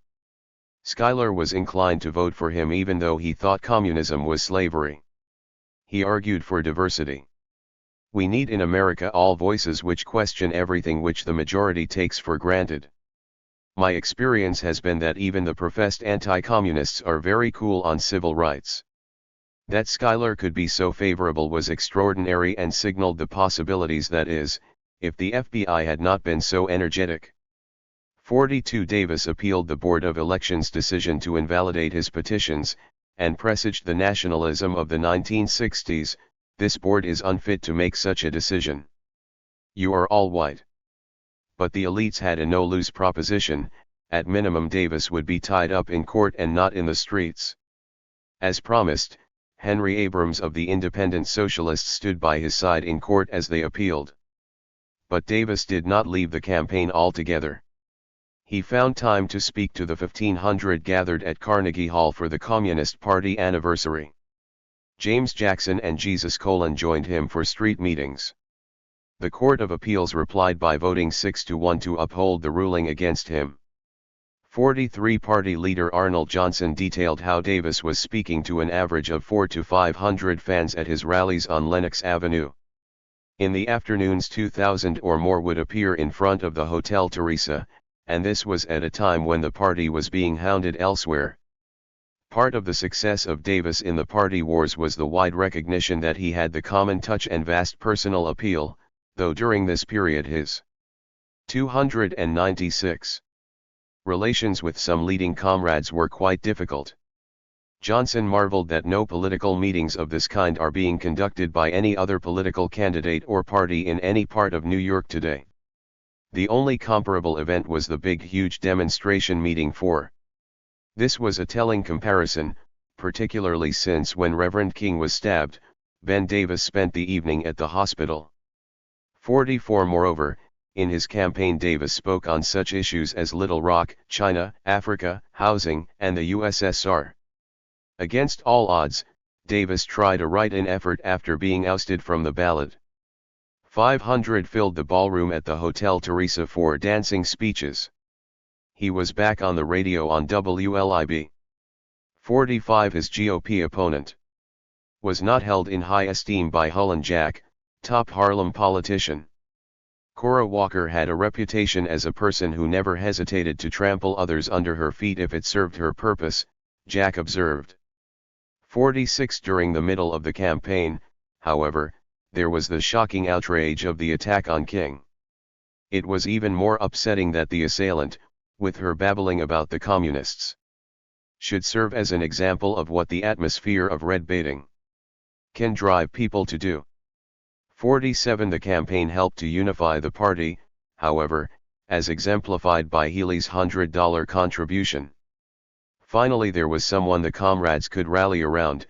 It was a welcome respite from internal conflict.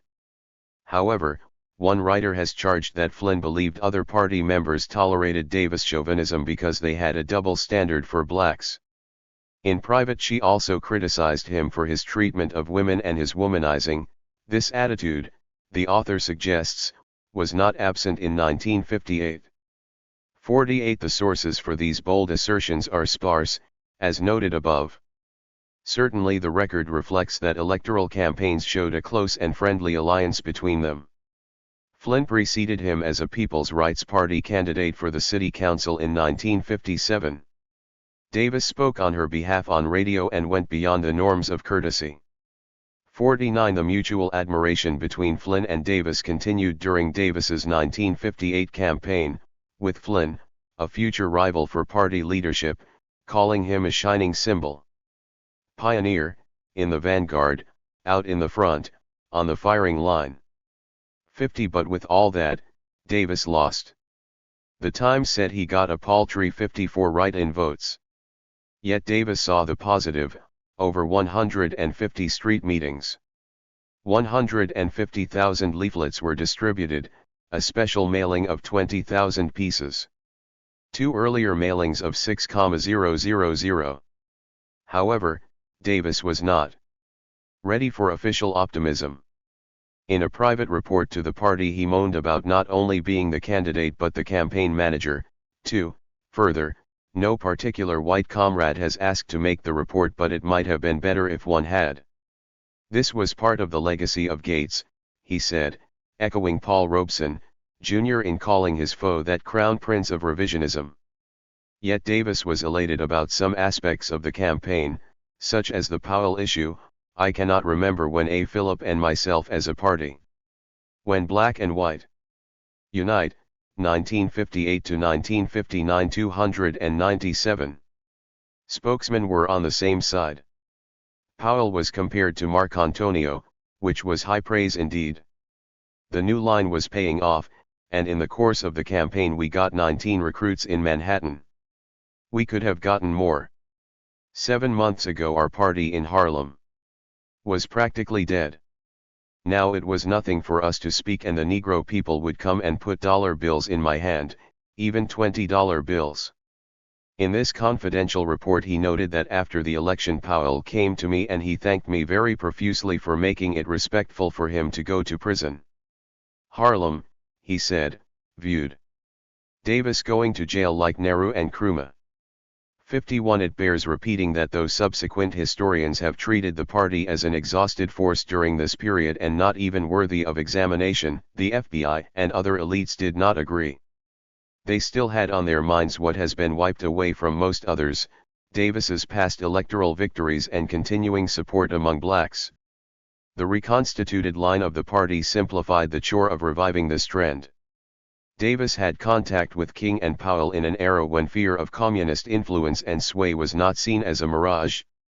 Already Patterson was resuscitating one of the elite's worst nightmares by trying to get George Murphy to again raise, via the Afro-American, the Negro question before the United Nations in the heralded, much publicized We Charge Genocide campaign. 52. Any brimming confidence of the party had to be tempered. A special internal report by the New York State Party observed that there are some fears among our Negro comrades and among many white comrades that our party is abandoning its position that the Negro question is a national question. 53. This kind of radical change could easily be associated with the views of Gates. Moreover, this change was rising in an era of renewed citizens' councils, Little Rock crises, and the like. Pettis Perry publicly conceded that during the past few years the party has had serious losses among our Negro members, including some leading cadre. He argued, unlike most white former communists, that this was not because of any revelations about Stalin, nor because of Hungary, nor because the convention left unanswered such basic theoretical questions as that involving self-determination.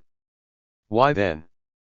The party's supposedly ill-defined outlook and program for the sprouting civil rights movement was the culprit. Although this latter point was debatable, the unease among black comrades was certainly not. 54. Harry Haywood was an example. He symbolized the ultra-left trend that robustly resisted the effort to ditch the black belt thesis. It is riveting to realize that Davis treated the Haywood forces more gingerly than the Gates forces. At any rate, Haywood's view was that Davis Foster had pulled back on a full discussion of the issue at the 1957 convention, figuring it would split the party and open the door for Gates, so despite a consensus in the Davis-Foster faction that the position should be changed, Gates would have 298 to be dispatched first.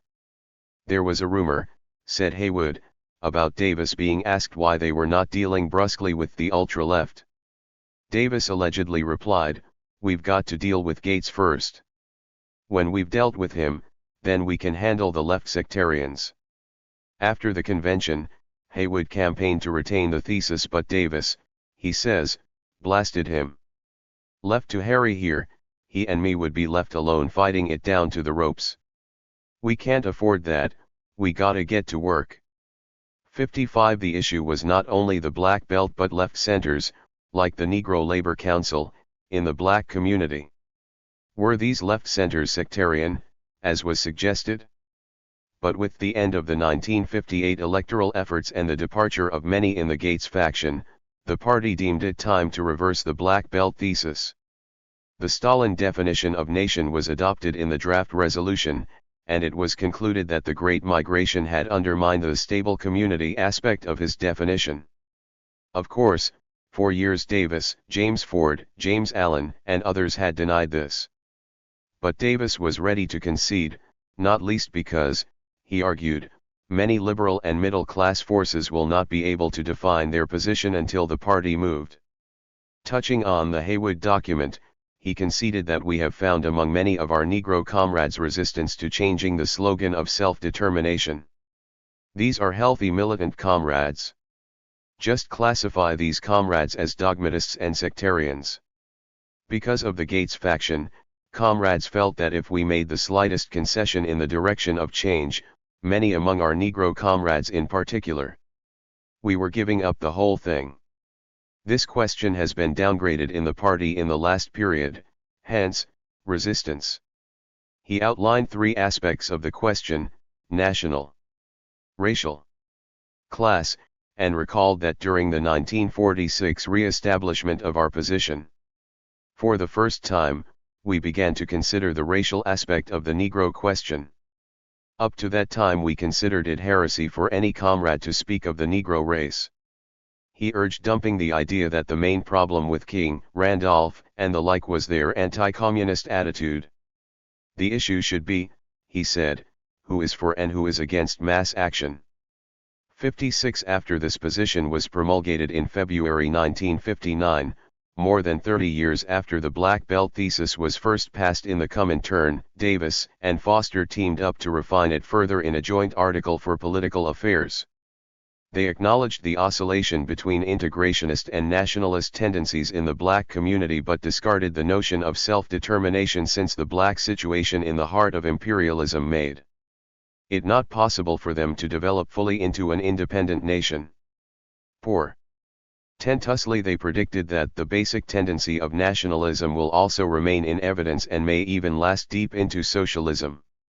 Yes, the party has done some splendid work, but it has tended to overplay or underplay, from time to time, the various elements race, nation, and class. This has served to inject some one-sidedness into its work, and has deepened and 299 multiplied its mistakes. They stressed the importance of democratization of the South in expanding democratic rights generally. The line described in this article was to be the prevailing one for the party in the foreseeable future. 57. This philosophy did not keep some people from leaving the party, including many close to Haywood. The positive side of these defections, one might think, was that at last the inner tumult had ceased, two of the major factions were gone. However, there were still other rivers to cross. Charles Lohman was suspended from his post as Kings County Party Chair. Allegedly he went abroad, apparently on party business, without proper accounting. The action was taken by Davis and William Albertson, the 51-year-old Oklahoman who had replaced Charney. The Foster-Davis leadership was now under fire as revisionist and Titoid epithets previously reserved for Gates from Haywood and Ted Allen. 58 This report was quickly followed by a FBI directive featuring Flynn calling Davis a demagogue who overemphasizes Negro nationalism.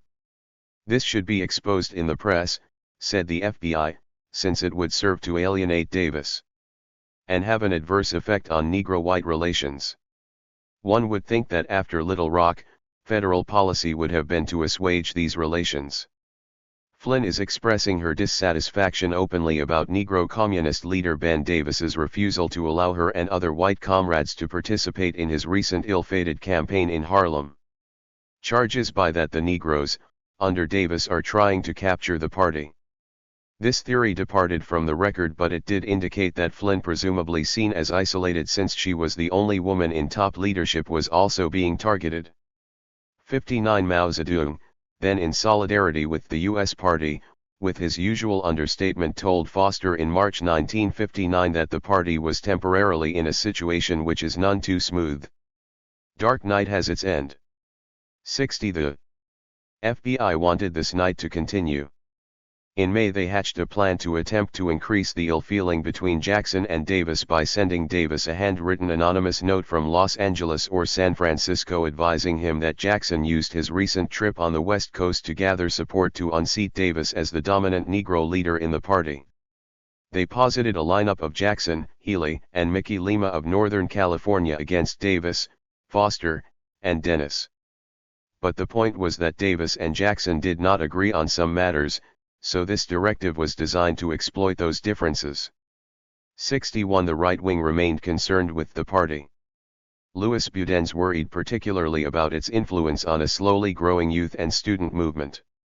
The party was in the midst of another leadership transition that was causing concern, so the FBI proposed again that discord between Davis and Lightfoot be fomented to complicate matters.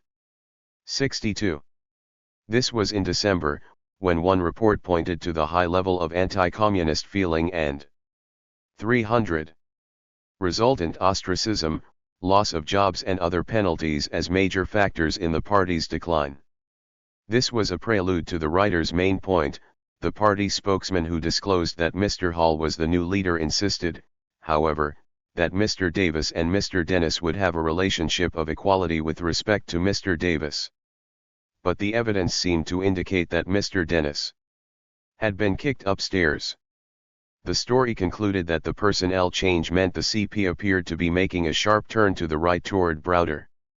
This prognosis was not altogether inaccurate, though the replacement of Dennis by Hall was not viewed happily in all party circles. 63 reported further were new strain. New fissures. Sharp dispute.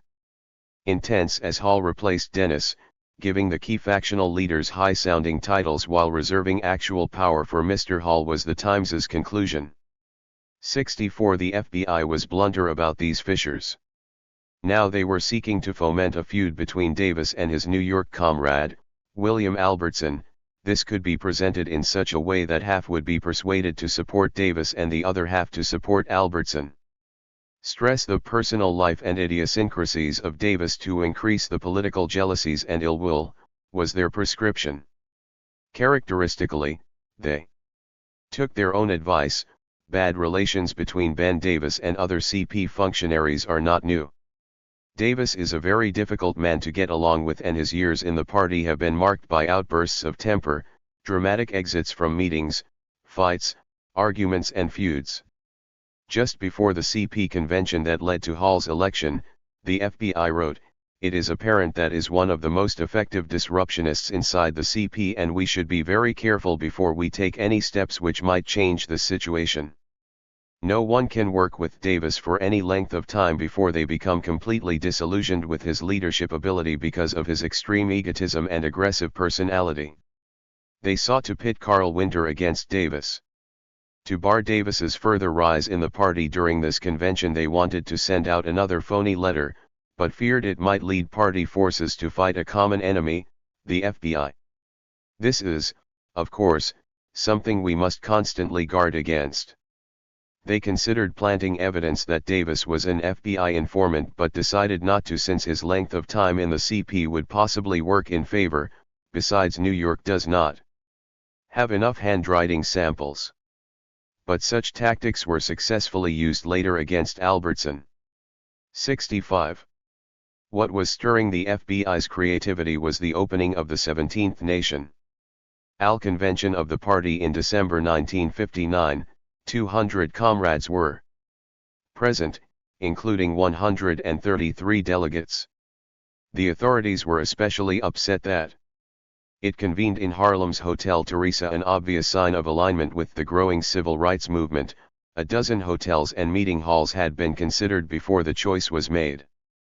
Davis was elected national secretary and was part of a secretariat that included Dennis, Hall, Jackson, 301. and High Lummer. Foster was so steadily ill that giving him an honorary post and making Dennis chairman instead seemed rational, though some felt he was being kicked upstairs. Perhaps not coincidentally, Dennis had been summoned to Washington during this period to appear before the Senate Internal Security Subcommittee, where the chief inquisitioner, J.G. Sauerwein, asked him if he was aware that Davis had called him an incompetent, a fence straddler who must be removed. Dennis was also not in the best of health, which may have played a role in the personnel shifts, and he suffered a heart attack while in Washington, though apparently not because of Sauerwein's question. 66 Peggy Dennis, the new chairman's wife, was irate about these changes. She accused Hall of trying to undermine her husband and believed that Davis Foster sought to dump Gene once and for all. They would compromise on any title post for him. Sharp political differences that have existed between the three since 1945, heightened by the 1955-58 events. Davis's promotion to leadership at the national level was further complicated by the fact that everyone wanted Ben out of NY. Because NY is the last stronghold in the hands of Ben and the real leftist, sectarian policies and inactivity.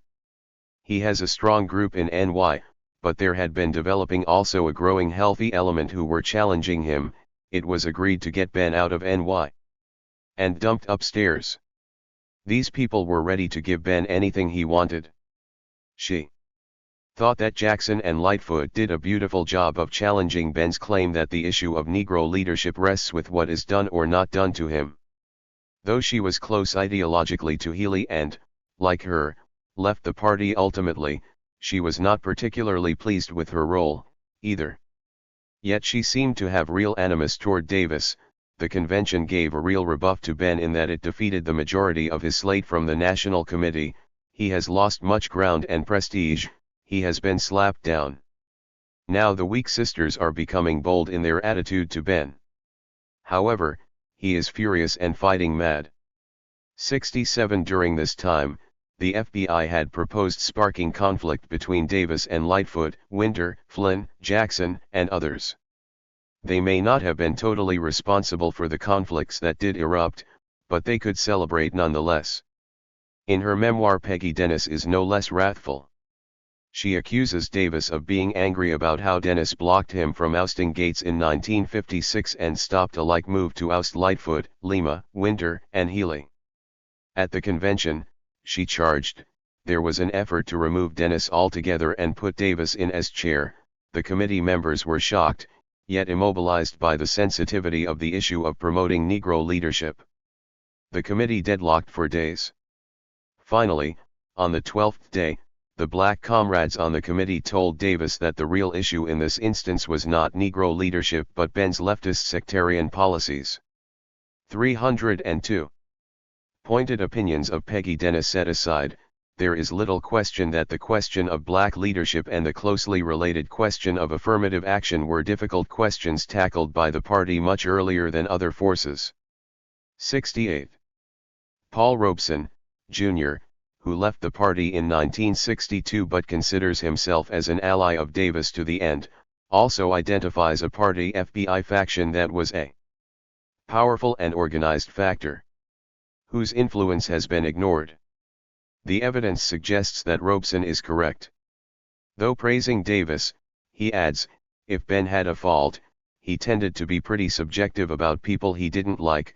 Thus when the FBI sought to frame Albertson, Davis's pre-existing hostility toward him could predispose him to accept the fake evidence of the FBI faction. He feels that it was unfortunate that so many black Reds, Wilkerson, Haywood, Berry, himself, and others were dispersed just as a new black movement was emerging. I'll never believe that was an accident. Robeson is no doubt accurate in his belief. 69 The recollections of James Jackson are not necessarily in accord with Peggy Dennis's. He does concede that there was an intensity and depth of crisis coming from years of underground apparatus had to be constructed on the run. It wasn't a calm, collegial library. Some worked to exhaustion. The principal architect of the new view of the Negro question, Jackson also acknowledges that the prestige of the CPSU led to imitation in the United States. Their national question position didn't fit. But if the shoe doesn't fit, cut off the toe. The change in posture became entangled in the factional struggle of the time, he said. Changing the line was like taking a rattle from a baby. It was difficult, for blacks considered this black belt line to be uniquely theirs. These tangled questions of the national question and factionalism were difficult challenges to face at a time of heightened political repression. 70 The triumph of the Cuban Revolution on the first day of January 1959 was an elixir for Davis and the party. With all the contention and strife, this event was a stark reminder of why there was a party in the first place, and a revolution 90 miles from Miami showed that all things were possible. Their new line on the Negro question seemed to be vindicated when Congressman Powell immediately called for aid to the regime of Fidel Castro and a recall of the pro-Batista U.S. Ambassador Earl Smith. Under Davis's direction, the New York Party sent a telegram to the comrades in the Popular Socialist Party of Cuba, pledging solidarity, and wired Eisenhower, urging hands off Cuba. Throughout the year, Davis repeatedly censured the crude attempts of American imperialism to overthrow Cuba's national revolution. As part of Peace Month activities in August, Davis spoke to hundreds at 116th Street and Lenox. Scores of copies of The Worker were sold, along with many ropes and books. 71. 303. Nuclear testing was also a major concern for Davis in 1959. He flayed Charles de Gaulle's refusal to end hydrogen bomb tests in Africa as an act of barbarism. Racist contempt. He campaigned throughout the city on the question. The position he enunciated reflected the winds of change. The party, he said, is opposed to testing by all nuclear powers. It could lead to the general disarmament which would relieve the people of the crushing and unnecessary burdens of the insane arms race. He sent a letter to this effect to the mayor and ridiculed the positions of Nelson Rockefeller and others, who were opposed to ending testing. 72. Despite the party wars, Davis continued to speak out. At a CP rally in Carnegie Hall in February, he declared that school integration in New York City is the scandal of the nation. He appeared before a joint legislative session in Albany to present the communist view on welfare, housing, and power plants. At a budget hearing in April in New York, he was forced to wait until 8 p.m. to present his statement. Davis was virtually the only representative of the people's interests in the day and night-long hearings. Times had changed in more ways than one. When Labor boss George Meany insulted A. Philip Randolph, a frequent recipient of Davis vitriol, the former city council member called it shocking and racist, though in the not-too-distant past Randolph was receiving insult from Davis himself. 73.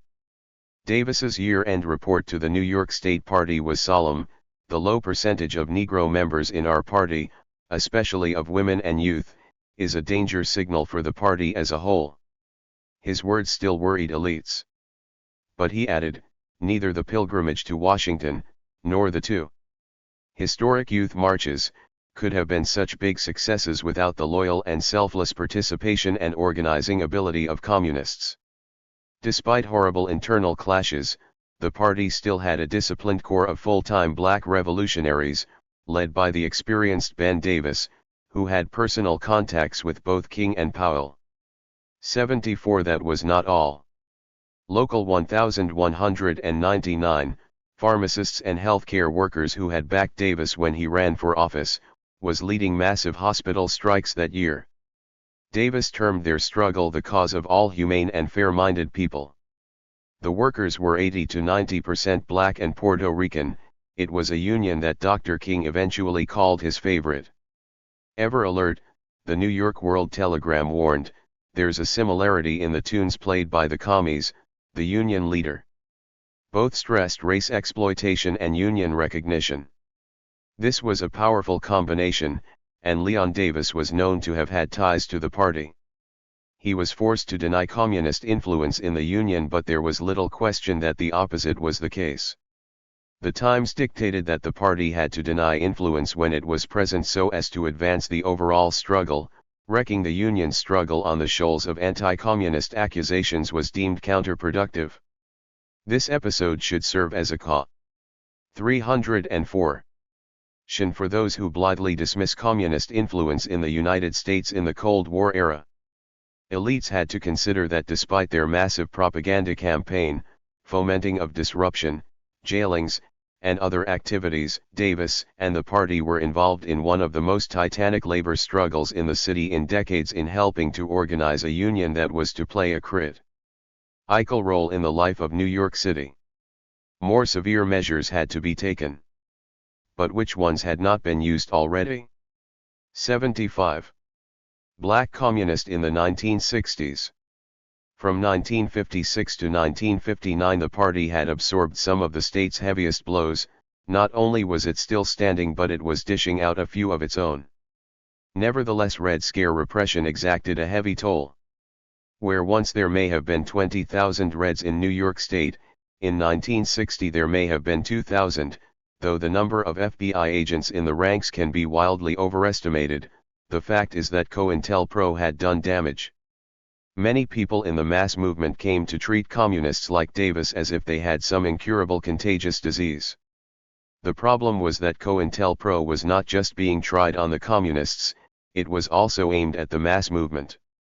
The problem for the FBI and the elites that directed them was that Davis still had some influence and a modicum of respect in this movement, and, as a few commentators predicted, driving the party underground would not necessarily squash its influence, as the organizing of hospital workers in New York City demonstrated. It was not easy for Davis in the 1960s. By then he was in his late 50s and his health was not good. Dr. Bernard Mintz had examined him just after he left prison because of persistent and grueling back pain. He has difficulty walking stairs and was provided with a night spinal brace. He was also in dire financial straits, now having a baby daughter to support. The FBI was not above playing on his poverty. Various department stores are pressing him for payment of bills and are threatening to take him to court. His current precarious financial situation, they thought, along with a residual factional dispute, might allow a prominent unnamed black personality to bring about his defection, though they admitted the possibility appears extremely remote. The extraordinary lengths to which the FBI went to prod Davis from the party were perverse evidence of his continuing importance in an era when mass protest again was proliferating. Given the fact that they were surveilled so incessantly, it was probably a tactical mistake for Davis and Dr. Martin Luther King, Jr., to correspond. But they did. Davis had asked him to write a letter on behalf of Henry Winston, who was languishing in prison and because of the inattention of the authorities was about to lose his sight. King was incensed. "I think it is both immoral and tragic for a nation to allow any human being to face such an in." 305. 306. Human situation. He continued, "Your words are always encouraging, and although we do not share political views, I find a deeper unity of spirit with you that is after all the important thing. A friend like yourself comes along with an encouraging word and this gives me renewed courage and vigor to carry on." 3. The avatar of the nascent civil rights movement terming the top black-red friend was the kind of nightmare that the Red Scare and concessions to black liberation were designed to forestall. Davis encouraged this approach, commiserating with King about the resistance pursued under the concrete difficult conditions of struggle in the Deep South. United action among those who have many differences on manifold questions is what the rulers of the Jim Crow system most fear. When King was stabbed in Harlem, Davis provided him with a blood transfusion. When King was coming under increasing attack from the state, Davis provided encouraging words. 4. The White House and the FBI worried about communist involvement when the student sit-in movement erupted in February 1960. Though Davis was not present in North Carolina, Stokely Carmichael, the future leader of the Student Nonviolent Coordinating Committee, had met him and was involved with the party as a youth. 5. Not coincidentally, the day after the protests began, Davis was testifying before WAC, Jack Odell, a top aide to King and already under harassment for alleged leftist ties, had just stepped down. There was a harsh exchange between HUAC and Davis. "You have done nothing to subpoena the lynchers of Mac Parker. Here to try to convict people without a jury." He was asked about alleged Soviet domination of the nuclear disarmament movement, but Davis would not budge. "The question is irrelevant, ridiculous garbage, and I refuse to answer it." 6. An earlier witness, Albert Gaylord, had charged that Davis led the effort to capture Harlem youth for the party. With the 1960s beginning with militant student sit-ins against Jim Crow, Dixiecrats were reawakening their age-old worry that racism would compel blacks leftward. These developments energized Davis, as his report to the National Committee meeting in Chicago in March reflected. He urged all-out direct support to the Southern Negro People's Movement itself. In calling on the party to defend Negro leadership, he reminded it that the warnings issued by our party upon the first Smith Act convictions that the Communists were only the first were all too true. He sought to link the Southern struggle with the South African effort by recommending a boycott of all South African goods and breaking diplomatic relations with South Africa. 7. Davis's old friend Adam Powell was under siege again, facing indictment and trial. To Davis this was crude legal flim-flam that he equated with his own prosecution. His feeling was that such prosecutions were designed to derail the upsurge for civil rights legislation. The bill that was introduced was so complicated, confusing, and cumbersome. A Negro would have 307. To be super brave, wear steel-plated armor, hire a lawyer if he could find one at hand, besides being a lawyer himself, all to cast one lonely ballot. This, he said, was putrid sham. 8. The ceasefire in the party wars, revolution in Cuba, the student protests, and the typical spurt of activity generated by an election year seemed to bring new vigor to Davis and the party. In May he addressed an open-air meeting in front of the Hotel Teresa in celebration of victory against the false income tax frame-up. He was repeatedly interrupted with applause as he called for support for Cuba and the Negro people on the march in South Africa and the United States. As the NAACP opened its 51st convention in St. Paul, Davis could hardly contain himself. Never before has the convention met in such a favorable world setting. All over the globe the darker and colonial peoples, particularly in South Africa and in Cuba, backed up by the socialist countries, their staunchest allies, are throwing off the inhuman shackles of imperialist slavery. The white supremacy ruling class of our country has been weakened. 9. But Davis was honest enough to lament the internal contradictions and vacillating tendencies of the NAACP, though gone were the heated denunciations of his prep-recent days. The court arena is no longer the main area of struggle, he said. The NAACP itself has had to enter the arena of mass activity, often dragged there by many of its branches. He implored the convention to drop their anti-communist membership ban, which is unsound morally when it uses the same red-baiting weapon against others that the Dixiecrat class uses to persecute and even outlaw the NAACP itself. The ban was antiquated, obsolete, as the horse and buggy or kerosene lamp in this nuclear age. 10. For most of 1960 Davis was preoccupied with the elections. He was harsh toward the prospective Democratic nominee. Davis was dumbfounded by Kennedy's attempt to take unprincipled advantage of the fact that he is a Catholic. All this showed the desperate need an independent third party. He was equally dumbfounded by Jackie Robinson's support for Richard Nixon, though the difference from the old days was that he spent more time reproaching Nixon than his supporter. He conferred with George Murphy about the road ahead. This is going to a tough and complicated election campaign. For that reason, I want above all to talk to a number of people other than members of my own organization. Your point of view is very necessary and obligatory. What is the talk among the Negro people and liberals in Washington on Kennedy and Johnson? Let me hear from you not later than next Wednesday. 11. As the above suggests, Davis was one communist who strived to maintain mass contacts.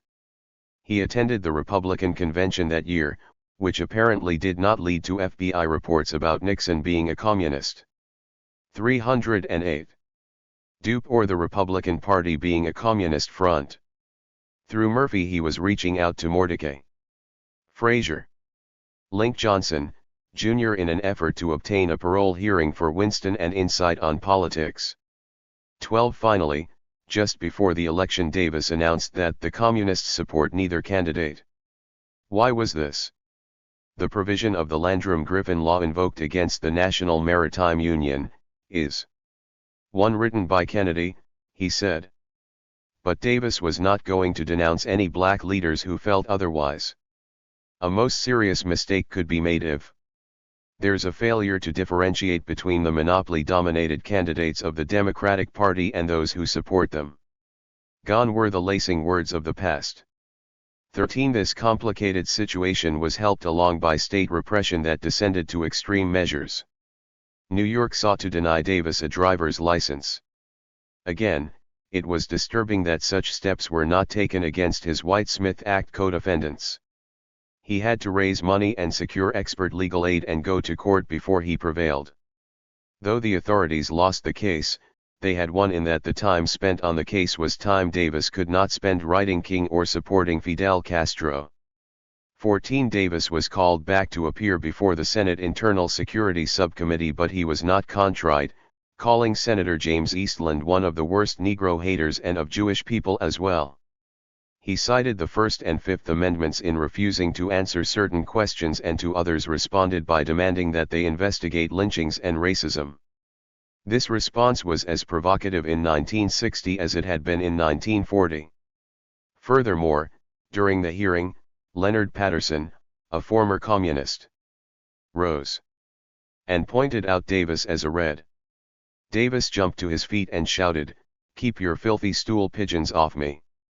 Glaring at Mr. Patterson said, "He is no credit to his race, he is a disgrace." "You are the disgrace," Mr. Patterson retorted. Senator Keating of New York asked Davis to step forward. He refused without a subpoena or consulting an attorney, adding, "I suggest you get the lynchers of Mac Parker up here and stop worrying about me."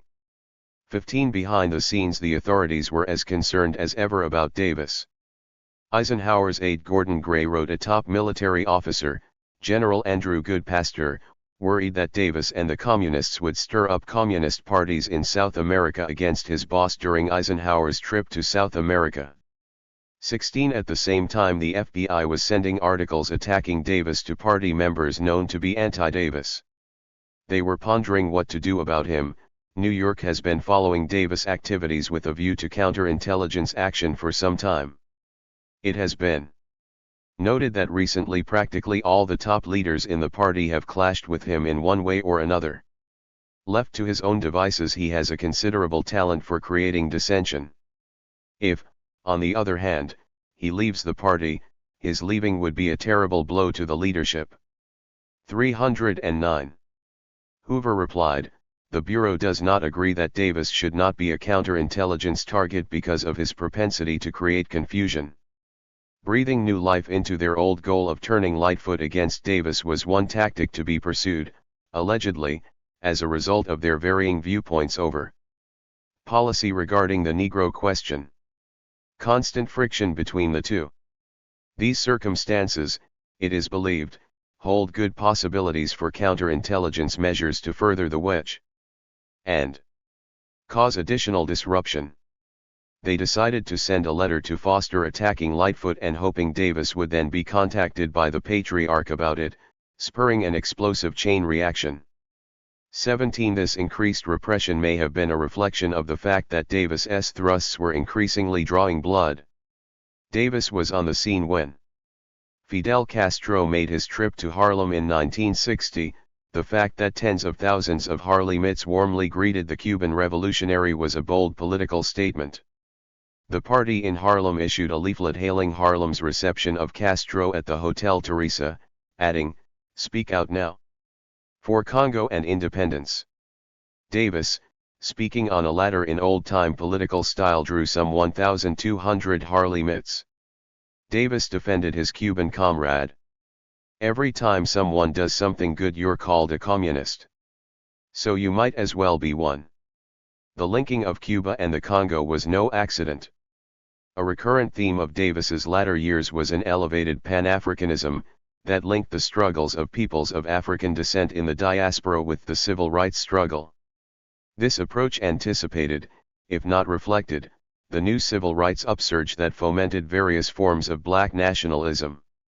Given that Africans in the diaspora were less persuaded by anti-communism and anti-Sovietism, such a connection could have a beneficial radicalizing impact on African Americans. In October 1960, Negro members of the National Committee of the party, led by Davis but including Jackson, Patterson, and others, issued a statement on the Congo and Cuba. "It is one fight, one unity for one victory over racism and imperialist subjugation." They assailed Powell's opportunistic attack on Castro, but this statement showed that despite the jettisoning of the Black Belt thesis, the party was not unaffected by strains of nationalism. 18 Though they did not support Kennedy, Davis and the party were not displeased with the defeat of their old adversary Richard Nixon.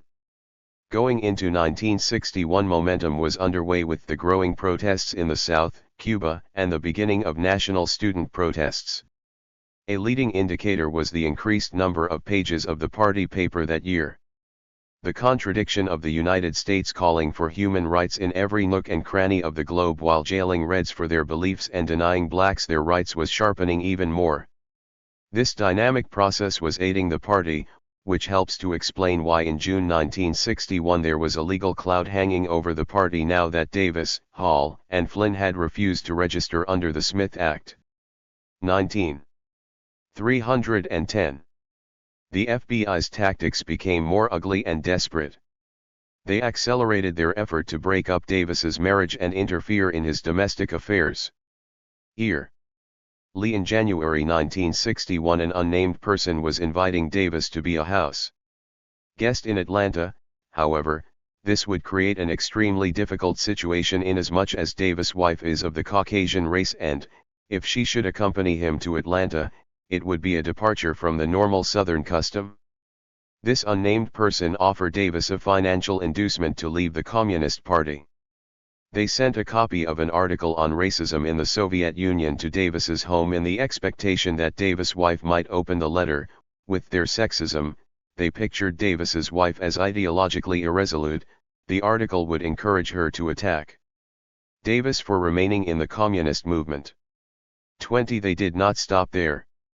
The FBI worked overtime to stir up discord between Davis and Hall. They developed a cartoon showing caricatures of Hall and Davis squaring off in a ring to fight for the prize of CP leadership, clearly showing the fact that one is white and the other is Negro, thus creating the impression that race is an issue, printed by the Bureau for Anonymous Mailings. They suggested using the New York Post or Guardian to carry out their plans of encouraging factionalism. 21. Such pressure took quite a toll on party leaders and inter-party democracy. It was hard to discern if a disagreement were honest or an FBI concoction, or if Davis was disliked because of his personality or because of manipulation. Bewildered by the mass upsurge of the 1960s, the FBI thought that it was a party creation at the direction of Moscow, which heightened repression and increased the detrimental impact on leaders like Davis. In February 1961, Eugene Dennis died. The FBI ghoulishly seized on this death to try to provoke chaos, assuming that a power struggle would ensue. Again, Davis sensed that a dangerous pro-fascist grouping is arising in the country. Did the fact that fascism did not rise invalidate his assertion in light of the growth of the John Birch Society, Minutemen, and other groups? 22. Then in September 1961, Foster died. Davis's closest political ally was now gone. Davis was interviewed at Foster's graveside at Waldheim Cemetery in Chicago by NBC and CBS, as dozens of photographers and reporters gathered. Also present were FBI photographers. Foster's loss made all the more important the freeing of Winston from prison. He had already gone blind. Davis complained directly to Attorney General Robert Kennedy, recalling that when Mo Annenberg, multimillionaire media baron and gambler, was an inmate in federal prison and had a similar brain tumor, he was released on medical parole in 3 days. But Winston was black and red, which made all the difference. Simultaneously, Davis had to fight an increasing proliferation of forgeries purporting to provide party views on all manner of issues. 23. What was worrying the government was an escalating and increasingly militant black movement that was not playing by the old rules, or in other 311 words, that bipartisanship begins at the water's edge. This trend was a direct challenge to imperialism. The death of Patrice Lumumba in February, probably at the hands of the CIA, provoked the most violent demonstration in the United Nations history. Involved in the demonstration, which had rudely disrupted the speech of Ambassador Adlai Stevenson, were black nationalists, artists, and Ben Davis. But in a precursor of times to come, blacks had set up their own segregated picket line, barring white sympathizers. Later, Speaking to a rally at 125th Street and 7th Avenue, Davis called for unity among the nationalist groupings. Times were changing again. 24 The objective situation was becoming more advantageous for Davis and the party, no longer were they virtually isolated in protest. Moreover, an opportunity was created for Davis and the party to influence the course of protest. Because the FBI was prone to ascribe student protest of the 1960s to party manipulation, a tendency of historians has been to ignore the party's role. In fact, the party had a major role in igniting these protests, insofar as an initial grievance of students was the effort to bar them from hearing Reds on campuses. Predictably, the effort to shield the tender ears of students from the seductive words of communists only increased youth's desire to hear and judge the controversy for themselves. Davis always had paid attention to young people. While in the council, he and Cacchione launched an investigation that proved how medical and law schools were blatantly discriminating against blacks and Jews in admissions. He pushed for revoking of tax exemptions for these institutions. On his relatively infrequent trips outside of New York, he found time to speak on campuses, particularly black schools. 25 Barring Davis from campuses did not begin in 1961, since the initiation of the Red Scare. These bastions of free thought had decided that it would be inappropriate for his words to be sampled in the marketplace of ideas. Inevitably, the FBI became involved. After he had spoken at Bucknell University in 1960, it sought to widely distribute an article from the school paper on the visit, since it was hostile and reflected ill on him. As the spring semester of 1961 was winding down at City College of New York, a predominantly Euro-American campus in the heart of Harlem, Davis opined that President Kennedy could end Jim Crow with the stroke of a pen. Asked if Jim Crow could be abolished under capitalism, he said yes, but only socialism could tear up the roots. 26 The attempt to ban Davis from speaking at City University of New York campuses not only sparked a firestorm of protest but also directly touched and inspired Queens College student Andrew Goodman, whose murder 3 years later in Mississippi stirred a nation.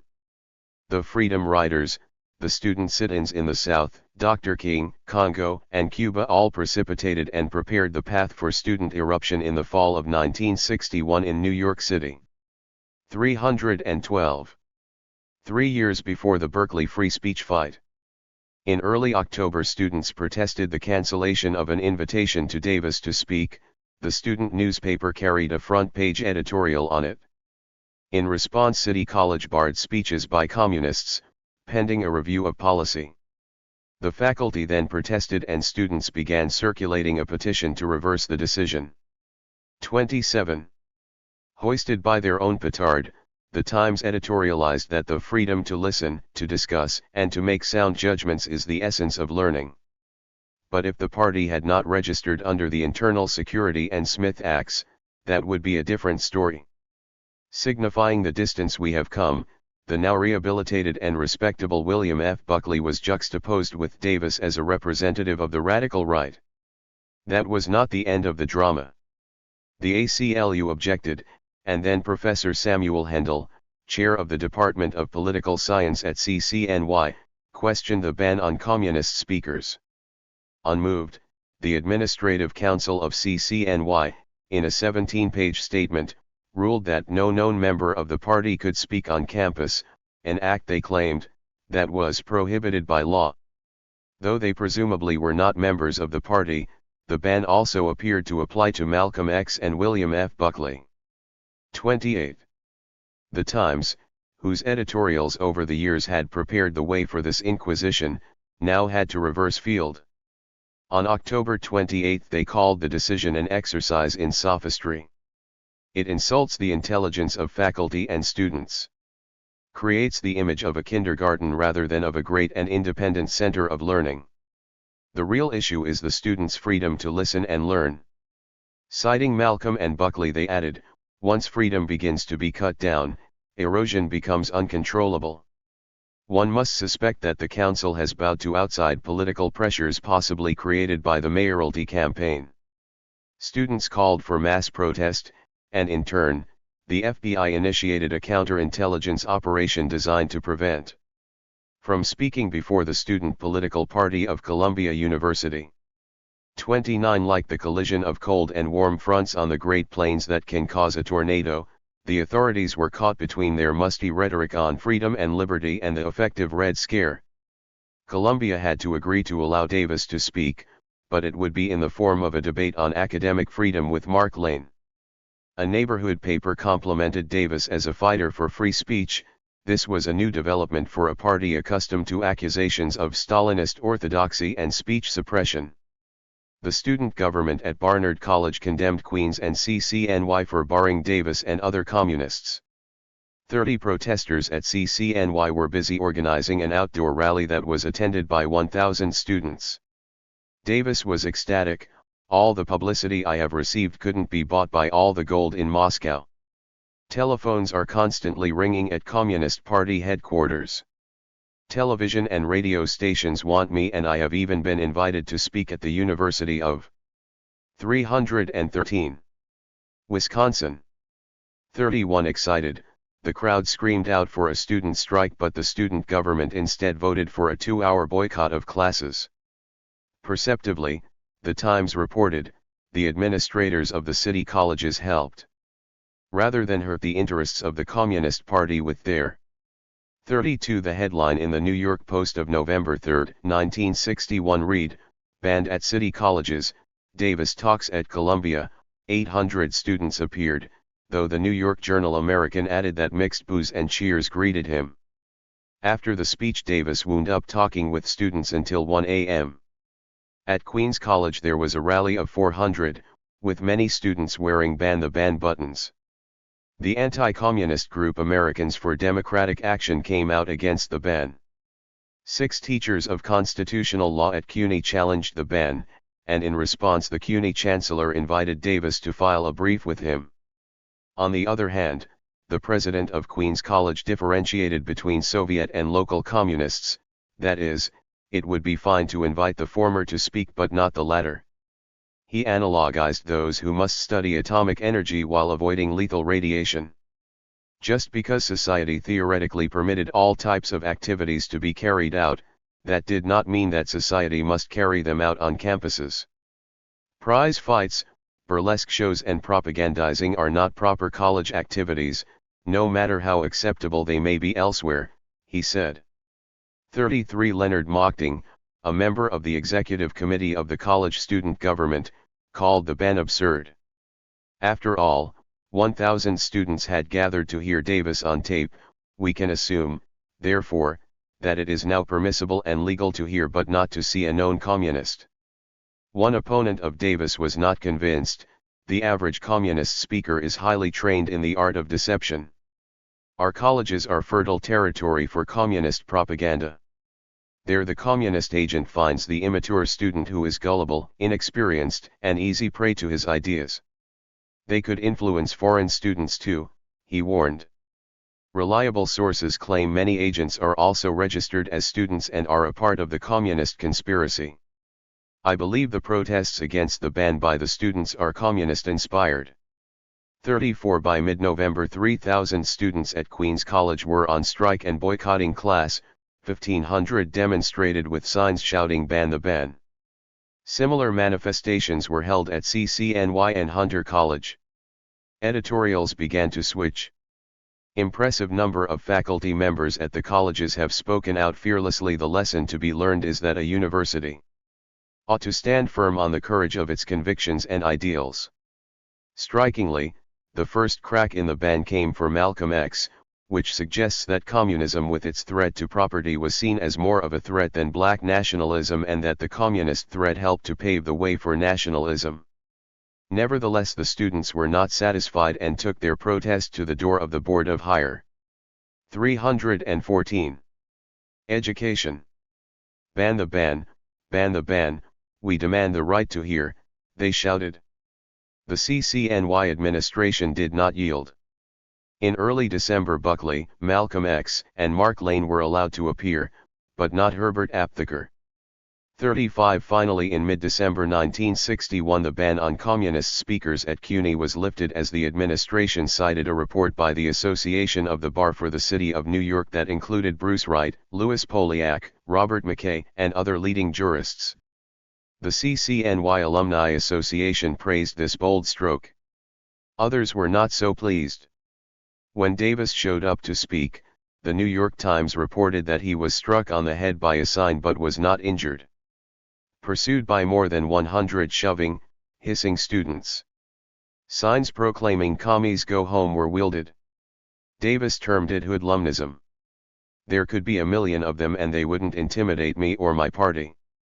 Most of the protesters were from Ukrainian, Hellenic, and Republican groups. In a familiar event from this era, members of the Red Squad of the New York City Police Department took notes and names.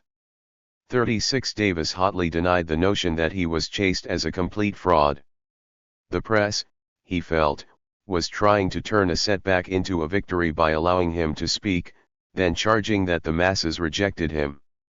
He did acknowledge that Birchites were there to harass him. The Worker reported that pro-fascist students accosted Davis at 136th and Convent Streets and followed him to the subway at 127th Street and St. Nicholas, hurling epithets and carrying signs with the slogan "Ban the Ben, put Ben in the pen." But frequent and often lengthy applause welcomed him, and students were even seated on the floor right up to the rostrum. Davis was not in favor of banning Buckley, though he charged him with political cowardice for not showing up at the Columbia Forum and challenged him to a debate. 37 The year ended on a positive note. Davis was back in the news, besieged by newspapers, radio, and television. His voice was reaching millions, although the political atmosphere remained bitterly hostile toward the Communist Party. Time magazine for May 18, 1962 reported sadly that the Communist Lecture Bureau in New York City is beside itself in gleeful culling of invitations from some 100 campuses this year, against 24 or so last year. In the copycat manner typical of students, inviting a red to speak was becoming fashionable and au courant. Time reported in amazement that Davis spoke to 6,000 in Minnesota alone. The communist role in helping to light the fuse that led to an explosion of the student movement is often wrongfully neglected.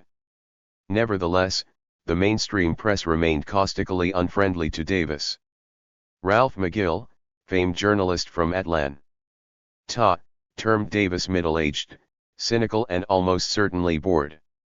Symbol of failure. 38 Davis's adversaries did not retaliate just in the press. In March 1962 Davis and Gus Hall were arraigned for violating the Internal Security Act of 1950. Black communist in the 1960s. 315. A 30-year sentence now stared him in the face. The Supreme Court decision the previous fall had paved the way for arraignment. This decision kindled a 1,200-strong rally in protest.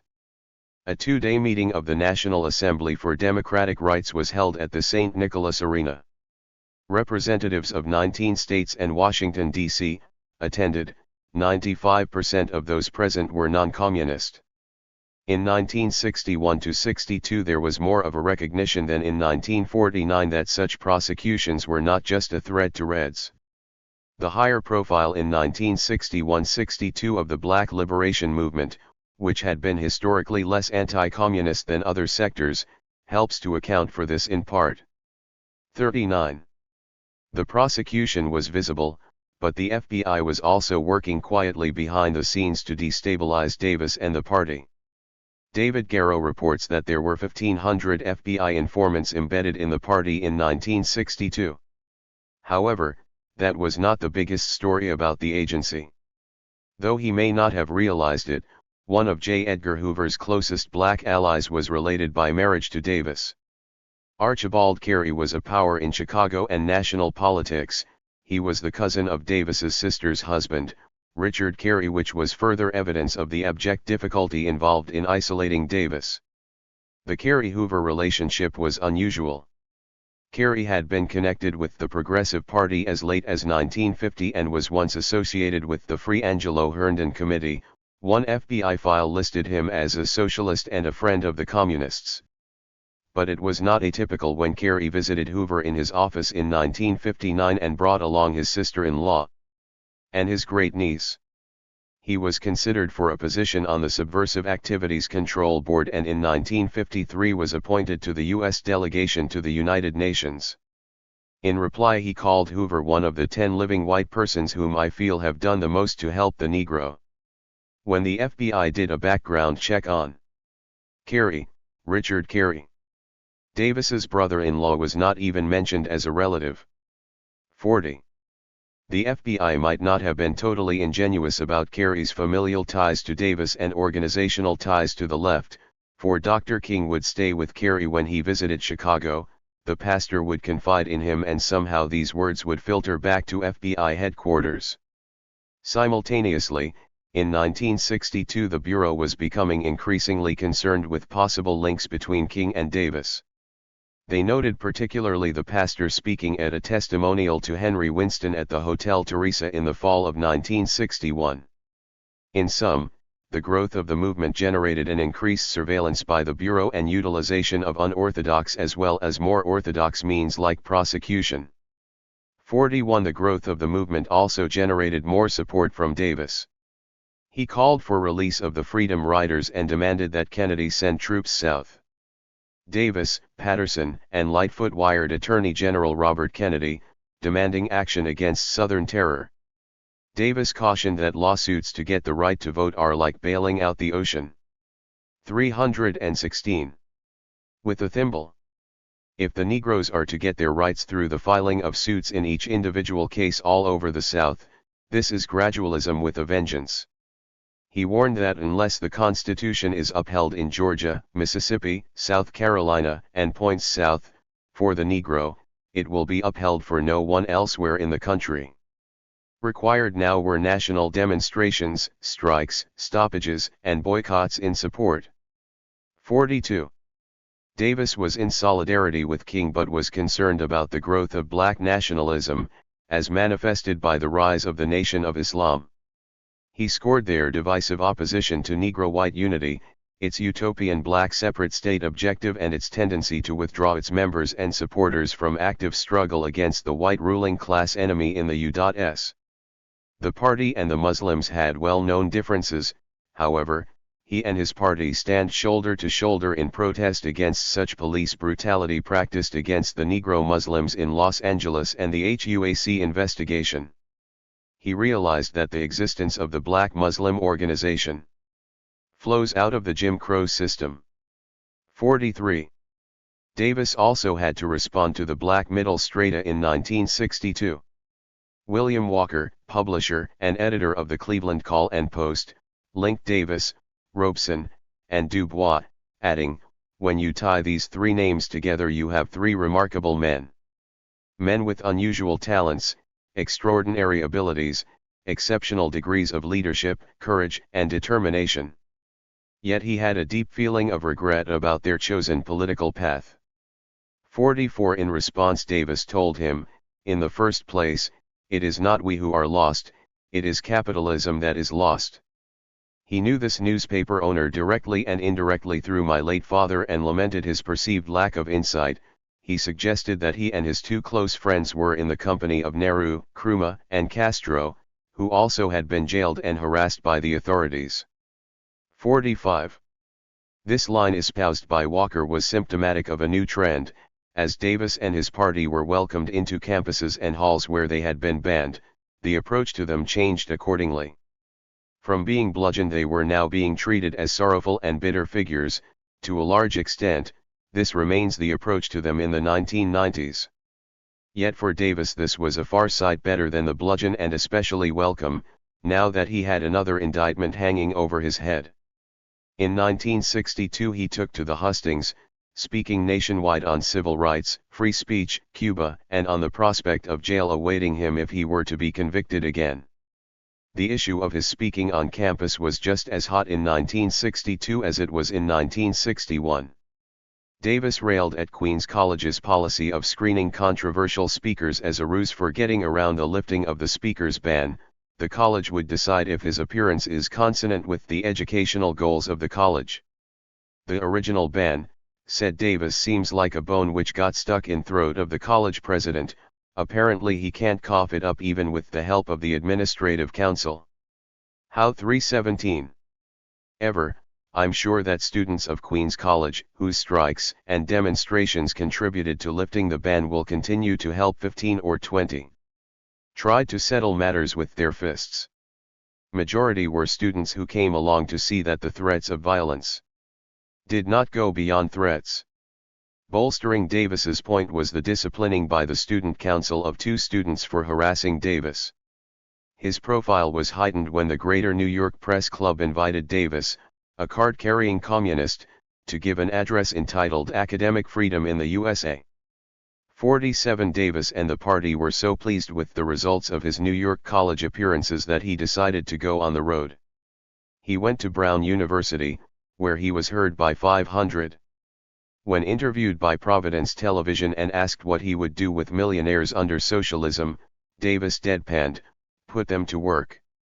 When word was passed that Davis would speak at Wilmington College in Ohio, sharp criticisms emerged. WAVI radio in Dayton hit the decision to bar Davis, invited him on the air, and broke its own records for audience response. The interview was scheduled for 2 hours, but the station, overwhelmed by a flood of calls, carried the program on the air for an additional and unprecedented hour. Conservatives said they would picket Davis, but the picket line failed to materialize. Davis answered nearly 50 direct questions. Some callers reflected political hostility to Davis. Others, however, posed the honest questions of people who have had little opportunity to hear the truth about socialism. He was also interviewed by television and radio in Dayton, Columbus, and Cincinnati. His answers were blunt. For example, Hungary 1956 was inspired and instigated by the CIA, and it was necessary to erect the Berlin Wall to protect the peoples of the East German Republic from West Germany. 48 Sarcastically, the Newark Evening News reported that Davis gave a 2-hour dissertation on the joys of dialectical materialism before a crowd of 400 at UPS College. The heavy-set communist leader repeatedly mopped his brow. 25 sheriff's detectives in plain clothes, 10 uniformed East Orange police and a smattering of FBI agents were present. There were no demonstrations. Polite applause, but jeers and laughter when he spoke of religious freedom in the USSR and when he discussed two-way traffic out of Berlin. 49. Davis's return to his alma mater, Harvard, was filled with nostalgia. A few years before, he had been in touch with Erwin Griswold of the law school. The eminent lawyer told Davis, "You are quite wrong in saying that I do not."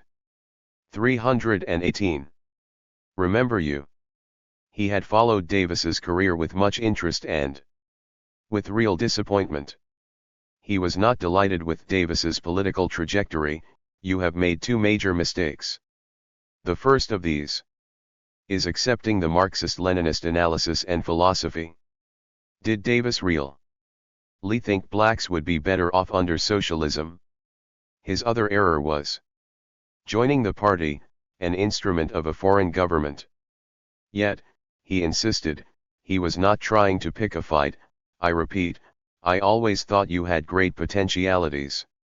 What a shame, he wailed, that Davis had gone down the wrong track. 50 April 1962 found Davis at his old law school discussing the Communist Party and constitutional guarantees. Times had changed.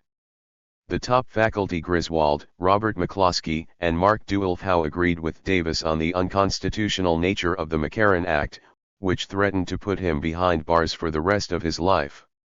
Griswold, possibly feeling guilty that one of his few black law school classmates had turned red, was regretful. "I didn't go out of my way to be friendly and made no effort to assist him. We failed so badly in the case of Mr. Davis." Yet it was striking that he connected Davis's turn to the left with the racism directed at him and called for an abatement of Jim Crow to forestall the development of future Davises. Davis discussed socialism, suggesting that in the United States it would be different than in Russia since the latter did not inherit the traditions of the Bill of Rights and therefore we start on a more advanced road than they were compelled to. Ever the diplomat, Davis told the 600 assembled faculty and students, "I really feel so proud of my alma mater." Again, he was interviewed on radio and television. 51. After the fading actor Ronald Reagan attacked the party in a speech at Central High School in St. Paul, Minnesota, a local group sought to bring Davis to the university there. In retaliation, a cross was burned on the lawn of the president of the University of Minnesota. The school paper reported, some 6,200 students battled to get into the 1,200 capacity ballroom. Those left out poured into the Union cafeteria, climbed the windowsills and clattered on lawns to hear Davis speak. Audience was well behaved, if somewhat hostile. The St. Paul Pioneer Press reported on May 3, 1962 that Davis displayed an active sense of humor and he was cheered when he denounced the cross burners and fascists. Macalester College students and faculty petitioned to hear Davis after the trustees voted 18-0 to bar him. 52. The reactionaries were furious. An apparently spurious statement attributed to Davis was slipped into the daily boxes. Davis was shocked and disgusted. The local black paper, the Minnesota Spokesman, welcomed Davis to counter Ronald Reagan. Having sponsored an extreme right-winger, we believe they had an obligation to the young people whose political education they are responsible for, to present the extremist view of the opposite numbers. The local Red, Sam Davis, proposed to Davis that black communist in the 1960s 319. He debate Reagan, but that encounter did not materialize. The spokesman was taken with Davis, calling him urbane, sophisticated, Harvard-educated Negro communist leader. They were not displeased that he received a courteous hearing before an overflow crowd and got radio and TV coverage that a serious political campaigner would never dream of. Unprecedented radio coverage. Witty, charming, well-spoken. 53. Governor Elmer Anderson challenged Davis by asking him if he would defend the United States if it were attacked. Davis challenged him to a debate, but he refused. The switchboard at the university was tied up all day with inquiries about Davis. A new stage in the evolution of the Red Scare had commenced, just as the Black Liberation Movement was escalating. 54. This new stage was made possible by the new political dynamics introduced by the Civil Rights Movement. Protest was popular, marching was popular, dissenting from the status quo was popular. Davis and the party rode this wave, which ultimately dissolved the underpinnings of the Red Scare itself. Similarly, opening campuses and halls to the party set the stage for a higher level of protest and dissent. The new political dynamics particularly lubricated the path for the anti-war and civil rights demonstrations that soon were to rock campuses from coast to coast and in the process transform the nation. This changed atmosphere helps to explain the different result that obtained when the government came after the party again with prosecutions. The anti-communist line was changing. It was suggested that the real red challenge was from the USSR and China, not from the United States. 55. Earlier domestic and international communism had been linked. The civil rights movement forced an attempt at decoupling. The hammer of the McCarran Act and the anvil of the membership clause of the Smith Act threatened to crush the party. Subpoenas were issued to Flynn, Hall, and Davis. At least Henry Winston was being released from jail, but the present crisis forced Davis to curtail his triumphant tour of the campuses and concentrate on survival, a consideration that no doubt did not escape the calculations of the authorities.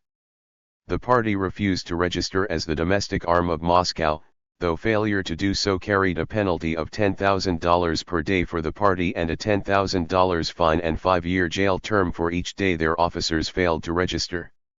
The regulatory obligation would shift to every one of their estimated 10,000 members by December 1961. Top scientist Dr. Harold Urey of the University of California, Nobel Prize winner in chemistry, sent a letter to President Kennedy asking the government to refrain from the prosecution. Journalist Anthony Lewis observed that a successful prosecution would mean the loss of tax exemptions for communists, their mail would be stamped with a communist label, it would be a crime for any member to use or apply for a passport, moreover, anyone who did register could automatically be pros. 320. Cute under the Smith Act as well. The pincers of legal restraints posed serious Fifth and Eighth Amendment issues. 56. The party was refusing to cooperate and give names. In response, a federal grand jury indicted the party in March 1962. Davis was handed 6 counts, Hall 5, each carried a maximum of 5 years. They were freed on $5,000 bail each by Treasury bonds offered by Lem Harris. Then U.S. Attorney Robert Morgenthau filed suit against the party for $500,000 in back taxes, with Davis named specifically in the complaint. The supposition was that fighting these legal wars would tie up the party and prevent it from becoming involved in mass movements. But the party was not bereft of allies. Beijing hit the persecution of the party and called JFK fascist in a typical burst of ultra-leftism. The Japanese Communist Party pledged to protest Attorney General Kennedy's visit there due to oppression of the party. 57. Davis and Hall were facing years in prison and $1.25 million in fines, though the Attorney General was claiming the party was no danger. This apparent anomaly could be explained by looking at the party's ties to the burgeoning movement. The two leaders did plead not guilty before Judge Matthew McGuire in Washington. Yet times were changing. One writer presciently called their arrest a national disgrace. Unless this dangerous pattern of persecution is reversed at once, I am fearful that extremists will use it as a precedent for further action against liberals and the entire Democratic left. 58. The party itself condemned the McCarran Act and the type of registration demanded, which would be a plea of guilty to being a foreign agent, the extraordinary penalties for non-compliance which mount up in a few days to life imprisonment, the right to invoke the Fifth Amendment, and the right of a political party to function, secure from harassment. 59. A Hall-Davis Defense Committee was cobbled together, with Clara Colin, of Puerto Rican descent, as secretary, and Flynn playing the leading role. Colin was one of the very few who mastered the constitutional and procedural intricacies of the litigation. She had the ability to speak and write about our cases in simple terms that laymen could comprehend. 60. Many of their pamphlets were in Spanish. The fruits of their labor were seen when the Afro-American carried an exclusive interview with Davis and when 25 law professors including Charles Reich, William Kunstler, Thomas Emerson, Norman Dorson, and others denounced the McCarran Act. This too was a change from 1949. A June 1962 rally not only featured the chief defendants but also Murray Kempton, who had been a fierce critic of the Communists, and Miriam Friedlander. Davis accurately noted that after the speaker ban was lifted at CUNY, a healthy intellectual revolution ensued that touched almost every campus and that would, incidentally, also guarantee his eventual freedom. Furthermore, the Black liberation movement to which he had devoted a good deal of his life, was flowering at the proper moment and eroding the Red Scare, which was trying to propel him back to prison. 61. The party's lawyers, John A. Beatty and Joe Forer, filed a motion to dismiss the indictment in May 1962 but it was denied. The case went to trial in December before a judge that, according to ABT, was about the worst judge that we could possibly have had. 62. The judge was Alexander Holtzoff, a former close colleague of J. Edgar Hoover himself. The government called only one witness, appropriately a reporter from the Times, Will listener who told how he heard Hall say at a press conference that the party would never register. The jury was out 35 minutes and quickly found the party guilty. Flynn commented, even our own paper made a mistake and said the CP was found guilty of being a communist action organization. The judge ruled that out very specifically. It was found guilty of only one thing: refusing to register. 63. Davis and the party did not surrender. The Defense Committee kept toiling tirelessly and in early 1963 reported, "The response to our two financial appeals has been excellent." But times were changing. The Cold War Red Scare sentiments that motivated the prosecution were not as strong as before. Moscow and Washington were coming to an agreement on nuclear testing and their relationship had improved generally. The civil rights movement had created democratic space and helped to give courage to vacillating liberals. Black liberation was eroding the Red Scare. In June, the 59-year-old Smith Act membership clause indictment against Davis et al. Was dropped. In December, the Circuit Court of Appeals reversed the McCarran Act conviction. 64. This was a joyful 60th birthday present for Davis. He received extensive and worldwide greetings from the Soviet Union, France, Finland, Italy, and elsewhere. Over 800 came to a birthday celebration for him. His young daughter, Emily, was held aloft by Hall. His closest comrade from the past, Claudia Jones, was now in London, where she had risen rapidly to become a top leader of the growing black community there. But she missed his counsel and their discussions. "How I'd like to be able to have session with you on these questions," referring to China and the United States. "I remember our past discussions, our sharp polemics and equally our resolution of them. No Damon Pythias relationship of this nature has been repetitive on this score." 65. Davis took the time in 1963 to reflect on the pace and direction of the civil rights movement. He paid attention to the profitable wage differential that made racism attractive to the ruling class and their concomitant effort in every possible way to use chosen Negroes as a buffer to prevent the rise of the mass or even to police them. 66. Later he added, "The Negro freedom movement is an all-class movement. Although the total victory sought is within the framework of the U.S. capitalism society, it will have a pro. 322. Found effect upon that society and will extend its shrunken frontiers of democracy. Are part of the common economy of their country.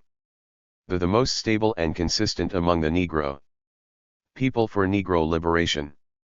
67. Speaking at CCNY in November, he noted, "While direct mass action will primarily be the offensive tactic of the Negro People's Movement for some time, the Negro people should set up defense committees to protect themselves against the Klan and the kind of terror felt in Birmingham."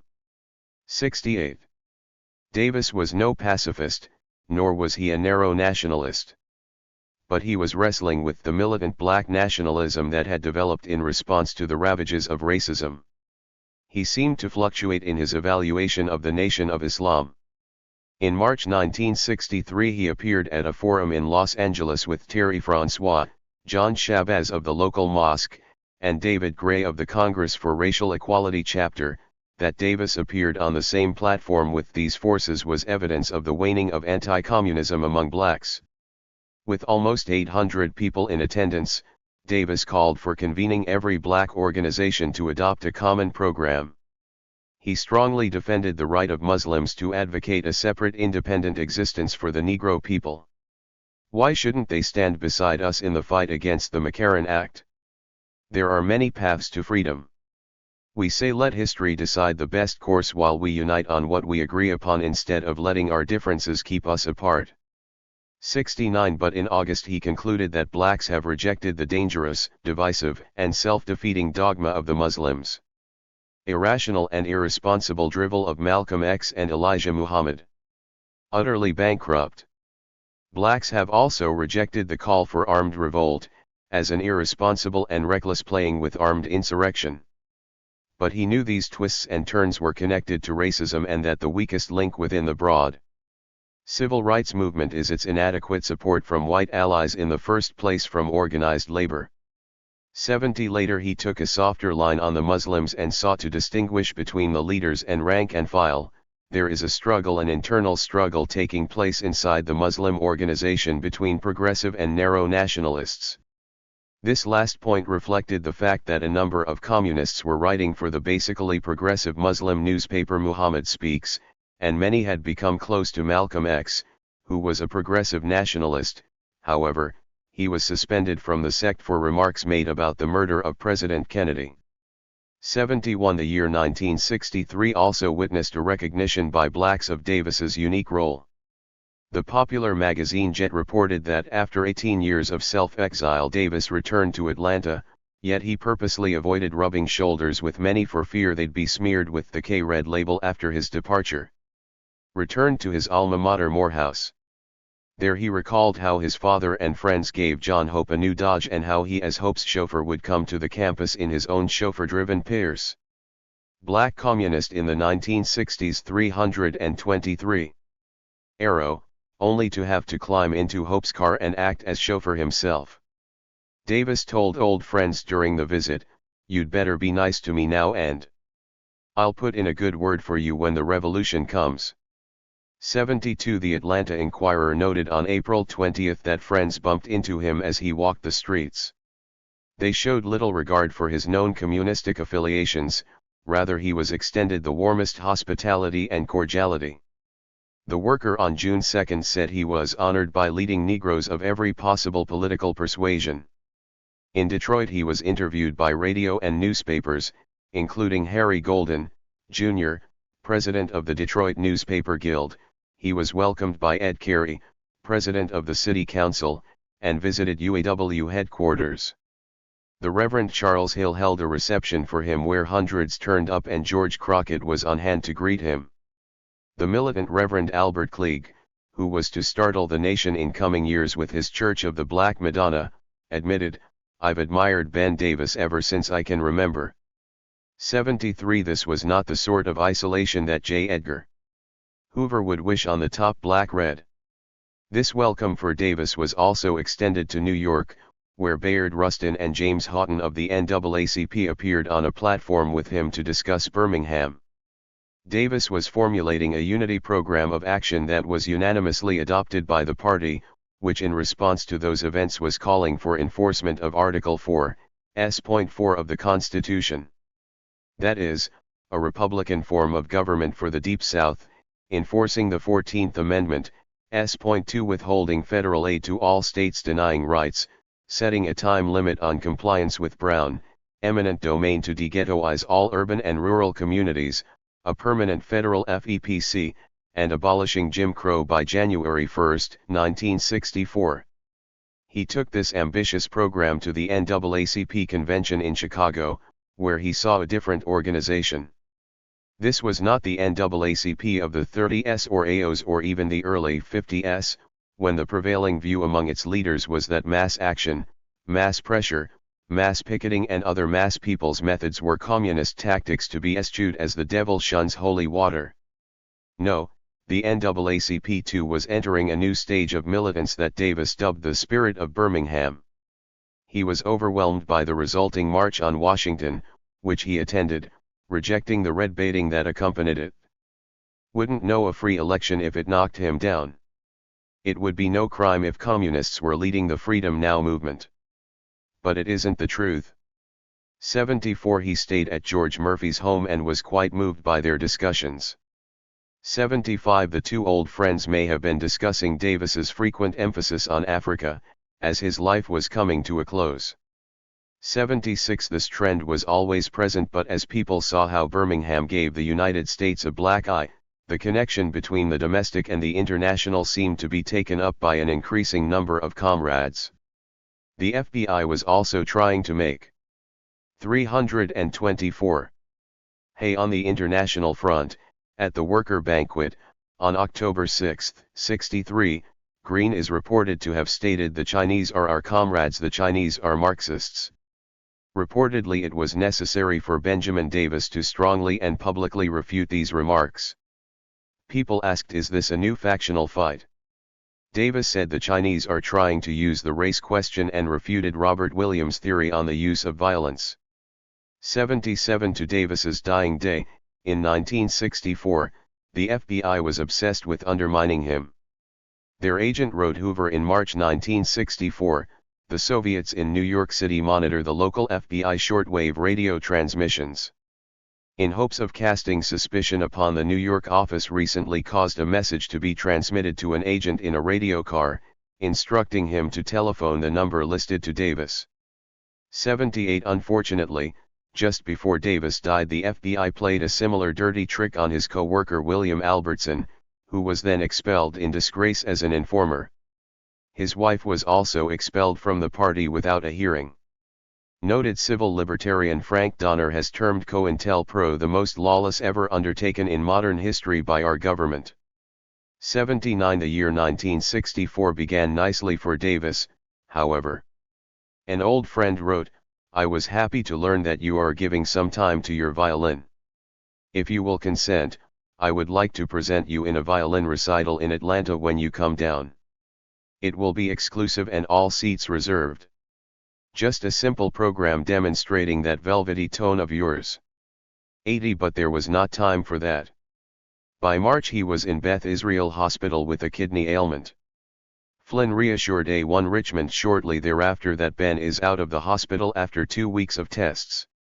He had kidney stones and also thought it might be a growth, necessitating an operation. But apparently, that is not the case. 81. Lloyd Brown, who visited him in the hospital, found Davis angry at being removed from the front lines of struggle and upset at not being around to see the momentous changes that were inexorably developing. Davis had to return to the hospital. Phil Bart, who also visited him, said it was very painful for him, he couldn't read the paper much at this time. For a man who lived and breathed current events, this was death before death. 82. Two of Davis's last public acts were signing an editorial endorsing a boycott of the segregated New York public schools wherein he criticized Roy Wilkins for carping at the boycott leader, Reverend Milton Galamieson. Then in August, in the wake of the Harlem Uprising, he joined Patterson and Winston in a statement blasting the role of the progressive labor movement which was tied to the Haywood faction. Benjamin Davis died on August 22, 1964. In its obituary the Times noted that Davis was a tall heavy-set man whose affable, open manner failed to resemble the stereotype of the left-wing political activist. He was the third internationally known communist to die within 6 weeks. The others were Maurice Thorez and Palmiro Togliatti. Although he had been hospitalized intermittently throughout the year, his death was a shock.